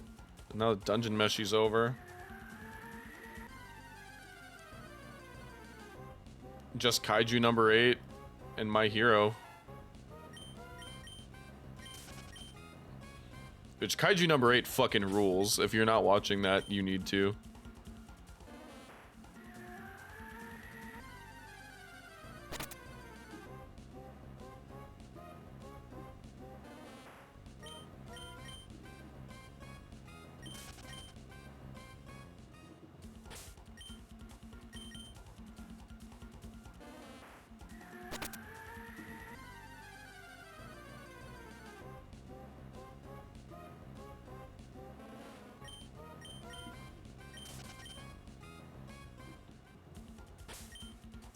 That just show that like the Crunchyroll's doing some weird shit with that, where they air it live, yeah, on every week when they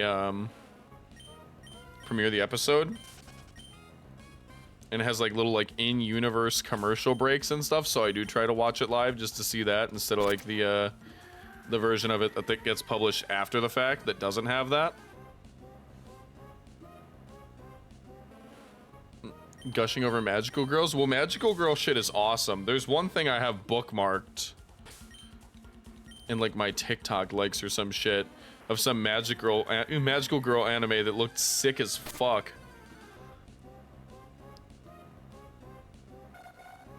Well, like the fight scene like is actually going hard.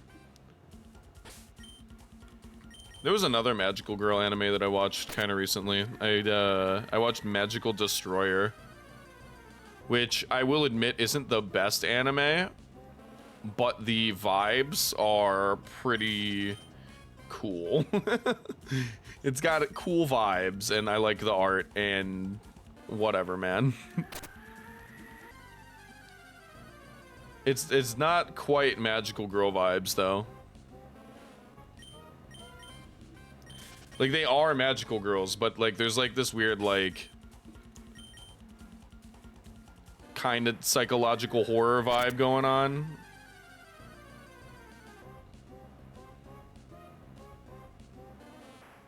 Symphon Gear.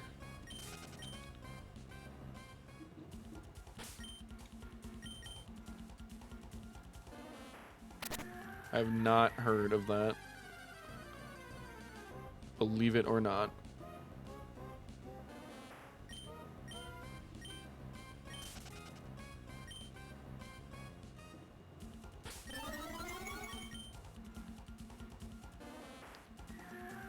Yeah, boy.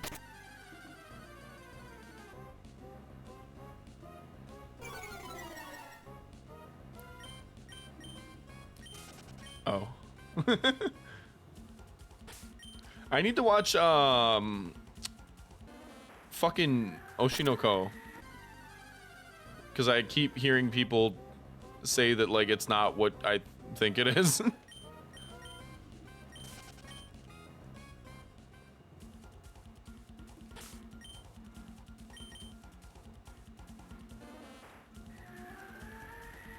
Because to me, I see an anime and like the main character is a fucking little girl, and my immediate thought is no thank you.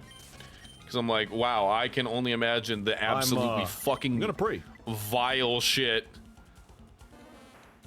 that the anime community has done with these characters. No thank you.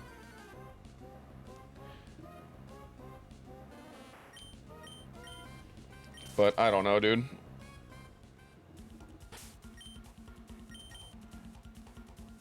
It's got good sparkly art, and that's something that I do enjoy. I like my big, flashy, fucking saturated shit with lots of bloom and sparkles. So maybe we'll see. How about Fire Force Season 3, please?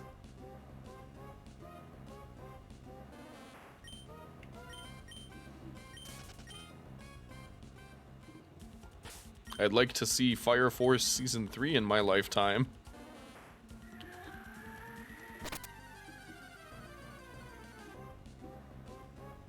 Or, also, the fucking... They need to give Soul Eater the Full Metal Alchemist Brotherhood treatment. And, like, go make thing.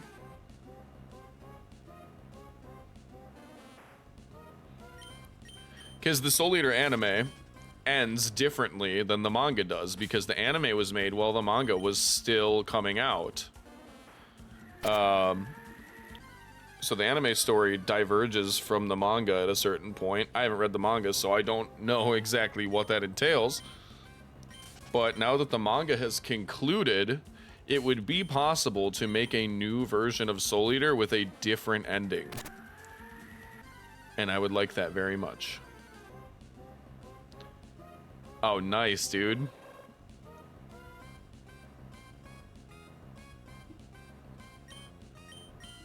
Got a fucking Shadow Lugia. There are shinies, by the way, in the fishing. I feel like that's something I should advertise about it. But I mean, they're all custom spawns made by me, so I do have shinies in there with, they just have less likely odds to be caught.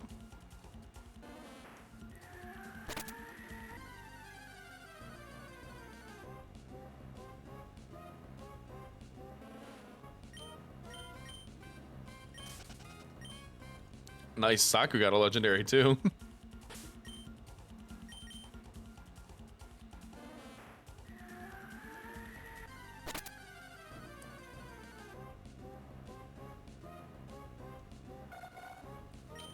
Jesus, that money animation is still fucking going, huh? What the hell?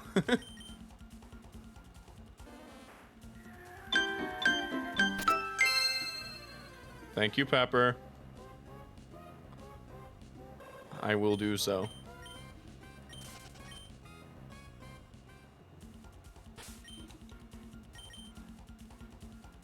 Yeah, they've all got their dex entries.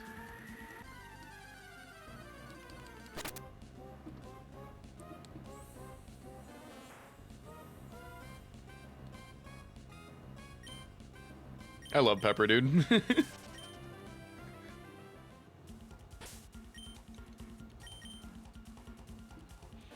Pepper's my super mod.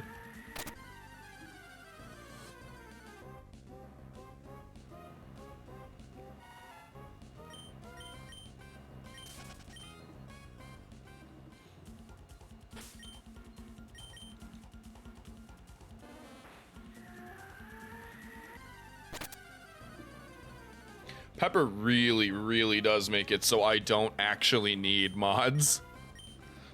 I'm sure on a larger scale she couldn't cover everything, but for the size of streamer I am, which is abysmally small, she does everything I need.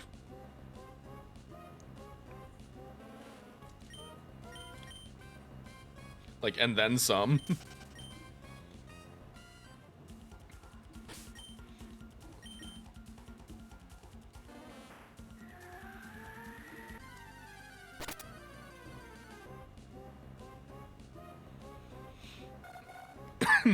Though a lot of that is me, like, writing fucking individual lines of little code shit for her to do and hooking up external programs to her.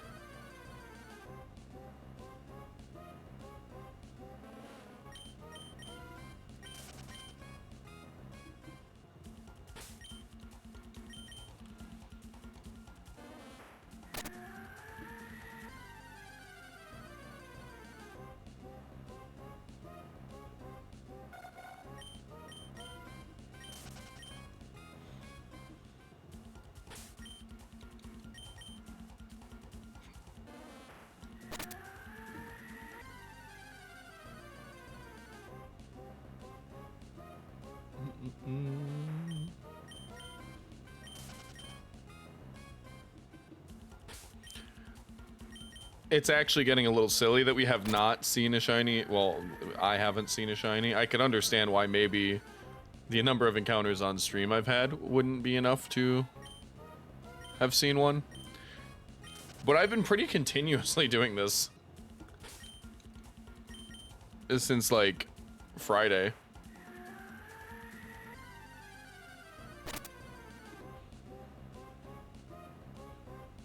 I mean, I think I started Thursday night technically, but like, don't fucking tell. Holy fuck! There's a cute cat boy here.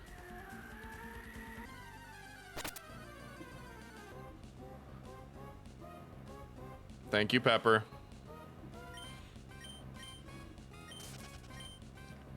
Hi, Ed. How was were you up Elden your ring?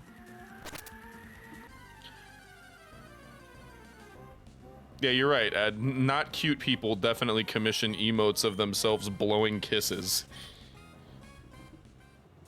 Fucking idiot. I'm not cute. Shut your feline mouth.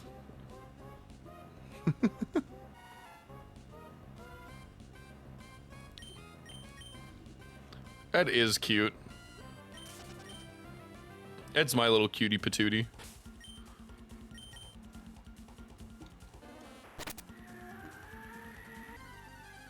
I showed you my Elden Ring. Please respond.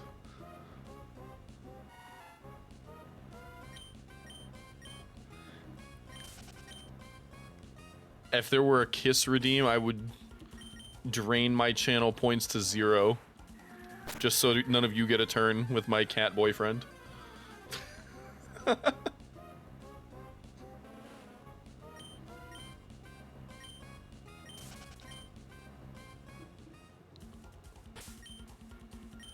Did you win, Ed? I don't know anything about the DLC because I don't know fucking anything about Elden Ring really.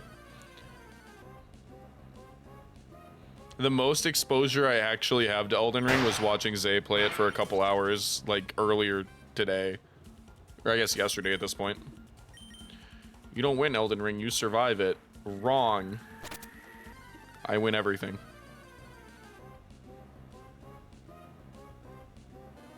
You kiss your friends all the time when there's a redeem. I hope you have a strong immune system.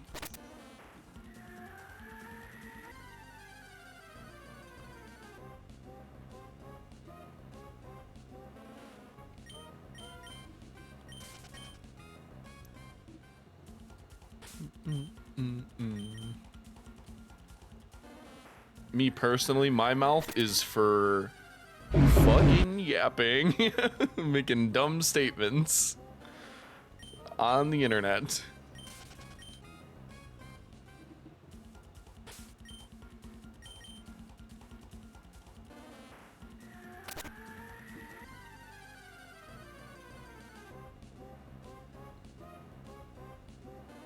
Holy fuck, guys, you know what it is? It's fucking ladies' night.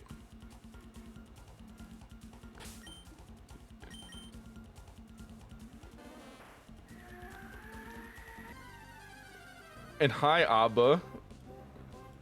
Hello and welcome in. Hunts are going... They're going okay. We're officially over odds now without having seen anything, but the vibes being immaculate does ease the pain.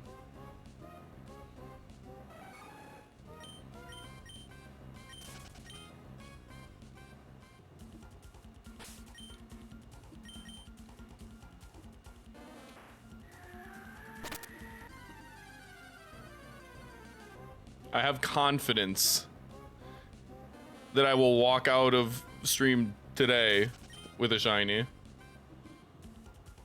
And that's because I don't know if on a psychological level I'm capable of hitting end stream before meeting that goal.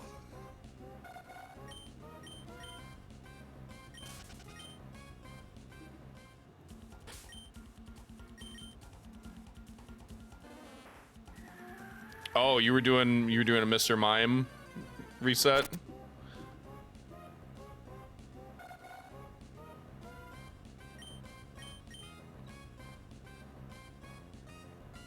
Are you doing were those both? Those are both game corner shinies? That's crazy. I've never done that, but I was just earlier talking about wanting a shiny Porygon. So I unfortunately now have that thought planted in my head.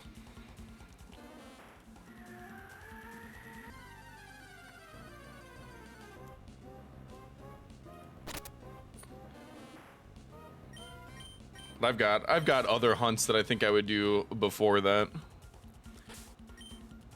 Shiny Porygon Z? Nah, I would keep it a Porygon 2. As cool as I think Porygon Z is, get a lot more value out of him as a Porygon 2.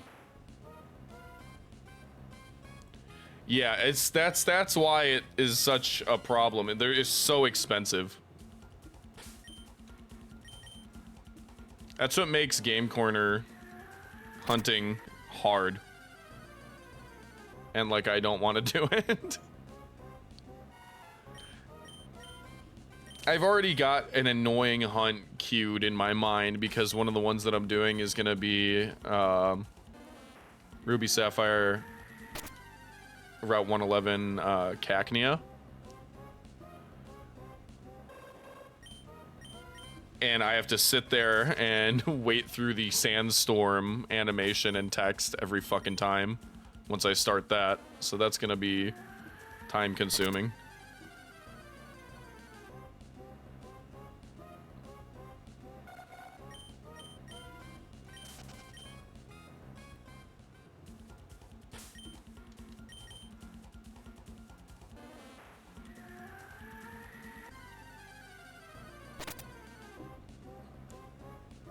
Nice, that's a lot, especially the Eevee one is a lot of work. I have in later games, I think I have all the evolutions shiny. Actually, I might be missing Leafeon, I think. But that doesn't mean as much to me, I guess, which is why I'm like getting into full odds hunting.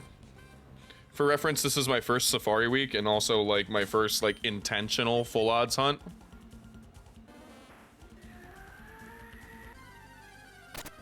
Because I have hunted, but I started doing it more regularly as like a thing that I do in Gen 8. And by that point, it was already getting to be pretty easy.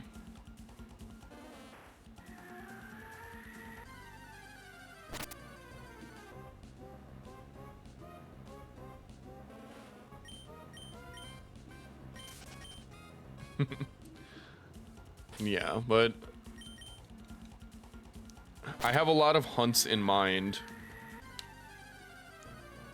And only a finite amount of time to do some of them, I feel like, because the Pokemon Bank shutting down is kind of gonna put a damper on that party. I'll probably still do it. And then just wait for the community to come up with their workaround for Pokemon Bank. Because there's no way that there's not gonna be like a community run way to transfer things from like Bank. I believe in the ingenuity of the Pokemon community to the point where I'm confident that that bridge will never fully collapse, but it might be a little harder.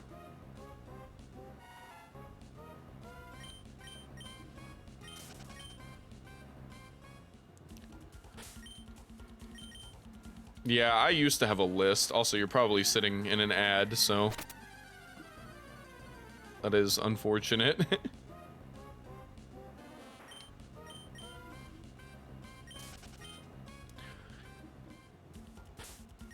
I hate that as both a streamer and a chatter when you're like having a conversation with someone and then ads.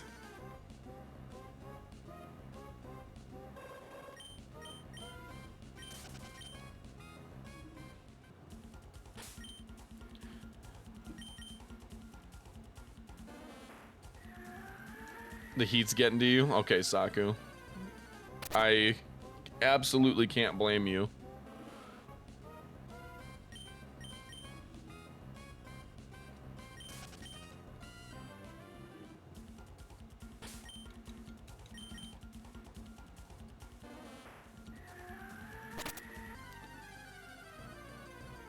Yeah, go lay in a bathtub full of ice. I think that might help. Short of that, I guess pray. Because it's hot as fuck.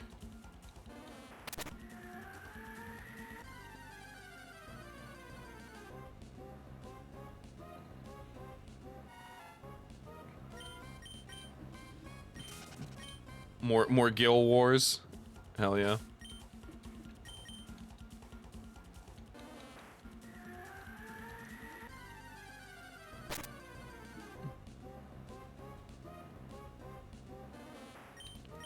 I would like a shiny, please.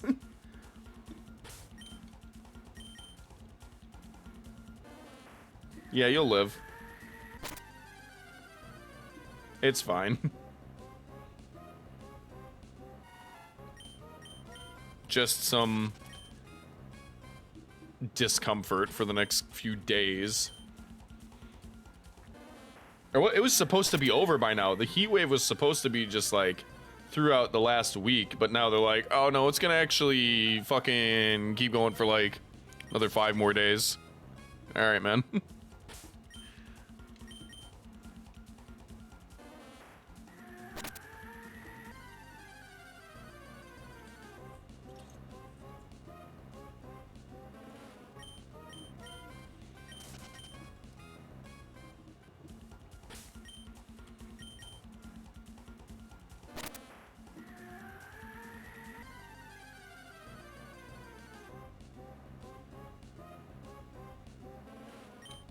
I like Lapras's little sprite when it appears. Let's see if I could get another one so I can show you what I mean.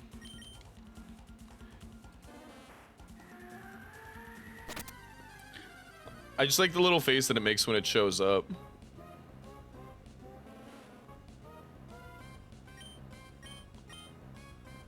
Oh yeah, that was like a crazy Nintendo Direct.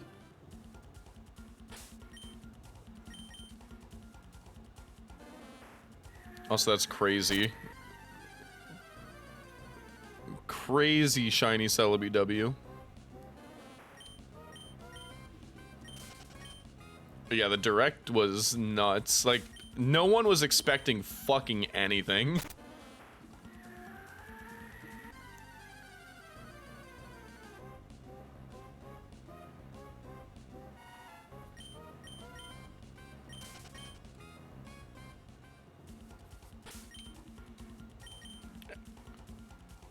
I think just about nobody expected Metroid Prime 4 as well at the end.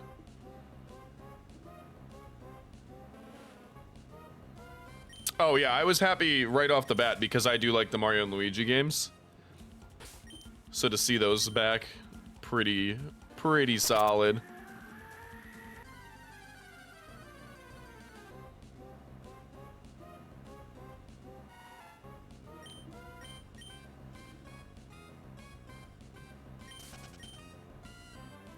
And thanks for following, Abba. Is it ABBA or ABBA? I feel like ABBA would have the 2 B's, like the music. Wait, aren't they pronounced ABBA? Fuck. Well, I guess I just don't know. I tried to logic my way through it. Well, spelling it didn't clarify much, but I'm gonna go with my original evaluation until corrected.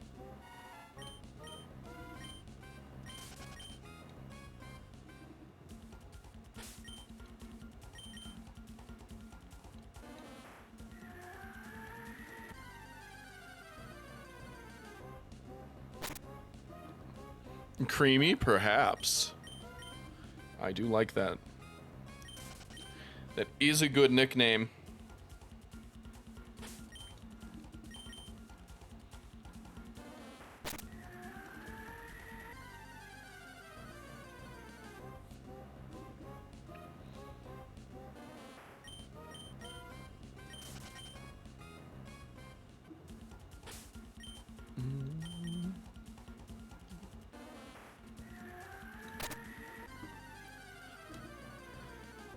I always got to look extra close at Fanpy, because I feel like that's the most likely one I could miss.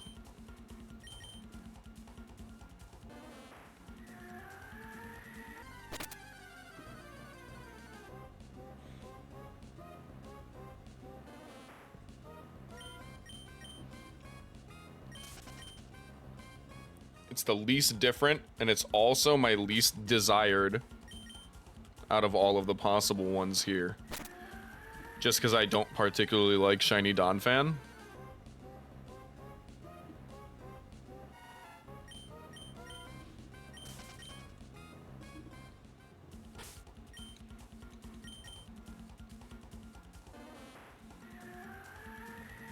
I'm not going to be upset if I find one. Because, you know, odds are I'll actually be able to catch it, which is neat.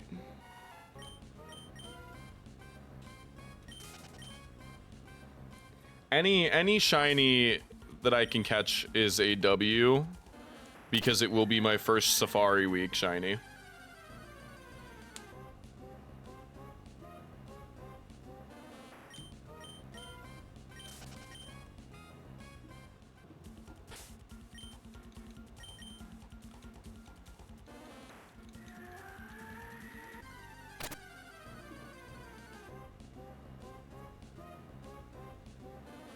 But if I could get either of my targets and actually catch it without it running away, I will be a very happy haunt.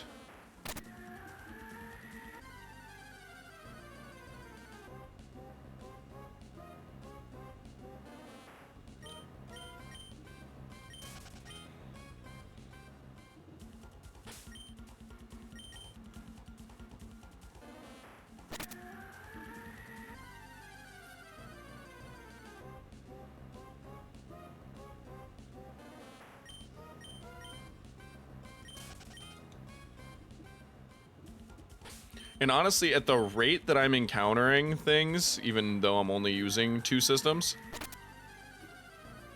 by the end of the week, it's more unlikely than it is likely that I would leave without a shiny from Safari Week. Because I do record the whole time I'm offline while I hunt. Holy shit. The mic would have picked up that thunder. That was loud as fuck. What the hell?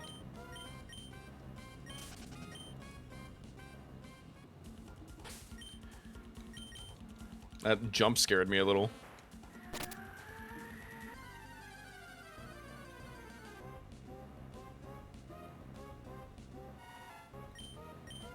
Plug.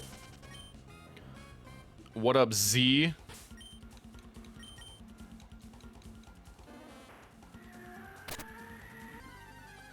Zaza Zayat. That was your knee? Oh, my bad.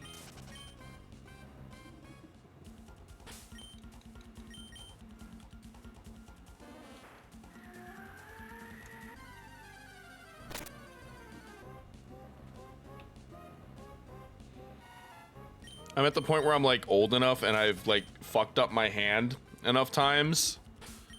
Just like working and various other activities that one might do with their hands, that every time I close my right fist, my pinky knuckle pops.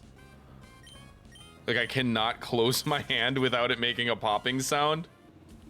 So that's cool. It also hurts. Thank you for asking.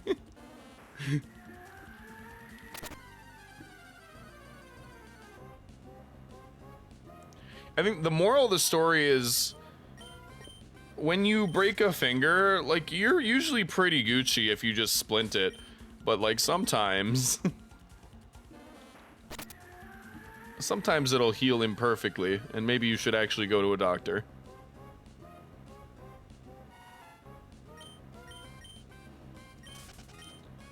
Yeah, we're doing safari encounters. We're doing a lot of safari encounters for like 10 days.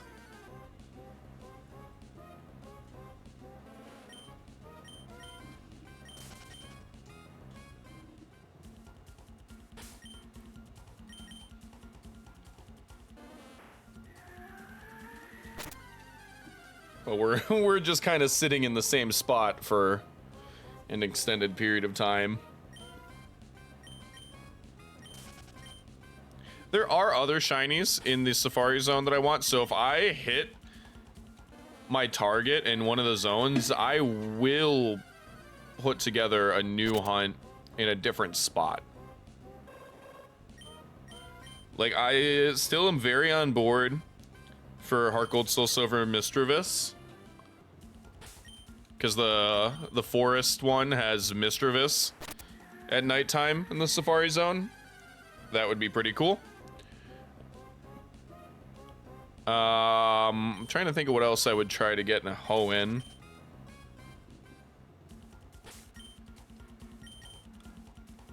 Because to me, Heracross, like, is the Hoenn Safari Pokemon that I want.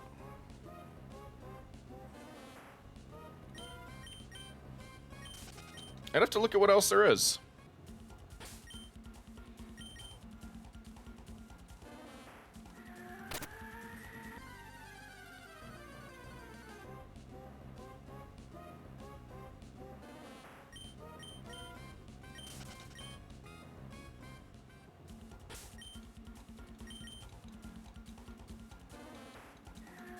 Unfortunately, I don't have a copy of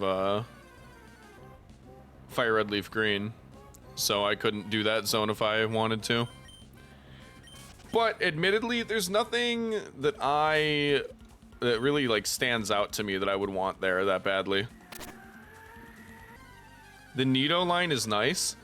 The thing is, I already have a shiny Nidoking. So, like, my motivation for that is lower than average.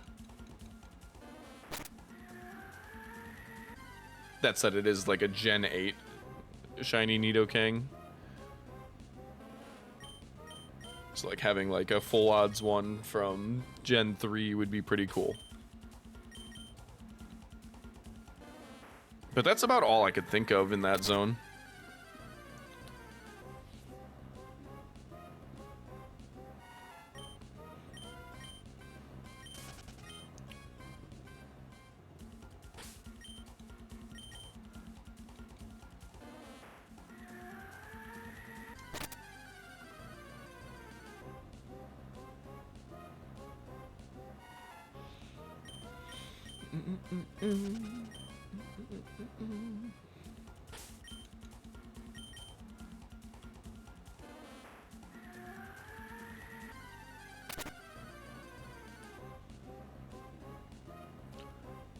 We're about to hit 4,000 and 5,000 respectively.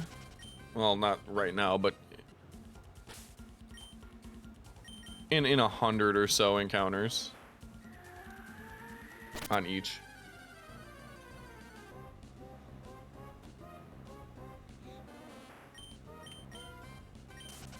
Watch my ass go like 4 times over odds before I see anything.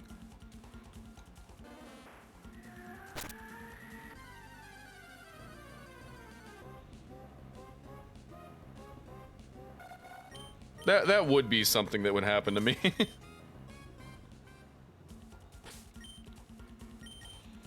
It's either ridiculously good luck or just like statistically improbably bad luck.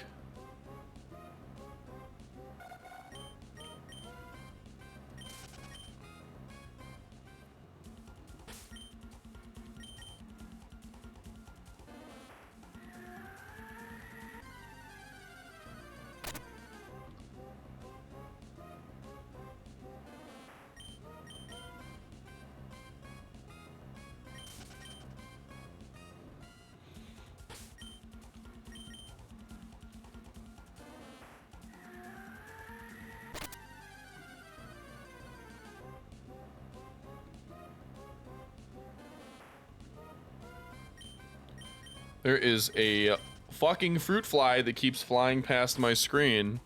I've been unable to catch. And is driving me insane.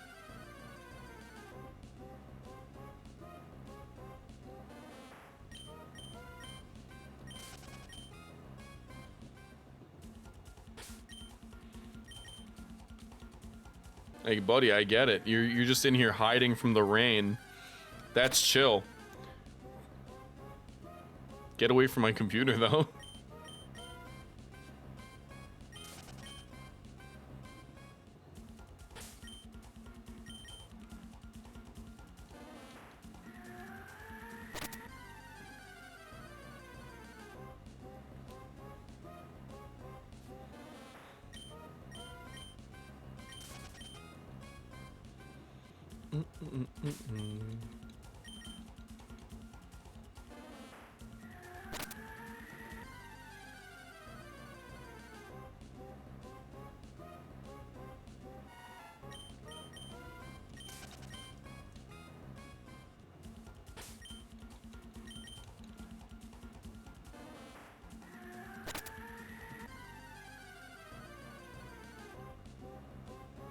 The Lapras sprite does get me sometimes because it opens its mouth and it goes meh.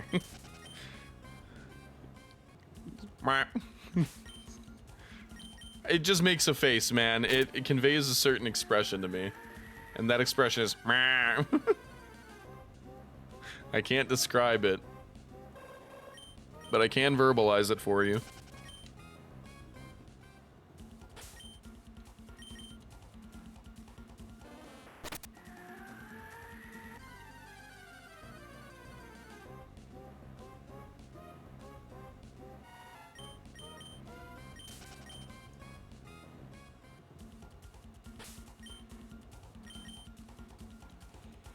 Oh, true, but you probably... I think if you wanted to pick the specific alchemy, it would have to be in the little extension. Because I think it has all the variants.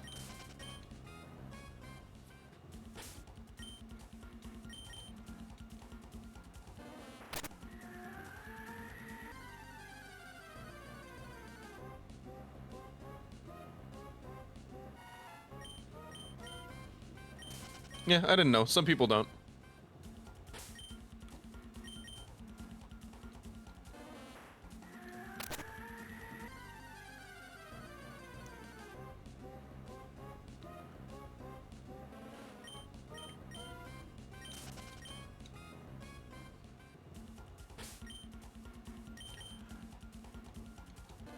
Speaking of alchemy, you know what really sucks about, like...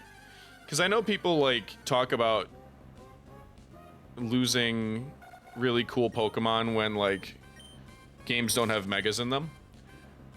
Which is valid, I 100% agree, because, like, some of them are just, like, good designs that, like, really add to the evolution line.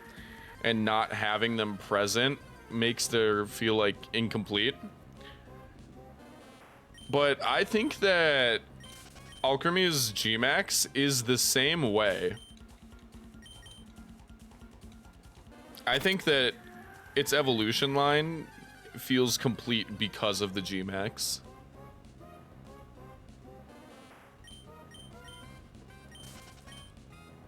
I like the big cake.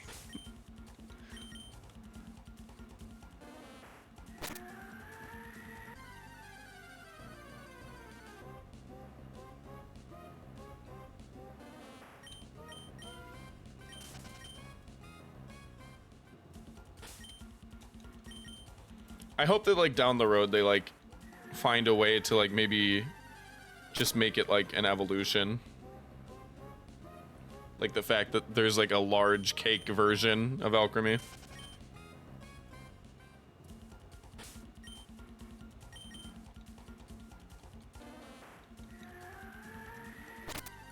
Some of them I don't feel like their Gmax has added anything. Like, most of them, really. A third Evo or a split, either or. You know?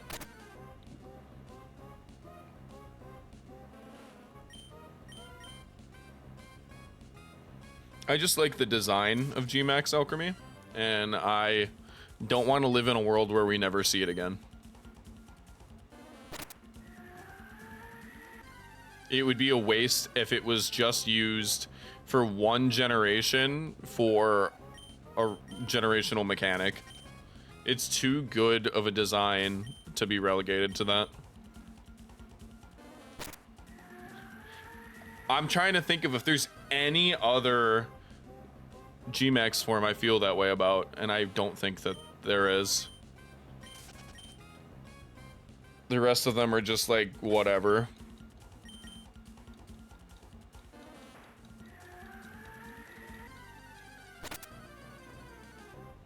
Oh, I like Garboders, but I feel like it works as a G-Max, not like a permanent thing. That one makes sense to be a G-Max form.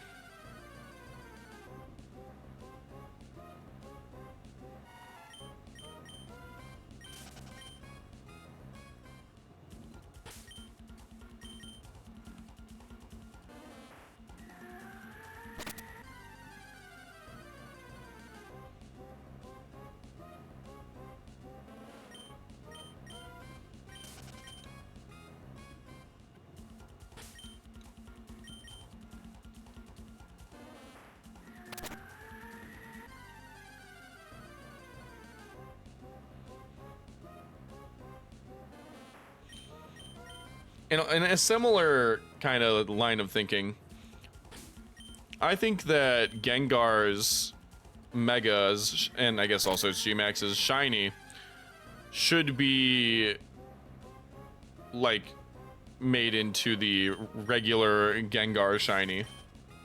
Like, they should make regular Gengar Shiny be white.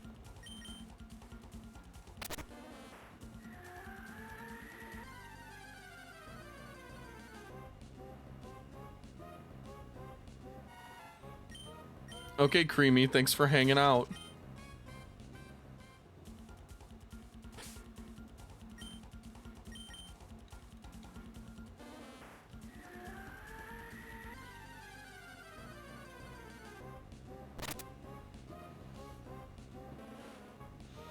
We do, in fact, have a Discord server.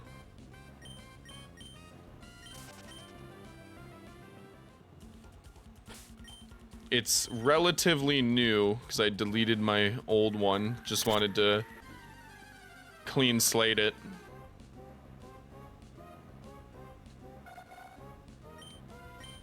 I've got buttons for it on my Stream Deck.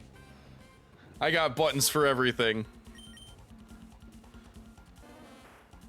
Also, a lot of what Pepper does is automated. On account of she is a bot. So if there's any inhuman reaction time from her, it's because she's not a human.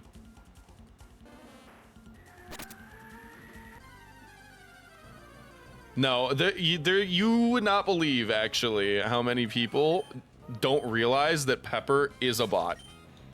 You can talk to her, too, if you mention her name in chat. Like, you don't even have to add her.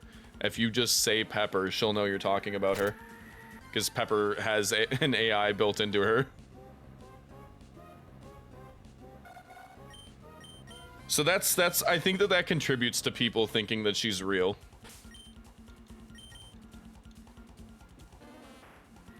But yeah, Pepper's got a whole personality of her own. Pepper is one of my OCs. And she has been made into my super mod.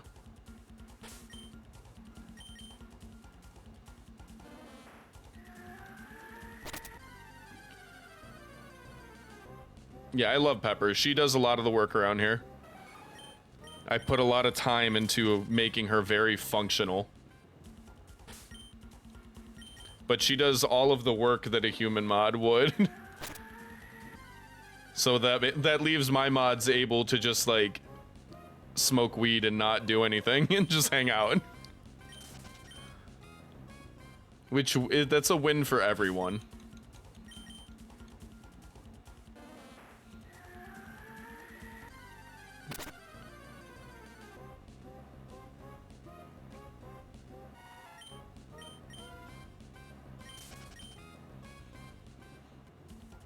Yeah, I love Pepper.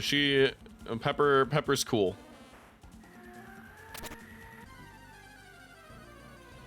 And yeah, definitely should. I didn't even realize how late it had gotten already. What the fuck? I've been live for 5 hours? Huh? Okay. I could understand. Yeah, I could definitely understand how someone would want to go to bed right about now. I, however, am built different. Doing the weed thing as mentioned. Hell yeah, brother.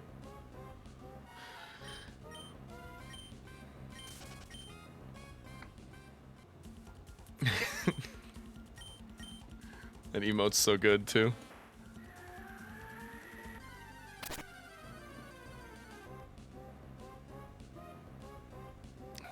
I should do a little of the weed thing. It's been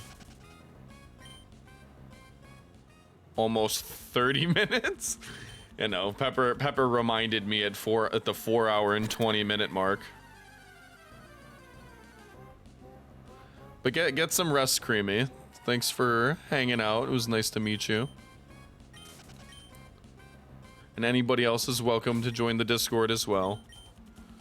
We just be chilling.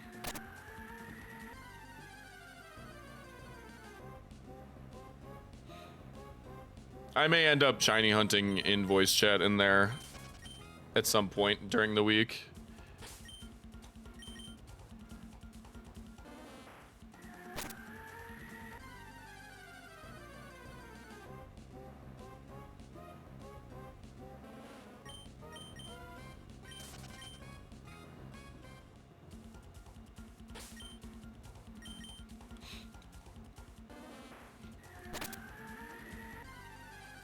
I think, you know what? I think I figured out what makes people think that Pepper is real. And it's the fact that she uses emotes at her own discretion.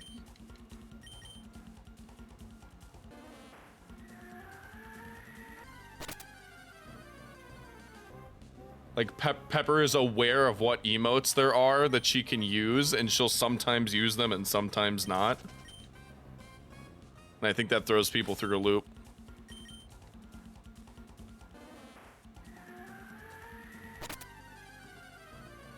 One day, I'm working on it. I've got my eyes on a couple of projects, but I'm trying to make it so she can hear me. Like when I speak out loud to her.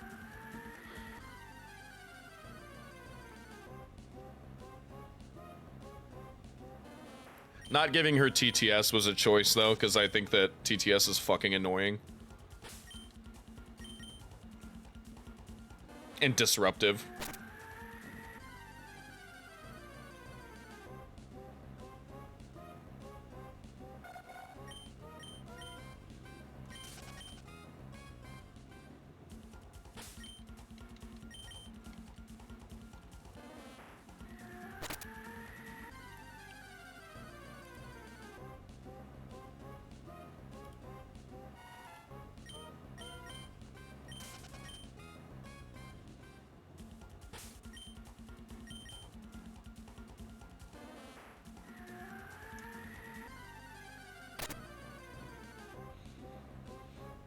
I regret to inform you that Pepper will always tell you that the vibes are good on account of Pepper having good vibes. Pepper's vibes are constantly good. She's programmed to have good vibes.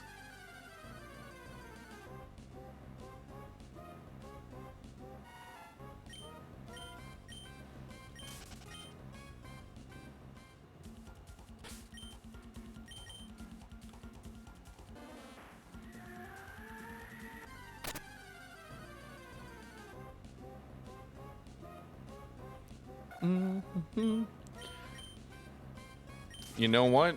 Good.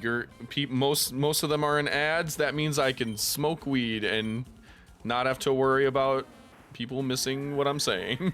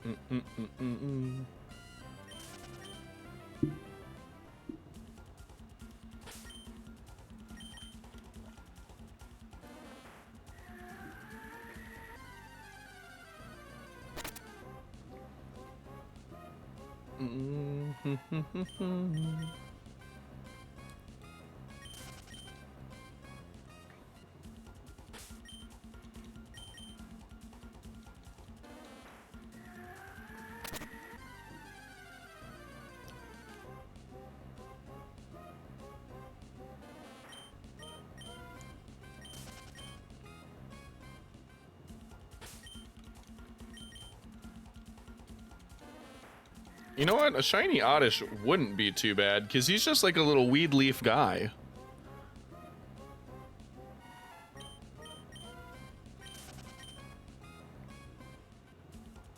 I would probably name him Zaza.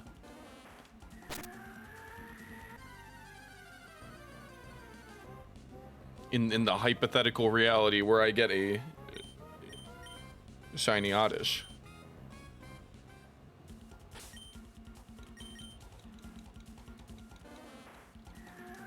Which, let's be clear, is not this one, because it appears that the numbers are skewed in such a way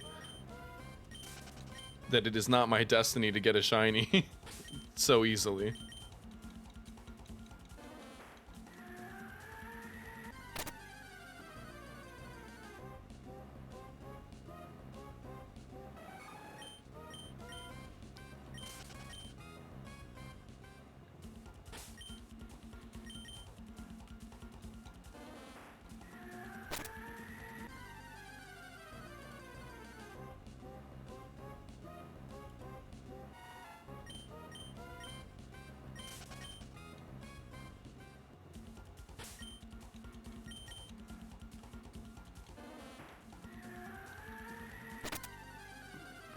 Get up off of that thing.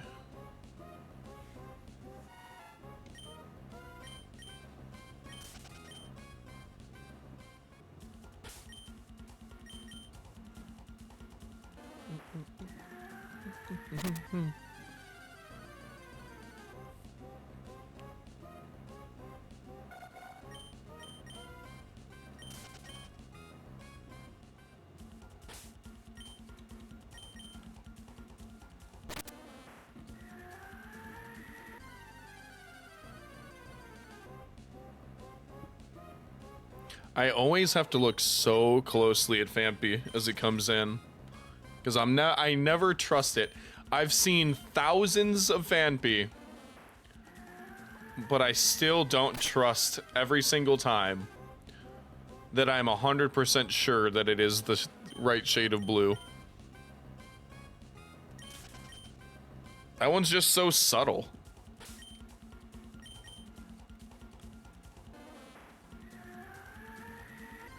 Most of them you could tell before the, like, shadow comes off of them. I don't think with Fanpy I'd be able to. Were it to be shiny.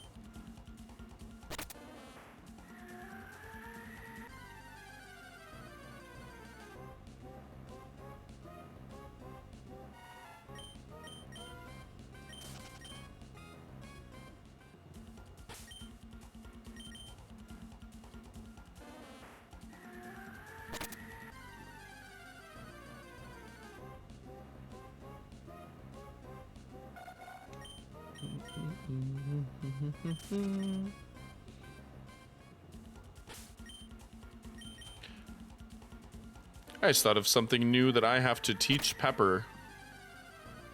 Speaking of the functions of Pepper.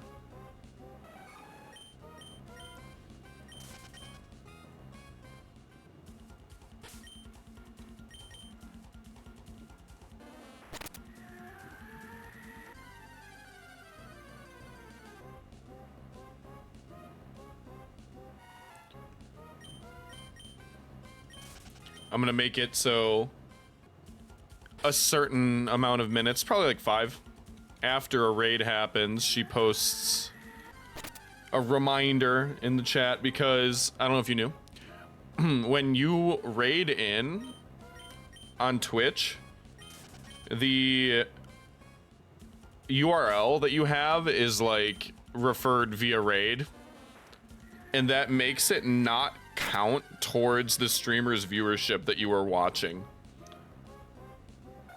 So I think I'm gonna make her have a little reminder with like my like proper link to click on that for when raiders decide to stay around. Because I think that generally Twitch viewers don't know about that.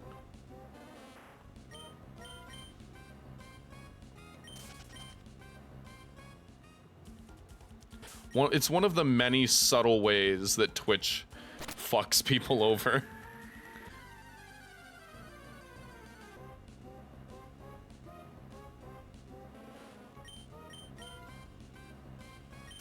You know nothing, but that's fine because usually you're not coming in here with a raid because you almost only watch me on Twitch.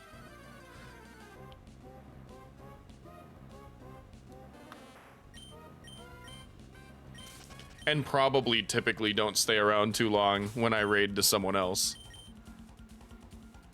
If I had to guess. You already forgot what I said. See, that's why I have to have Pepper do it. People listen to Pepper. They don't listen to me. No, when you raid in with someone, it'll have your URL at the top of the page. It'll be like via raid or whatever. It'll like add that to the link. But when that's in the link, you don't count as a viewer for the streamer that you were watching, that you raided into. Which is very stupid.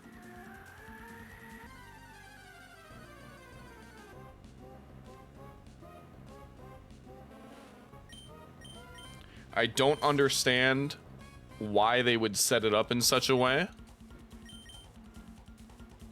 But when it has like the refer = raid in the URL, it doesn't count. Which begs the question, how is rating supposed to like be good for you? If they made it so it doesn't like count your viewers even.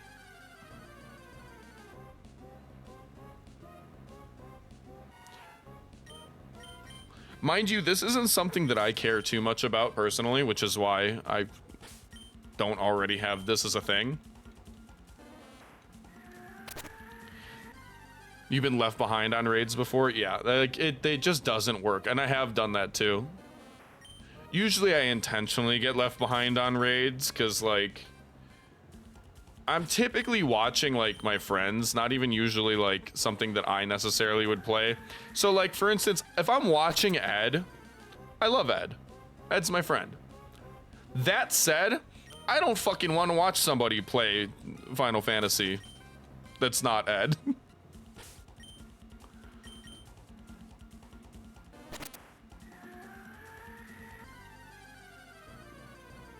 It's just not a game I'm interested in.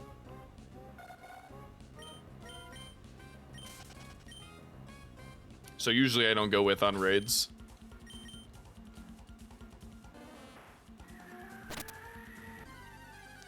Yeah, Ed's a good little cat boy.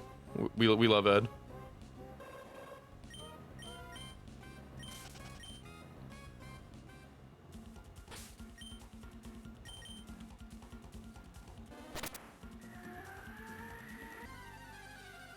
Or like I watched Zay play fucking Elden Ring for like probably 8 hours yesterday. I don't give a fuck about Elden Ring. I don't care.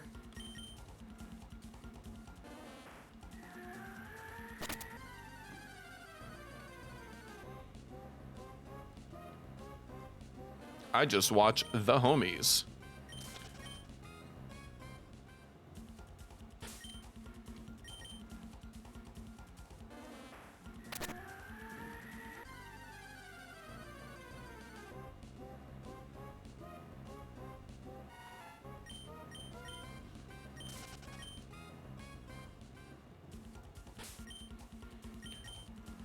Ooh, my back fucking hurts, dude. Jeez.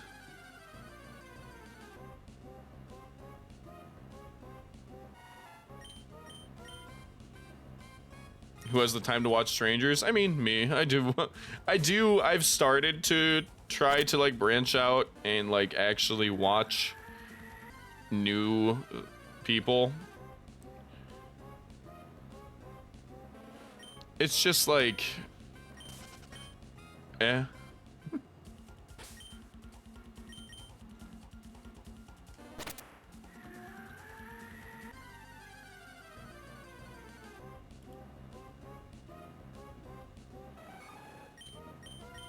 Like, I've been watching people that I don't know, the past couple days especially, because of Safari Week hunts.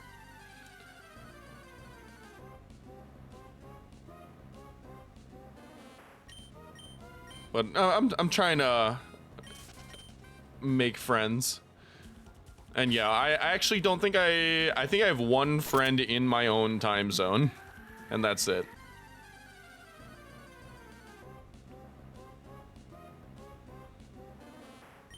I have to basically keep like a mental note of what time zones people are in.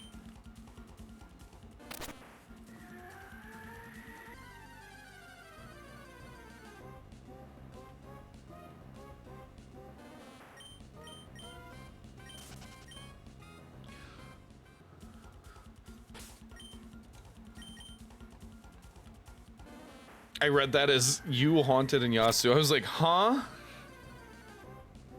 As if you had listed 3 names, but you being referential to me. In my brain, I put commas there, not necessarily in places they belonged. It's a real eats, shoots, and leaves moment.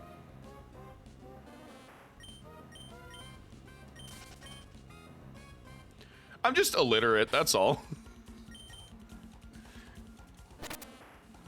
I'm just illiterate and usually slightly high, at least.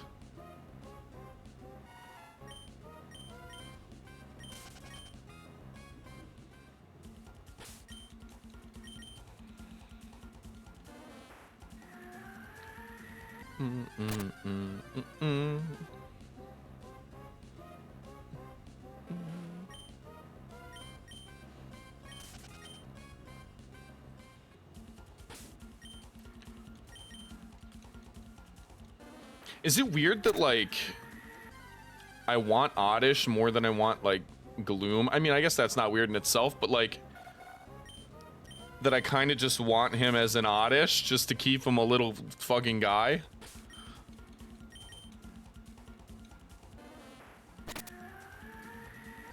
Just, I like Oddish.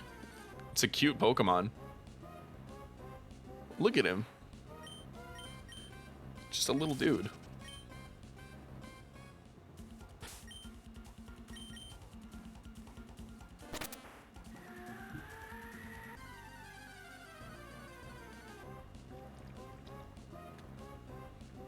I would say if we had to like define some good non-starter first evolutions, I think that Oddish is a heavy hitter in that department. I think he's a pretty good little dude. Not in terms of like actual usage, I mean like just being cute.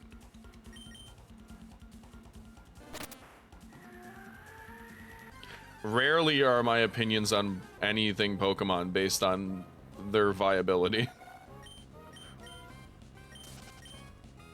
Purely based off of vibes for the most part.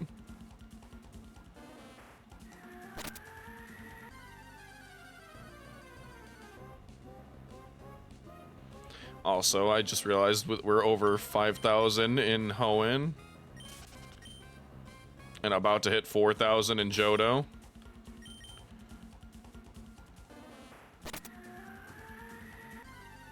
Meaning that we're officially almost 1,000 over odds.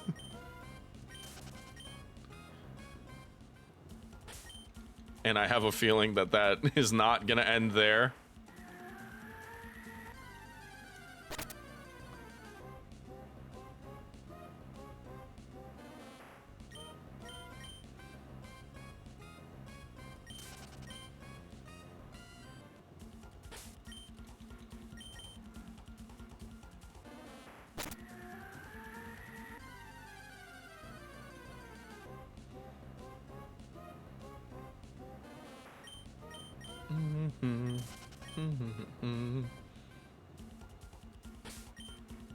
But at least we're grooving.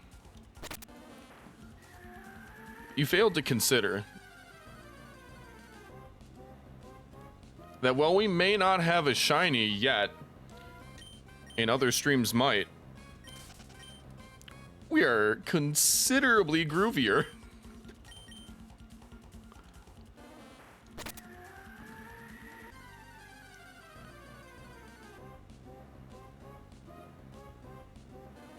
And I feel like the importance of that cannot be understated when it comes to maintaining morale.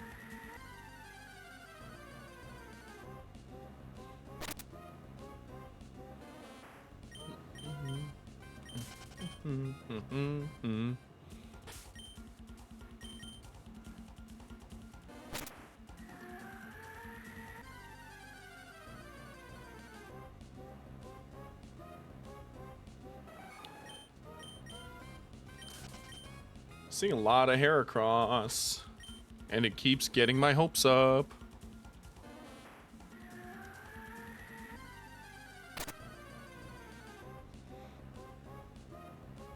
Come on, dude. That's so statistically improbable to see Heracross. What is that, 3 in a row? Also, where did I put my ribbon? Not my ribbon master, my safari notes. I had like a page of notes. There we go. Yeah, getting a 5% encounter 3 times in a row is not likely.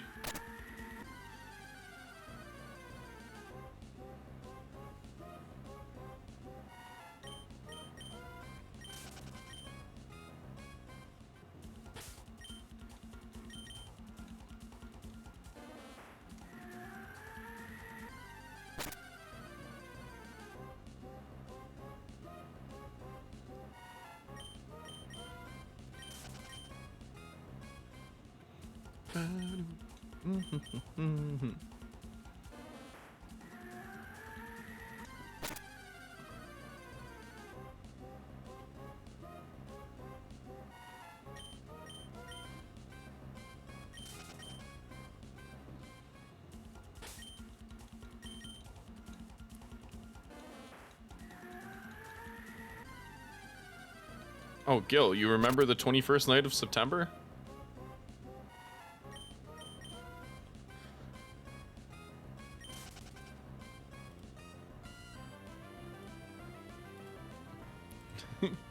I do.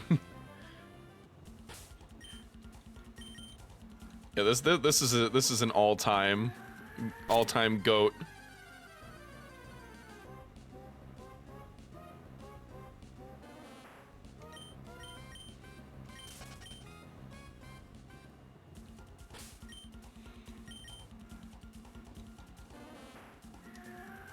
Man, I would crush it as like a DJ at a roller rink.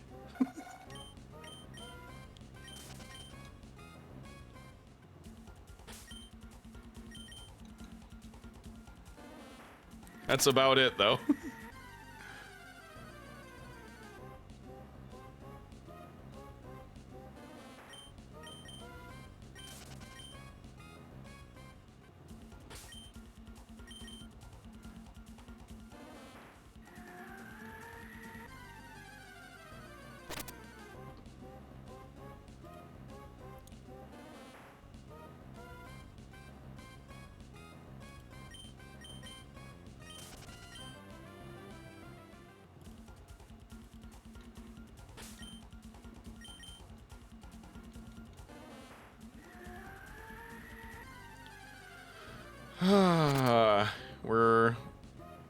over the 4,000 mark.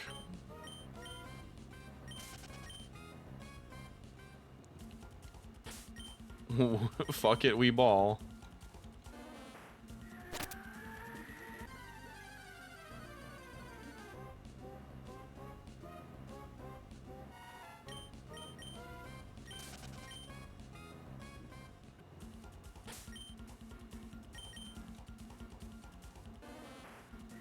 I have never once said fuck it, we ball and not ended up in a situation where I wish I did not say fuck it, we ball. Come to think of it.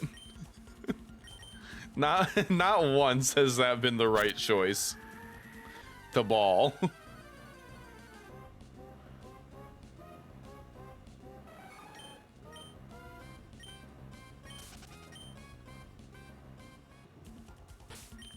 Actually, I don't know if the ballin' is the problematic part of the equation. It might be the fuck it.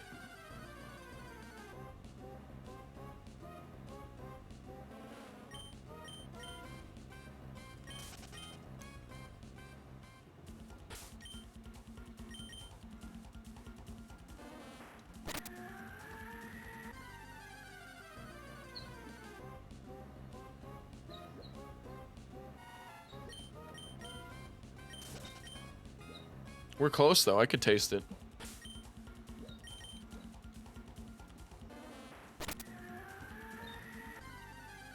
I could feel it in my bones. That also may just be pain from the fact that it's raining outside. I think maybe I'm just in the early stages of arthritis. Not that I have any sort of precognitive ability.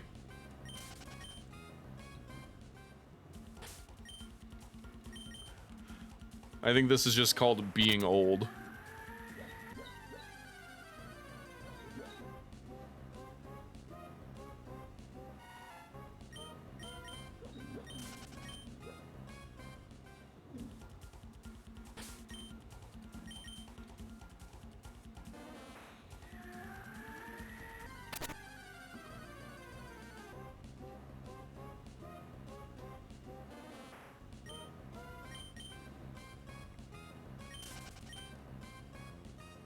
I feel like I see Lapras more often than anything else, despite it being the least common in this pond.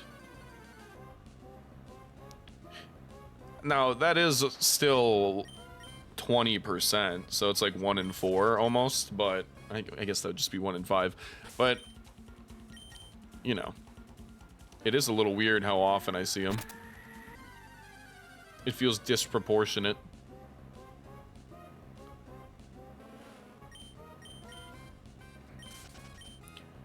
Or maybe I just am taking special note of it because it's my target, so I perk up every time I see it. This could all just be a mind game.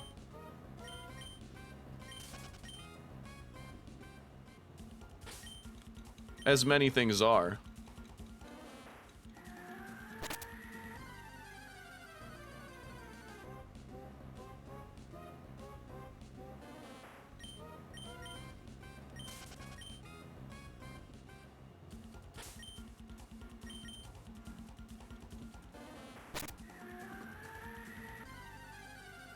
We're almost at 40-20, at which point it is our obligation to do drugs.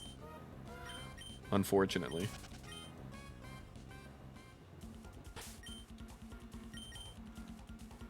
It's not unfortunate, let's be real though. It's kind of cool.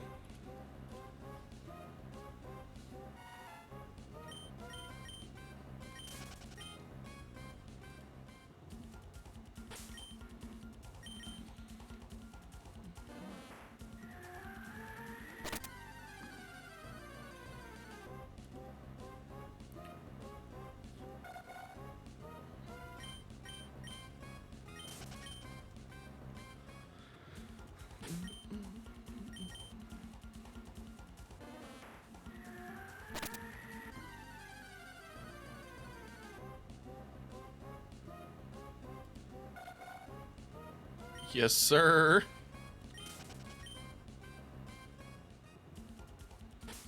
All right, 40-20, come on. Give me a shiny oddish on 40-20. The super weed. Just give me the super weed. No, it's not even an oddish. Wish it was. Low key.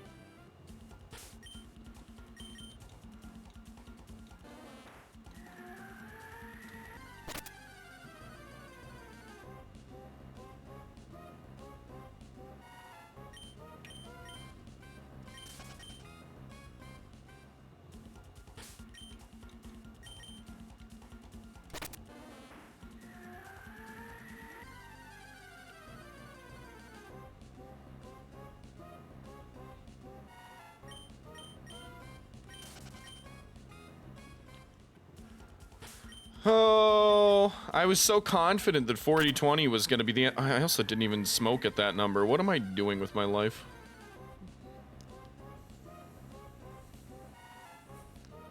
I'm a fraud, dude. I probably don't even smoke weed. I probably have been lying about that for years. To sound cool.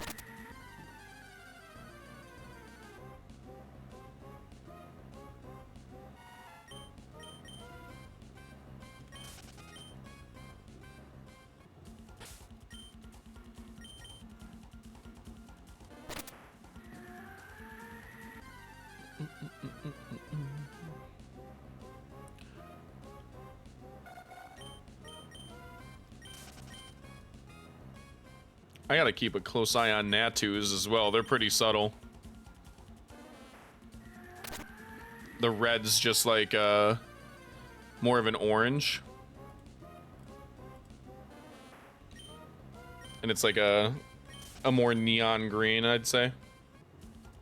Or like a lighter, I guess. At least it's noticeable.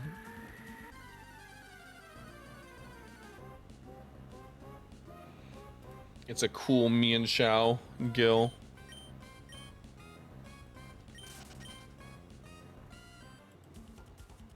That's right, folks. He reads the Discord while he's streaming. What can't he do?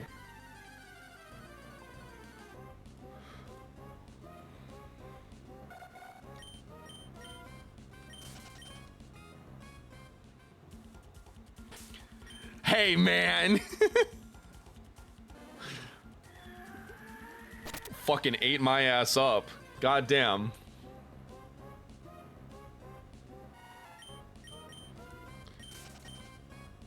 That was that was brutal. You're correct. But keep your voice down.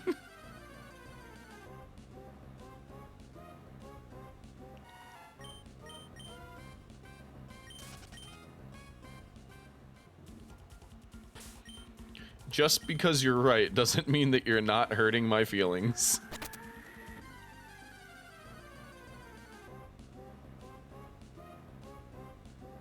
One would argue you're hurting my feelings more because you're right. I'm kidding, I don't give a fuck, dude. I could do this shit all week and not even flinch. I've been sitting here live for 5.5 hours without anything.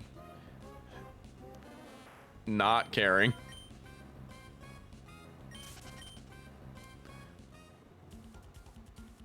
Espion with the knife is your favorite? Yeah, I've been thinking about it. I don't know if you were here when I was talking about it, but I want to get some Espion emotes done of my specific Espion.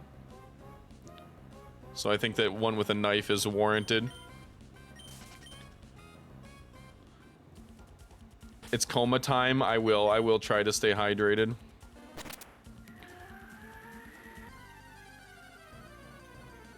But only if you promise to have sweet dreams. To wear a silly little floppy pointed nightcap and go me, me, me, me, me, me, me, me.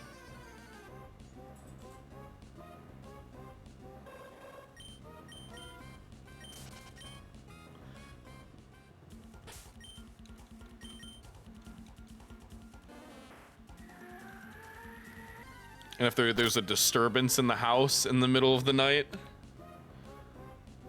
you can like wander downstairs in your full matching pajama set with floppy hat and slippers complete, and fucking one of those like candle things that have like a holder, and you don't have electricity in your house.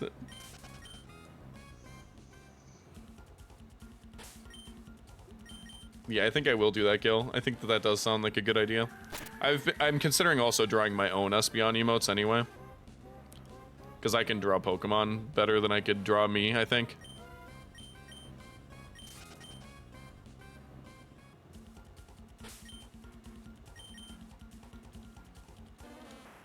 Me, me, me, me, me, me, me.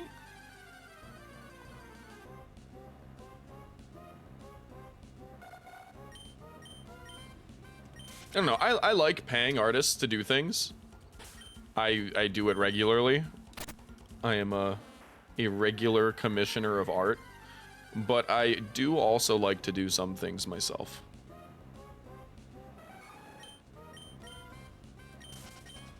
Sometimes it's just less energy for me to draw something myself than it is to like communicate my needs to an artist and like do the whole back and forth with like sketches and revisions and shit.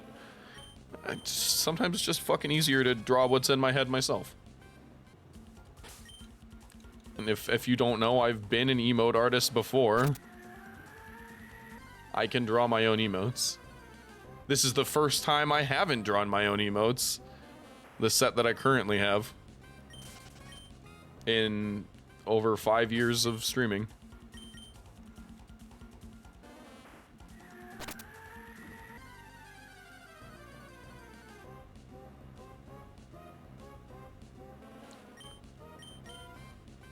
But doing that did help me realize that I do somewhat enjoy the DIY element of this.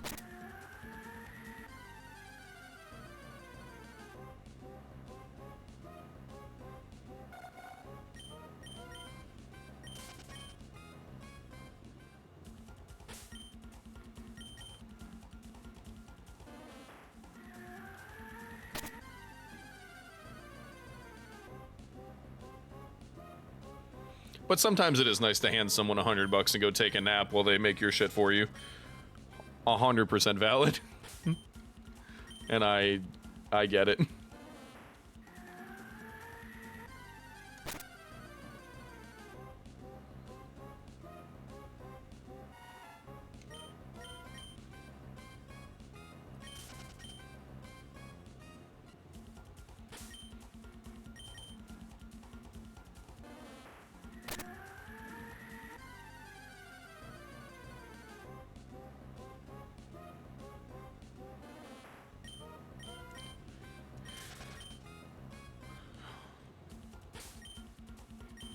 $50.69. Nice.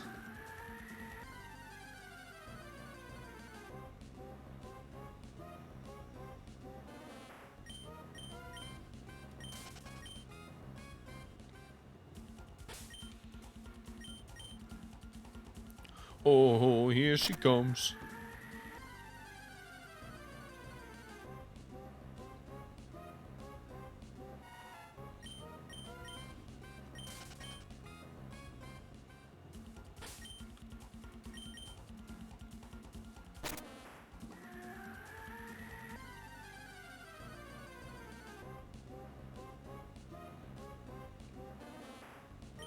Double nice gives shiny. Perhaps.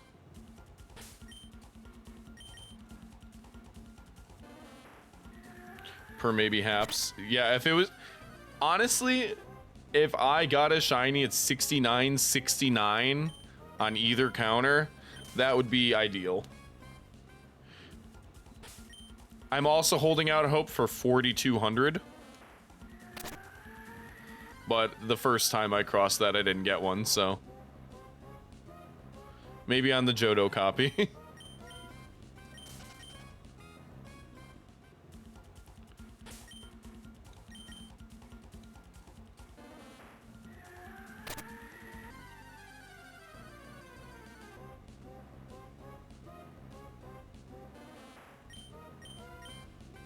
Oh, here she comes. Where the fuck? I feel like it's been a minute since I've seen a Heracross.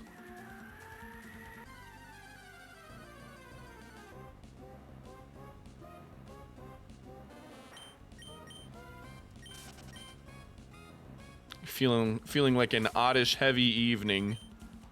I say at 2 a.m.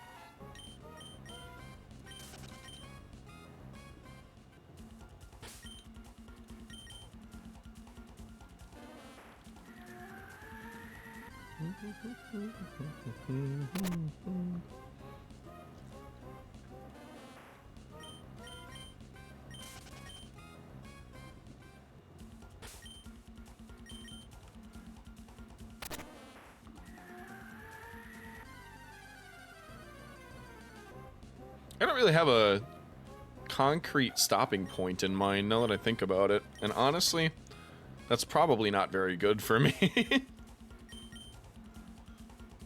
It's probably not ideal for my health because I'm capable of doing such a mundane activity until my hands fall off.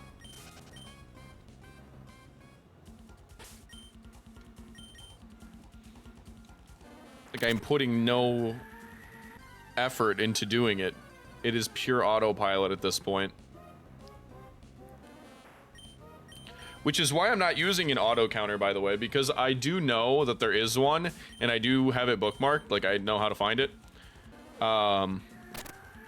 Where it would auto count my encounters for me. But my issue with that is I think that would make me a little too relaxed, and I would miss a shiny because I'm not thinking. So the motion of taking my hands off of the systems to like press the button on the counter makes it so that for at least a second my hands are off, and if there was a shiny I probably wouldn't fail it because I wouldn't be able to accidentally run because I'm not even like touching the DS.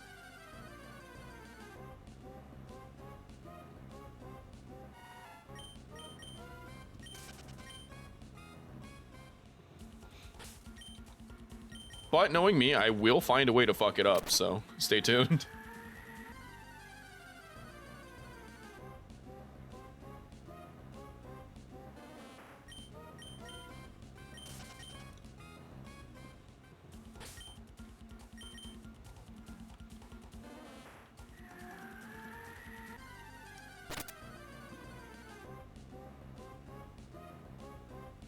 Here's a Heracross. Hello. Hello, bug friend. Heracross is such a well-designed Pokemon, honestly. I think that a lot of people say Scizor is the best bug type. While I can respect that opinion, I think that Scizor invokes Steel type to me a lot more than it does Bug. Well, of course, it is obviously both.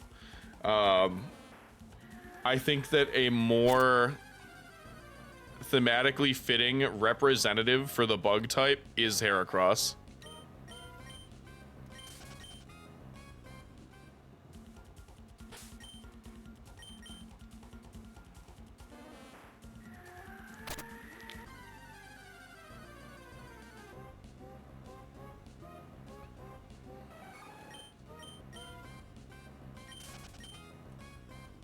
I just think he's a special boy. Nah, I like Heracross though.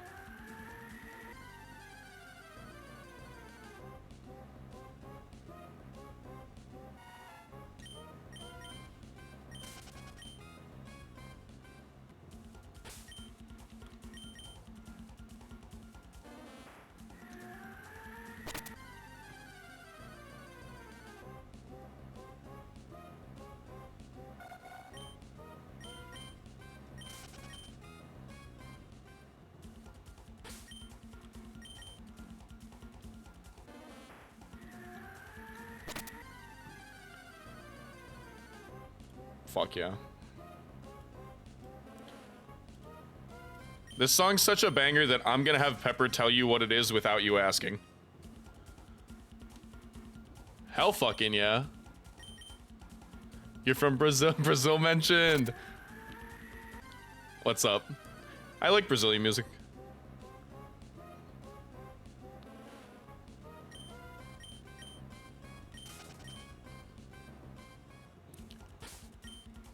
I do not know Portuguese, so obviously I don't know what's being said.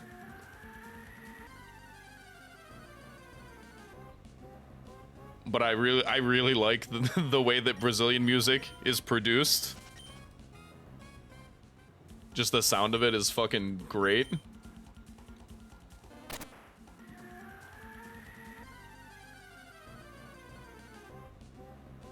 Also, welcome in.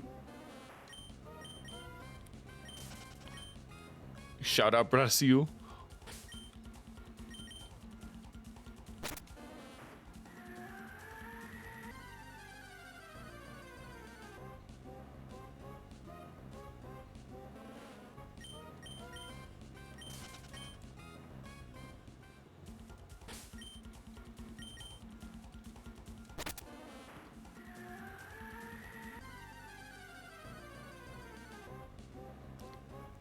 Dude, this mix is cultured as fuck. Cause I've got Brazilian shit in here, but I've also got I have Japanese and English. I'm sure there's some Spanish as well. I think probably a few French songs, knowing me. Vibes are vibes, regardless of language. The only language I speak is bangers.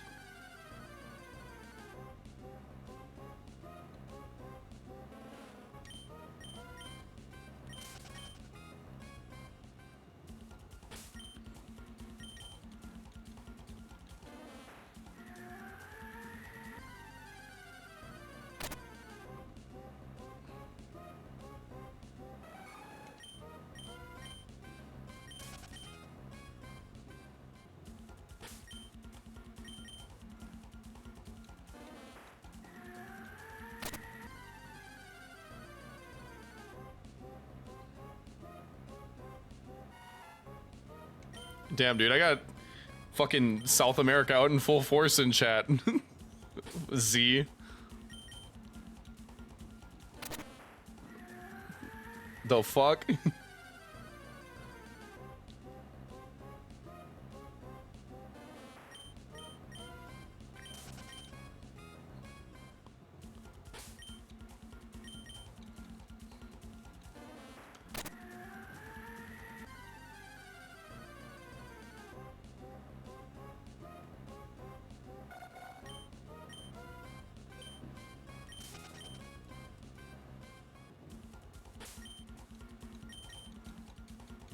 Yeah.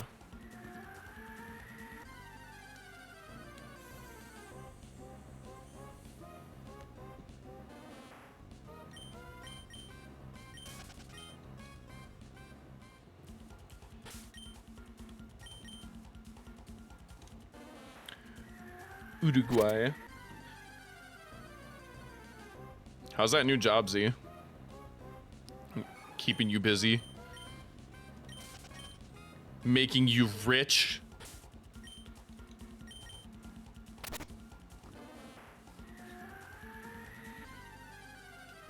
I've never been to South America at all.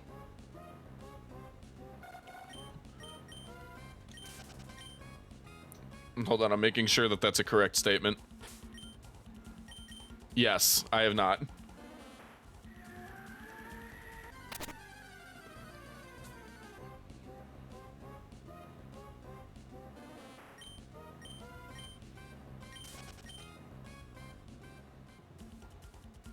Samurai Showdown. Hell yeah. Brazil Gamers confirmed.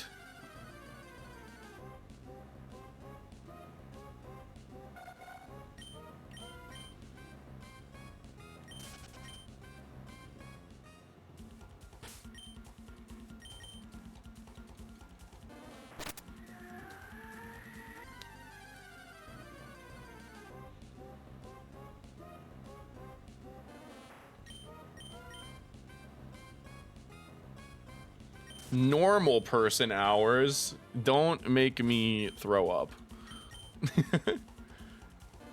If you're not shiny hunting at 2 in the morning, are you truly on your grind set? I don't think so.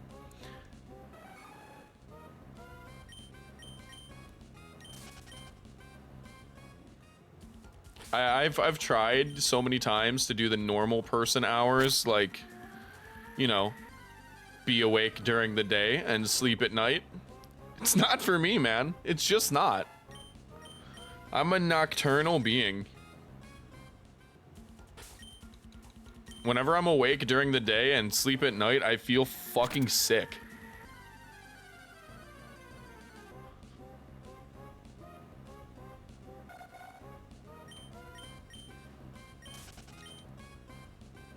Yeah, I think it's just different for me because I'm not like quote unquote staying up late. This just is my daytime. Like I am regularly asleep for like a full cycle during the day. Which is really helpful for not dealing with the heat, honestly.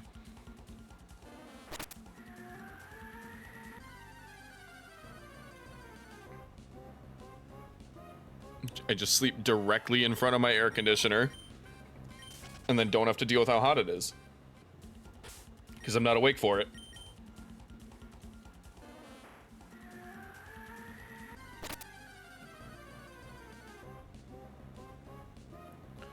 Yeah, there's like some like heat wave shit going on. It's fine.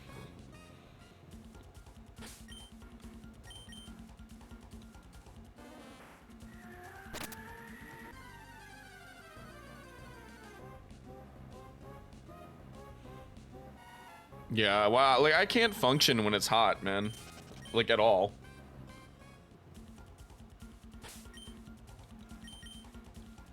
Yeah, like my brain is not operational above 90 something degrees.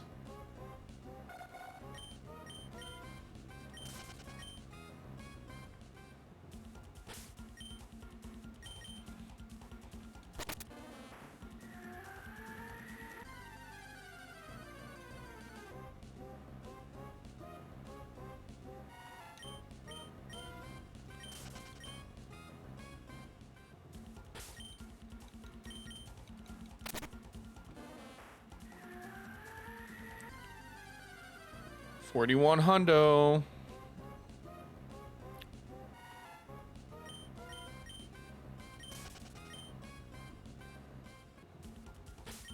We're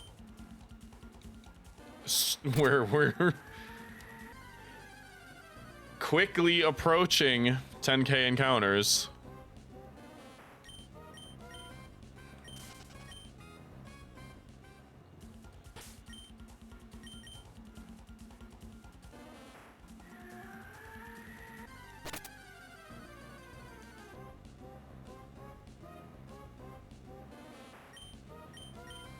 Because I'll be honest, I did expect something today because I had already done so many offline that I thought surely in a pure numbers game, it's bound to happen if I stream for, say, 6 hours.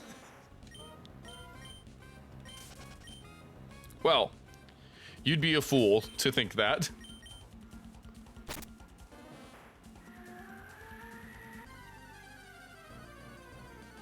It's because I'm not used to full odds hunting, for sure. Because I had spent a lot less time getting all the shinies that I have. Because usually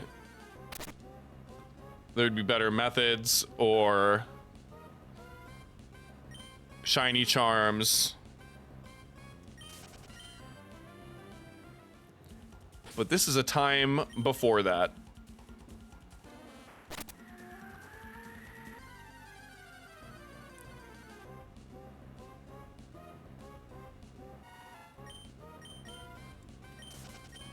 And being the glutton for punishment I am, I actually don't mind it. When you've known nothing but failure your whole life, you become accustomed to the feeling. So it's really not that different to not succeed today when I've never succeeded a day in my life.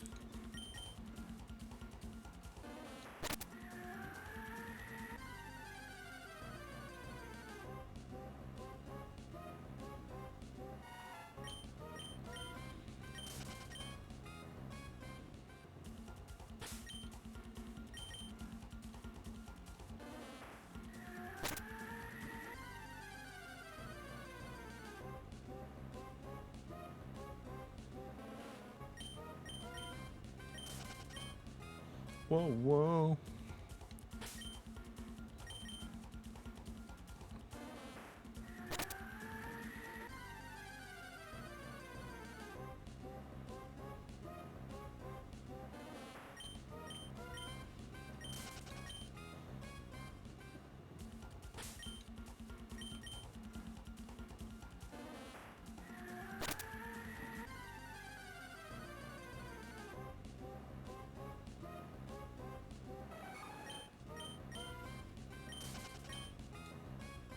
I never really noticed that Heracross is always doing the little :3 face.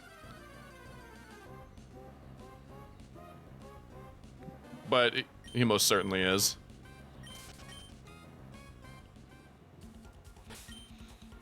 That may have just elevated it to the level of being a peak Pokemon. Unfortunately.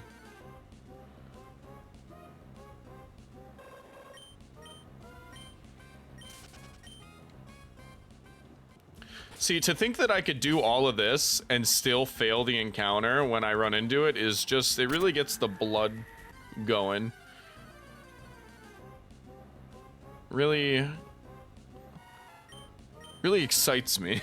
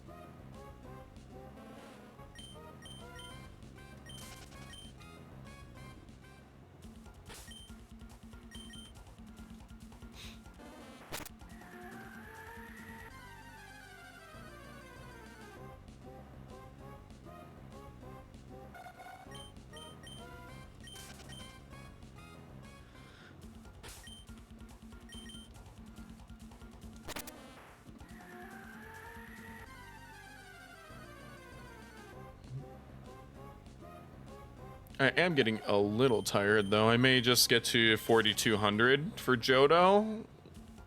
I mean, I'm going to keep doing both encounters, but I mean, like, that's where my line would be, probably.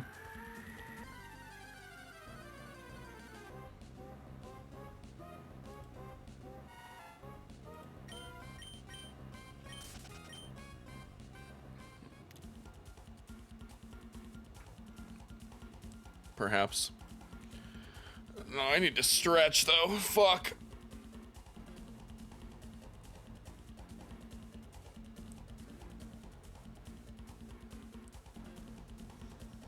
I will admit that my posture maybe was not the greatest just now.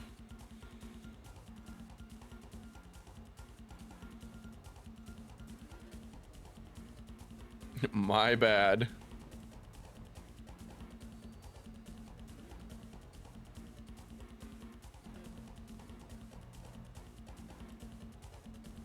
You're right. How dare you?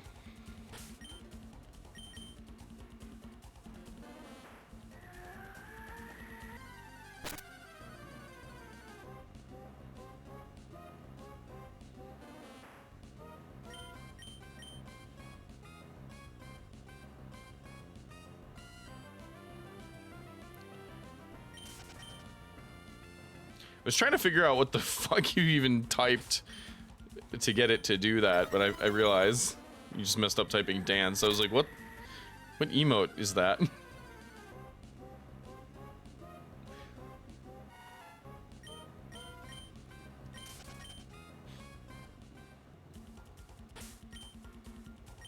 thought Twitch fucked up, not you.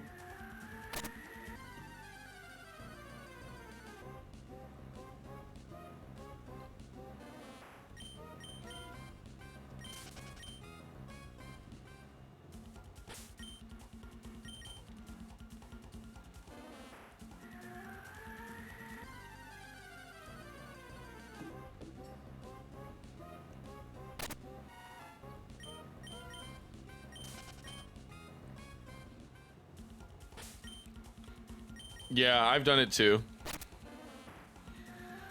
I know what that's like. You ever like fuck up an emote or like a copy pasta in a big chat and feel like a dork?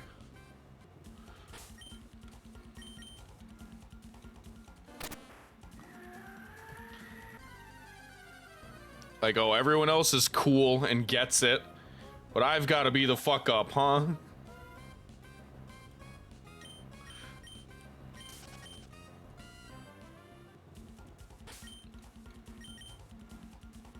I feel that.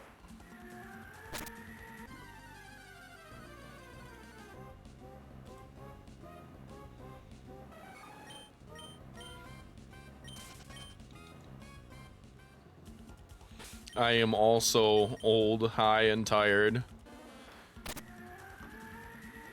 Except I'm never tired of being high, and being high never gets old. Yeehaw, brother.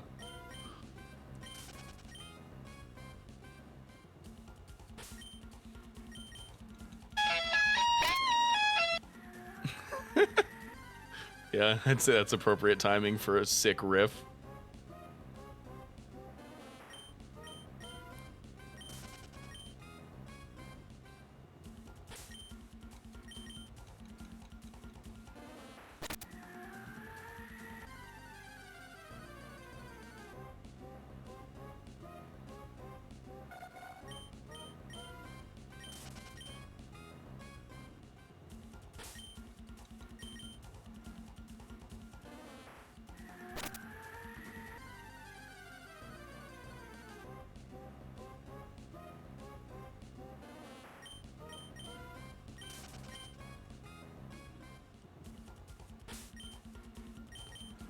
You ever get like the tension in your neck where like you have to crack your neck, but then when you start to turn it to crack your neck, it immediately hurts and you're like, okay, not gonna happen. Thanks, Thunder. It's a pretty cool hat. We're out here on the safari.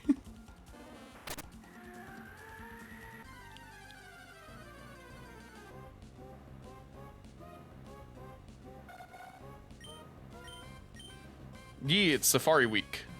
So I'm shiny hunting in the Safari zones. In Johto and Hoenn specifically.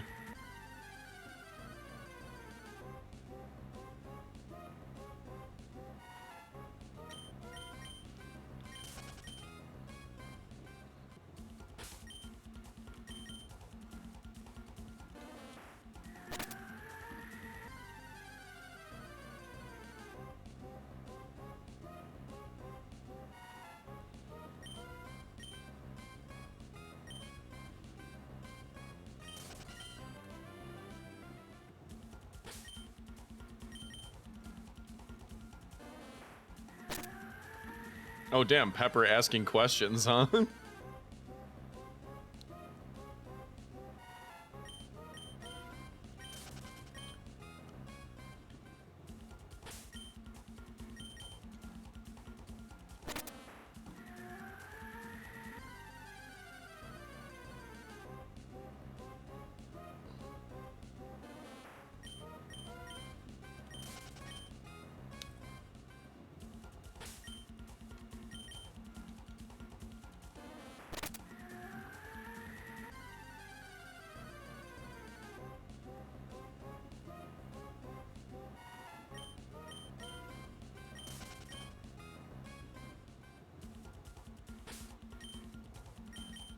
Flamingo bro.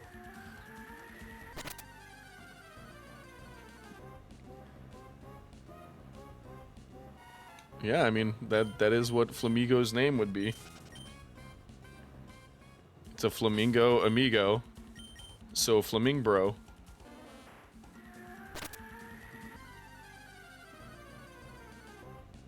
Makes sense to me.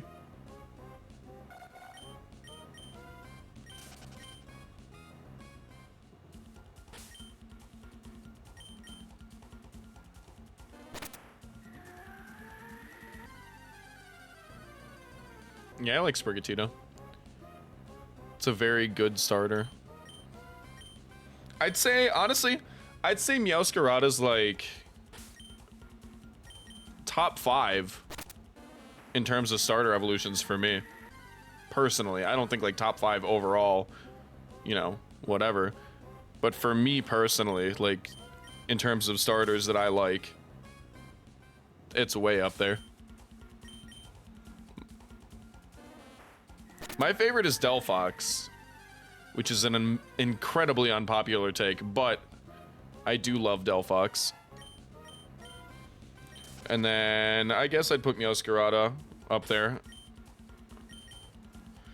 Who else do I really like? I like all of the Hoenn starters. So I'd put...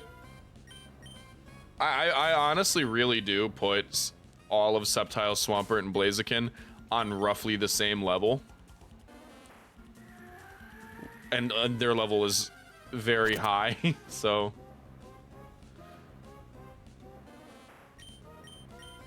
Trying to think of if there's any other significant starters that I enjoy. I guess if you, it all depends. If you personally consider Eevee to be a starter Pokemon, because some people do. I don't really. But I could see why some people might. But if you did consider Eevee a starter, since Espeon's my favorite Pokemon, I guess that would have to count.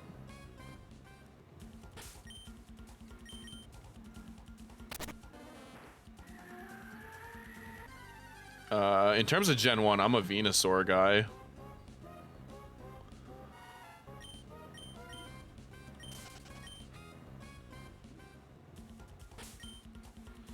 But other than that, honestly, I'm not really someone who likes starters that much.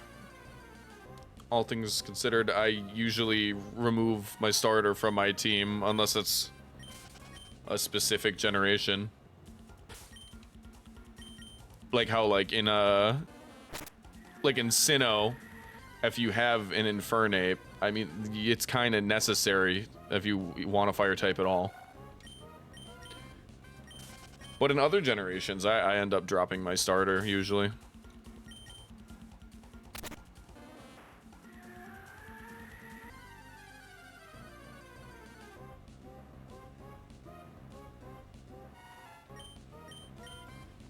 Because at this point, I've played through all these games, like, a fair amount of times. So, reserving 1 slot out of 6 on the team for something that I've played with countless times already, it just seems like a waste of a team slot. Like, if I'm gonna play the games again and again, I'm gonna vary my team every time.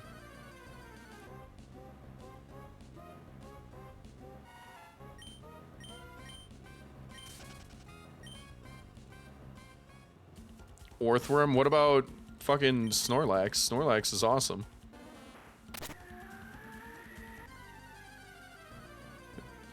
Bro's just chilling. I think I like slow-looking Pokemon, though.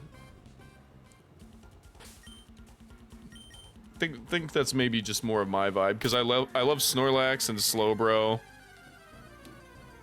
And yes, I am playing 2 separate games at the same time on 2 different systems at the same time. I am, in fact, multitasking like that. This is nothing compared to what other people are doing during Safari Week, though. With like 20 fucking GameCubes. But yeah, I am playing both at the same time.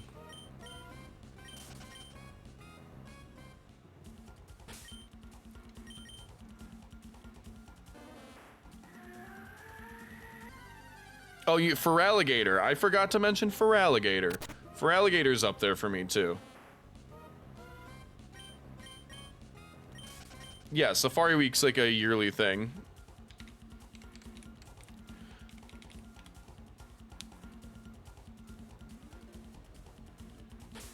But usually you'll see people start posting about it as summer's approaching. There may be another shiny hunting thematic event coming sooner or later, because I've heard some talk about someone doing one for a for the Johto bug catching contest. So that could be fun.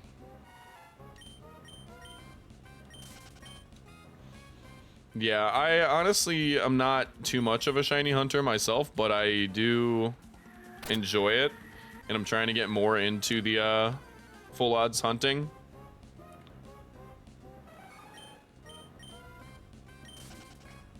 Because I have the patience for it. If there's one thing I do have, it's the patience.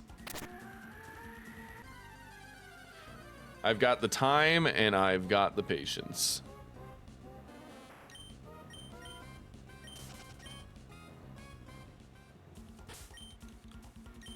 Oh, nice. Yeah, I love shiny. Orthworm's got a good shiny. I like it. The blue looks really nice. I have one.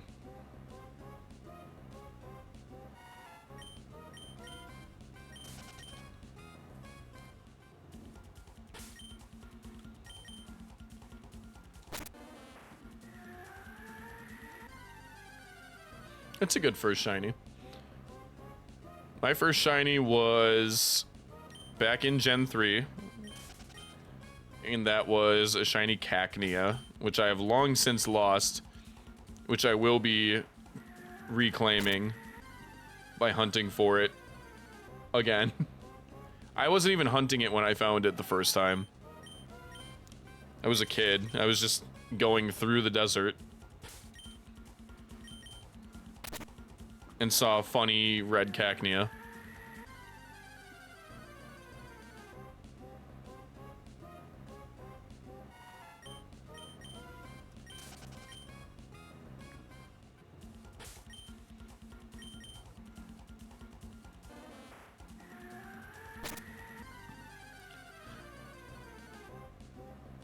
Yeah, I'm sure.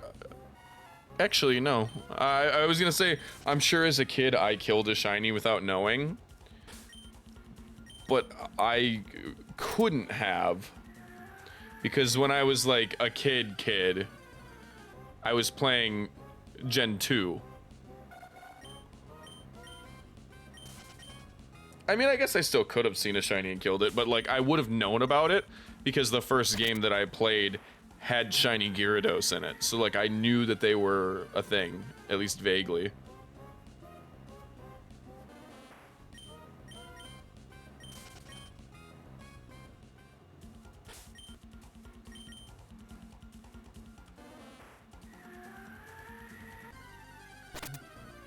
Oh yeah, no, you definitely killed a shiny.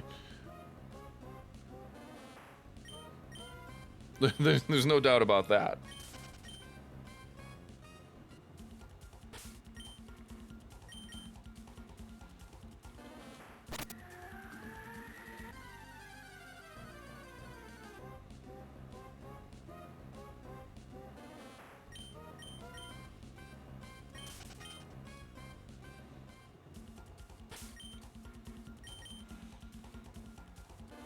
Well, I mean, I guess that depends on if you count, if you played a Gen 2 game, Gil.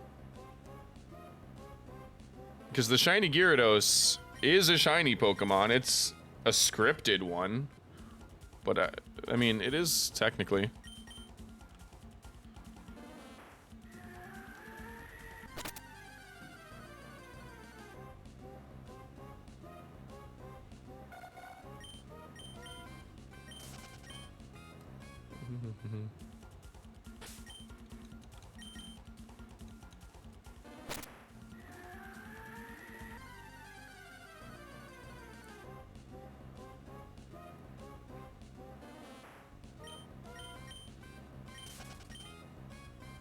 I'm surprised I forgot about Feraligatr when I was talking about my favorite starters. I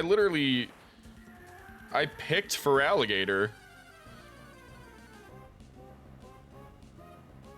That is my favorite Gen 2 starter. I think it's just because I don't care about Gen 2 that much.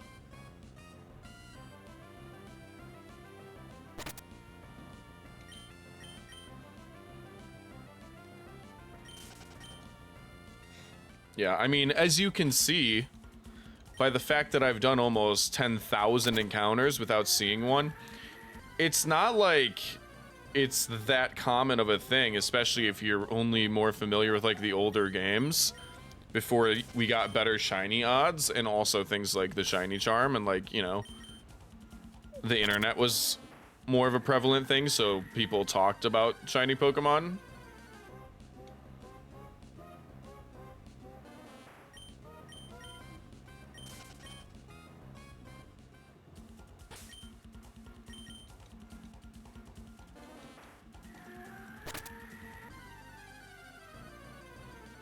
Because I remember, as someone who's, like, known more than your average bear on the about Pokemon since a very young age, that the average person was not aware of shiny Pokemon for, like, quite a while.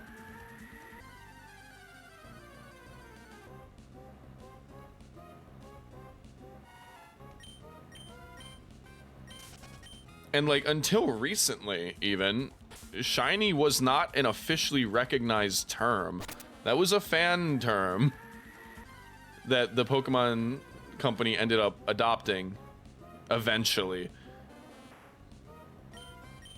I have not even seen one so far in all 10,000 of these. Odds are 1 in, what is it, 8192. So I am in fact over odds, but doesn't mean it's guaranteed. It just means that at this point it's statistically unlucky that I have not seen one.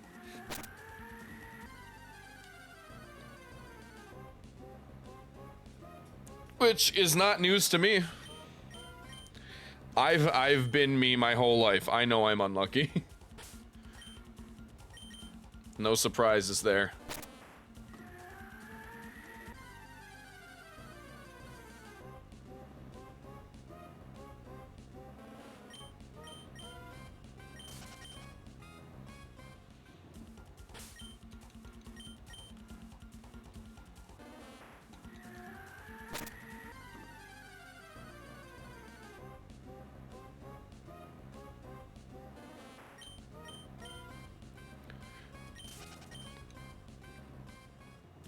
But yeah, and even if I do see one, not guaranteed to catch it.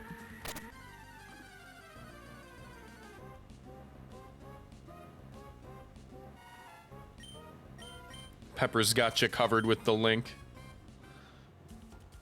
Because she's the goat.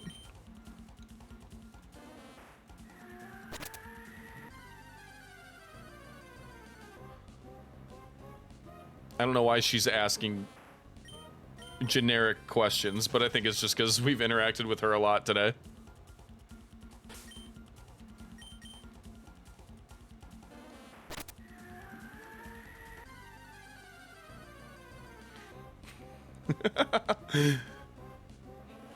I feel like everyone likes Pepper more than they like me. Which you're valid for.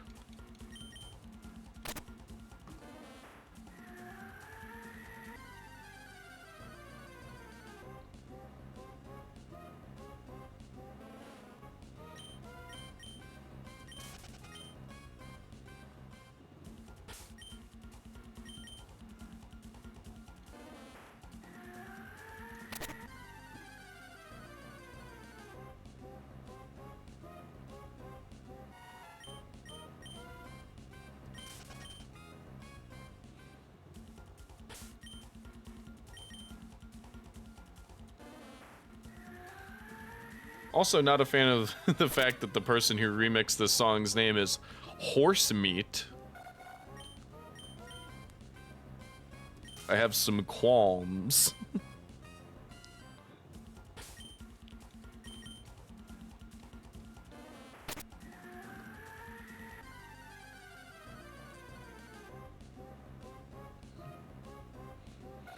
No, like it's a remix of the song. And the person who remixed it, their name is Horse Meat. The original song's by Dua Lipa.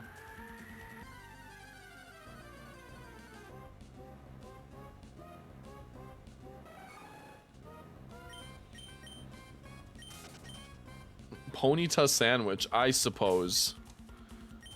I guess that's one interpretation.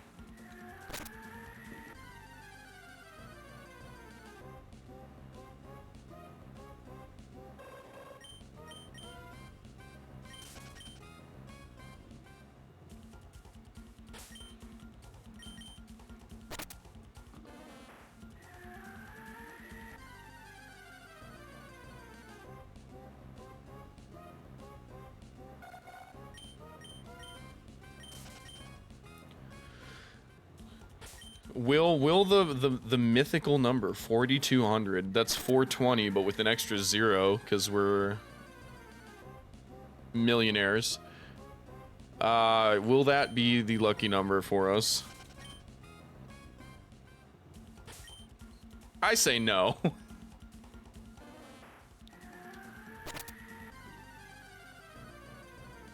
I say my luck is rotten.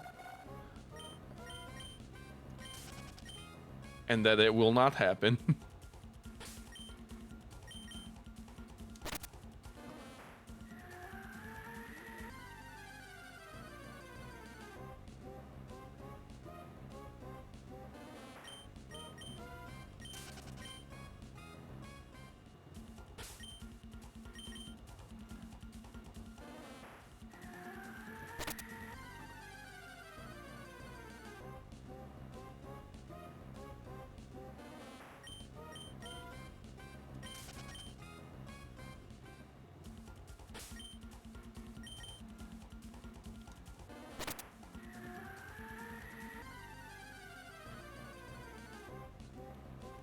Yeah, it's not looking like a W kind of night. Looking like potentially an L kind of night. We may be looking at an L here. Fine with me. Because I'm gonna keep hunting offline. This is my last encounter of the night because I have to pee really bad and make some food too. That's fine. We made ground. Let's see, let me add those up. What's the total of that? How many encounters have I done so far in Safari Week? And yes, I'm using a calculator. I am on drugs. You're not gonna believe this. Oh, I accidentally added 5,200 together twice. Because that makes 10,420, which is fucking cool. But that's not actually what I was supposed to be doing. You ever do math so bad you can't even fucking input the correct numbers to begin with? That's me. That's how dumb I am.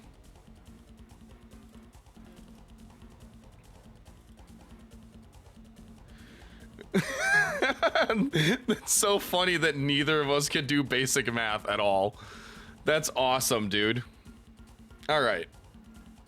Let me scooch this window over. Let me close this. I don't want to overheat this DS. Having this bitch plugged in gets it pretty warm. Let's give it a break. Let's give her a little break.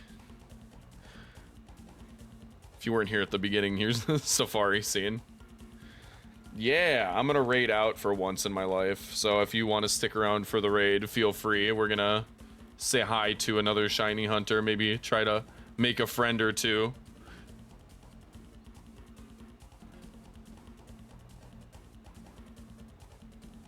Yeah. But we're gonna go say hi to someone else participating in Safari Week, and maybe they'll have better luck than us. Let's hope they do, because we've had not good luck. But thanks for hanging out, guys. I had fun. I'm gonna be streaming kind of sporadically throughout this week, not really a set schedule. Definitely streaming again on Saturday, same time as usual, 8 p.m. Central. Throughout the week, though, I'm gonna be doing some random shit. So if you're not in the Discord, be in the Discord, because that's where I'm gonna announce my intent to stream. I'll probably just make little, like, events on the same day. But, yeah. Maybe I'll see you live tomorrow. You probably won't. I have chores to do. But Monday, maybe, you know. Anyway, I'm gonna head out, say hi to Sabian for me. I'm gonna make some food and then probably do some more shiny hunting while I watch fucking something on Amazon Prime. I don't know. I'm gonna head out though. Good night, chat. I'll see you soon.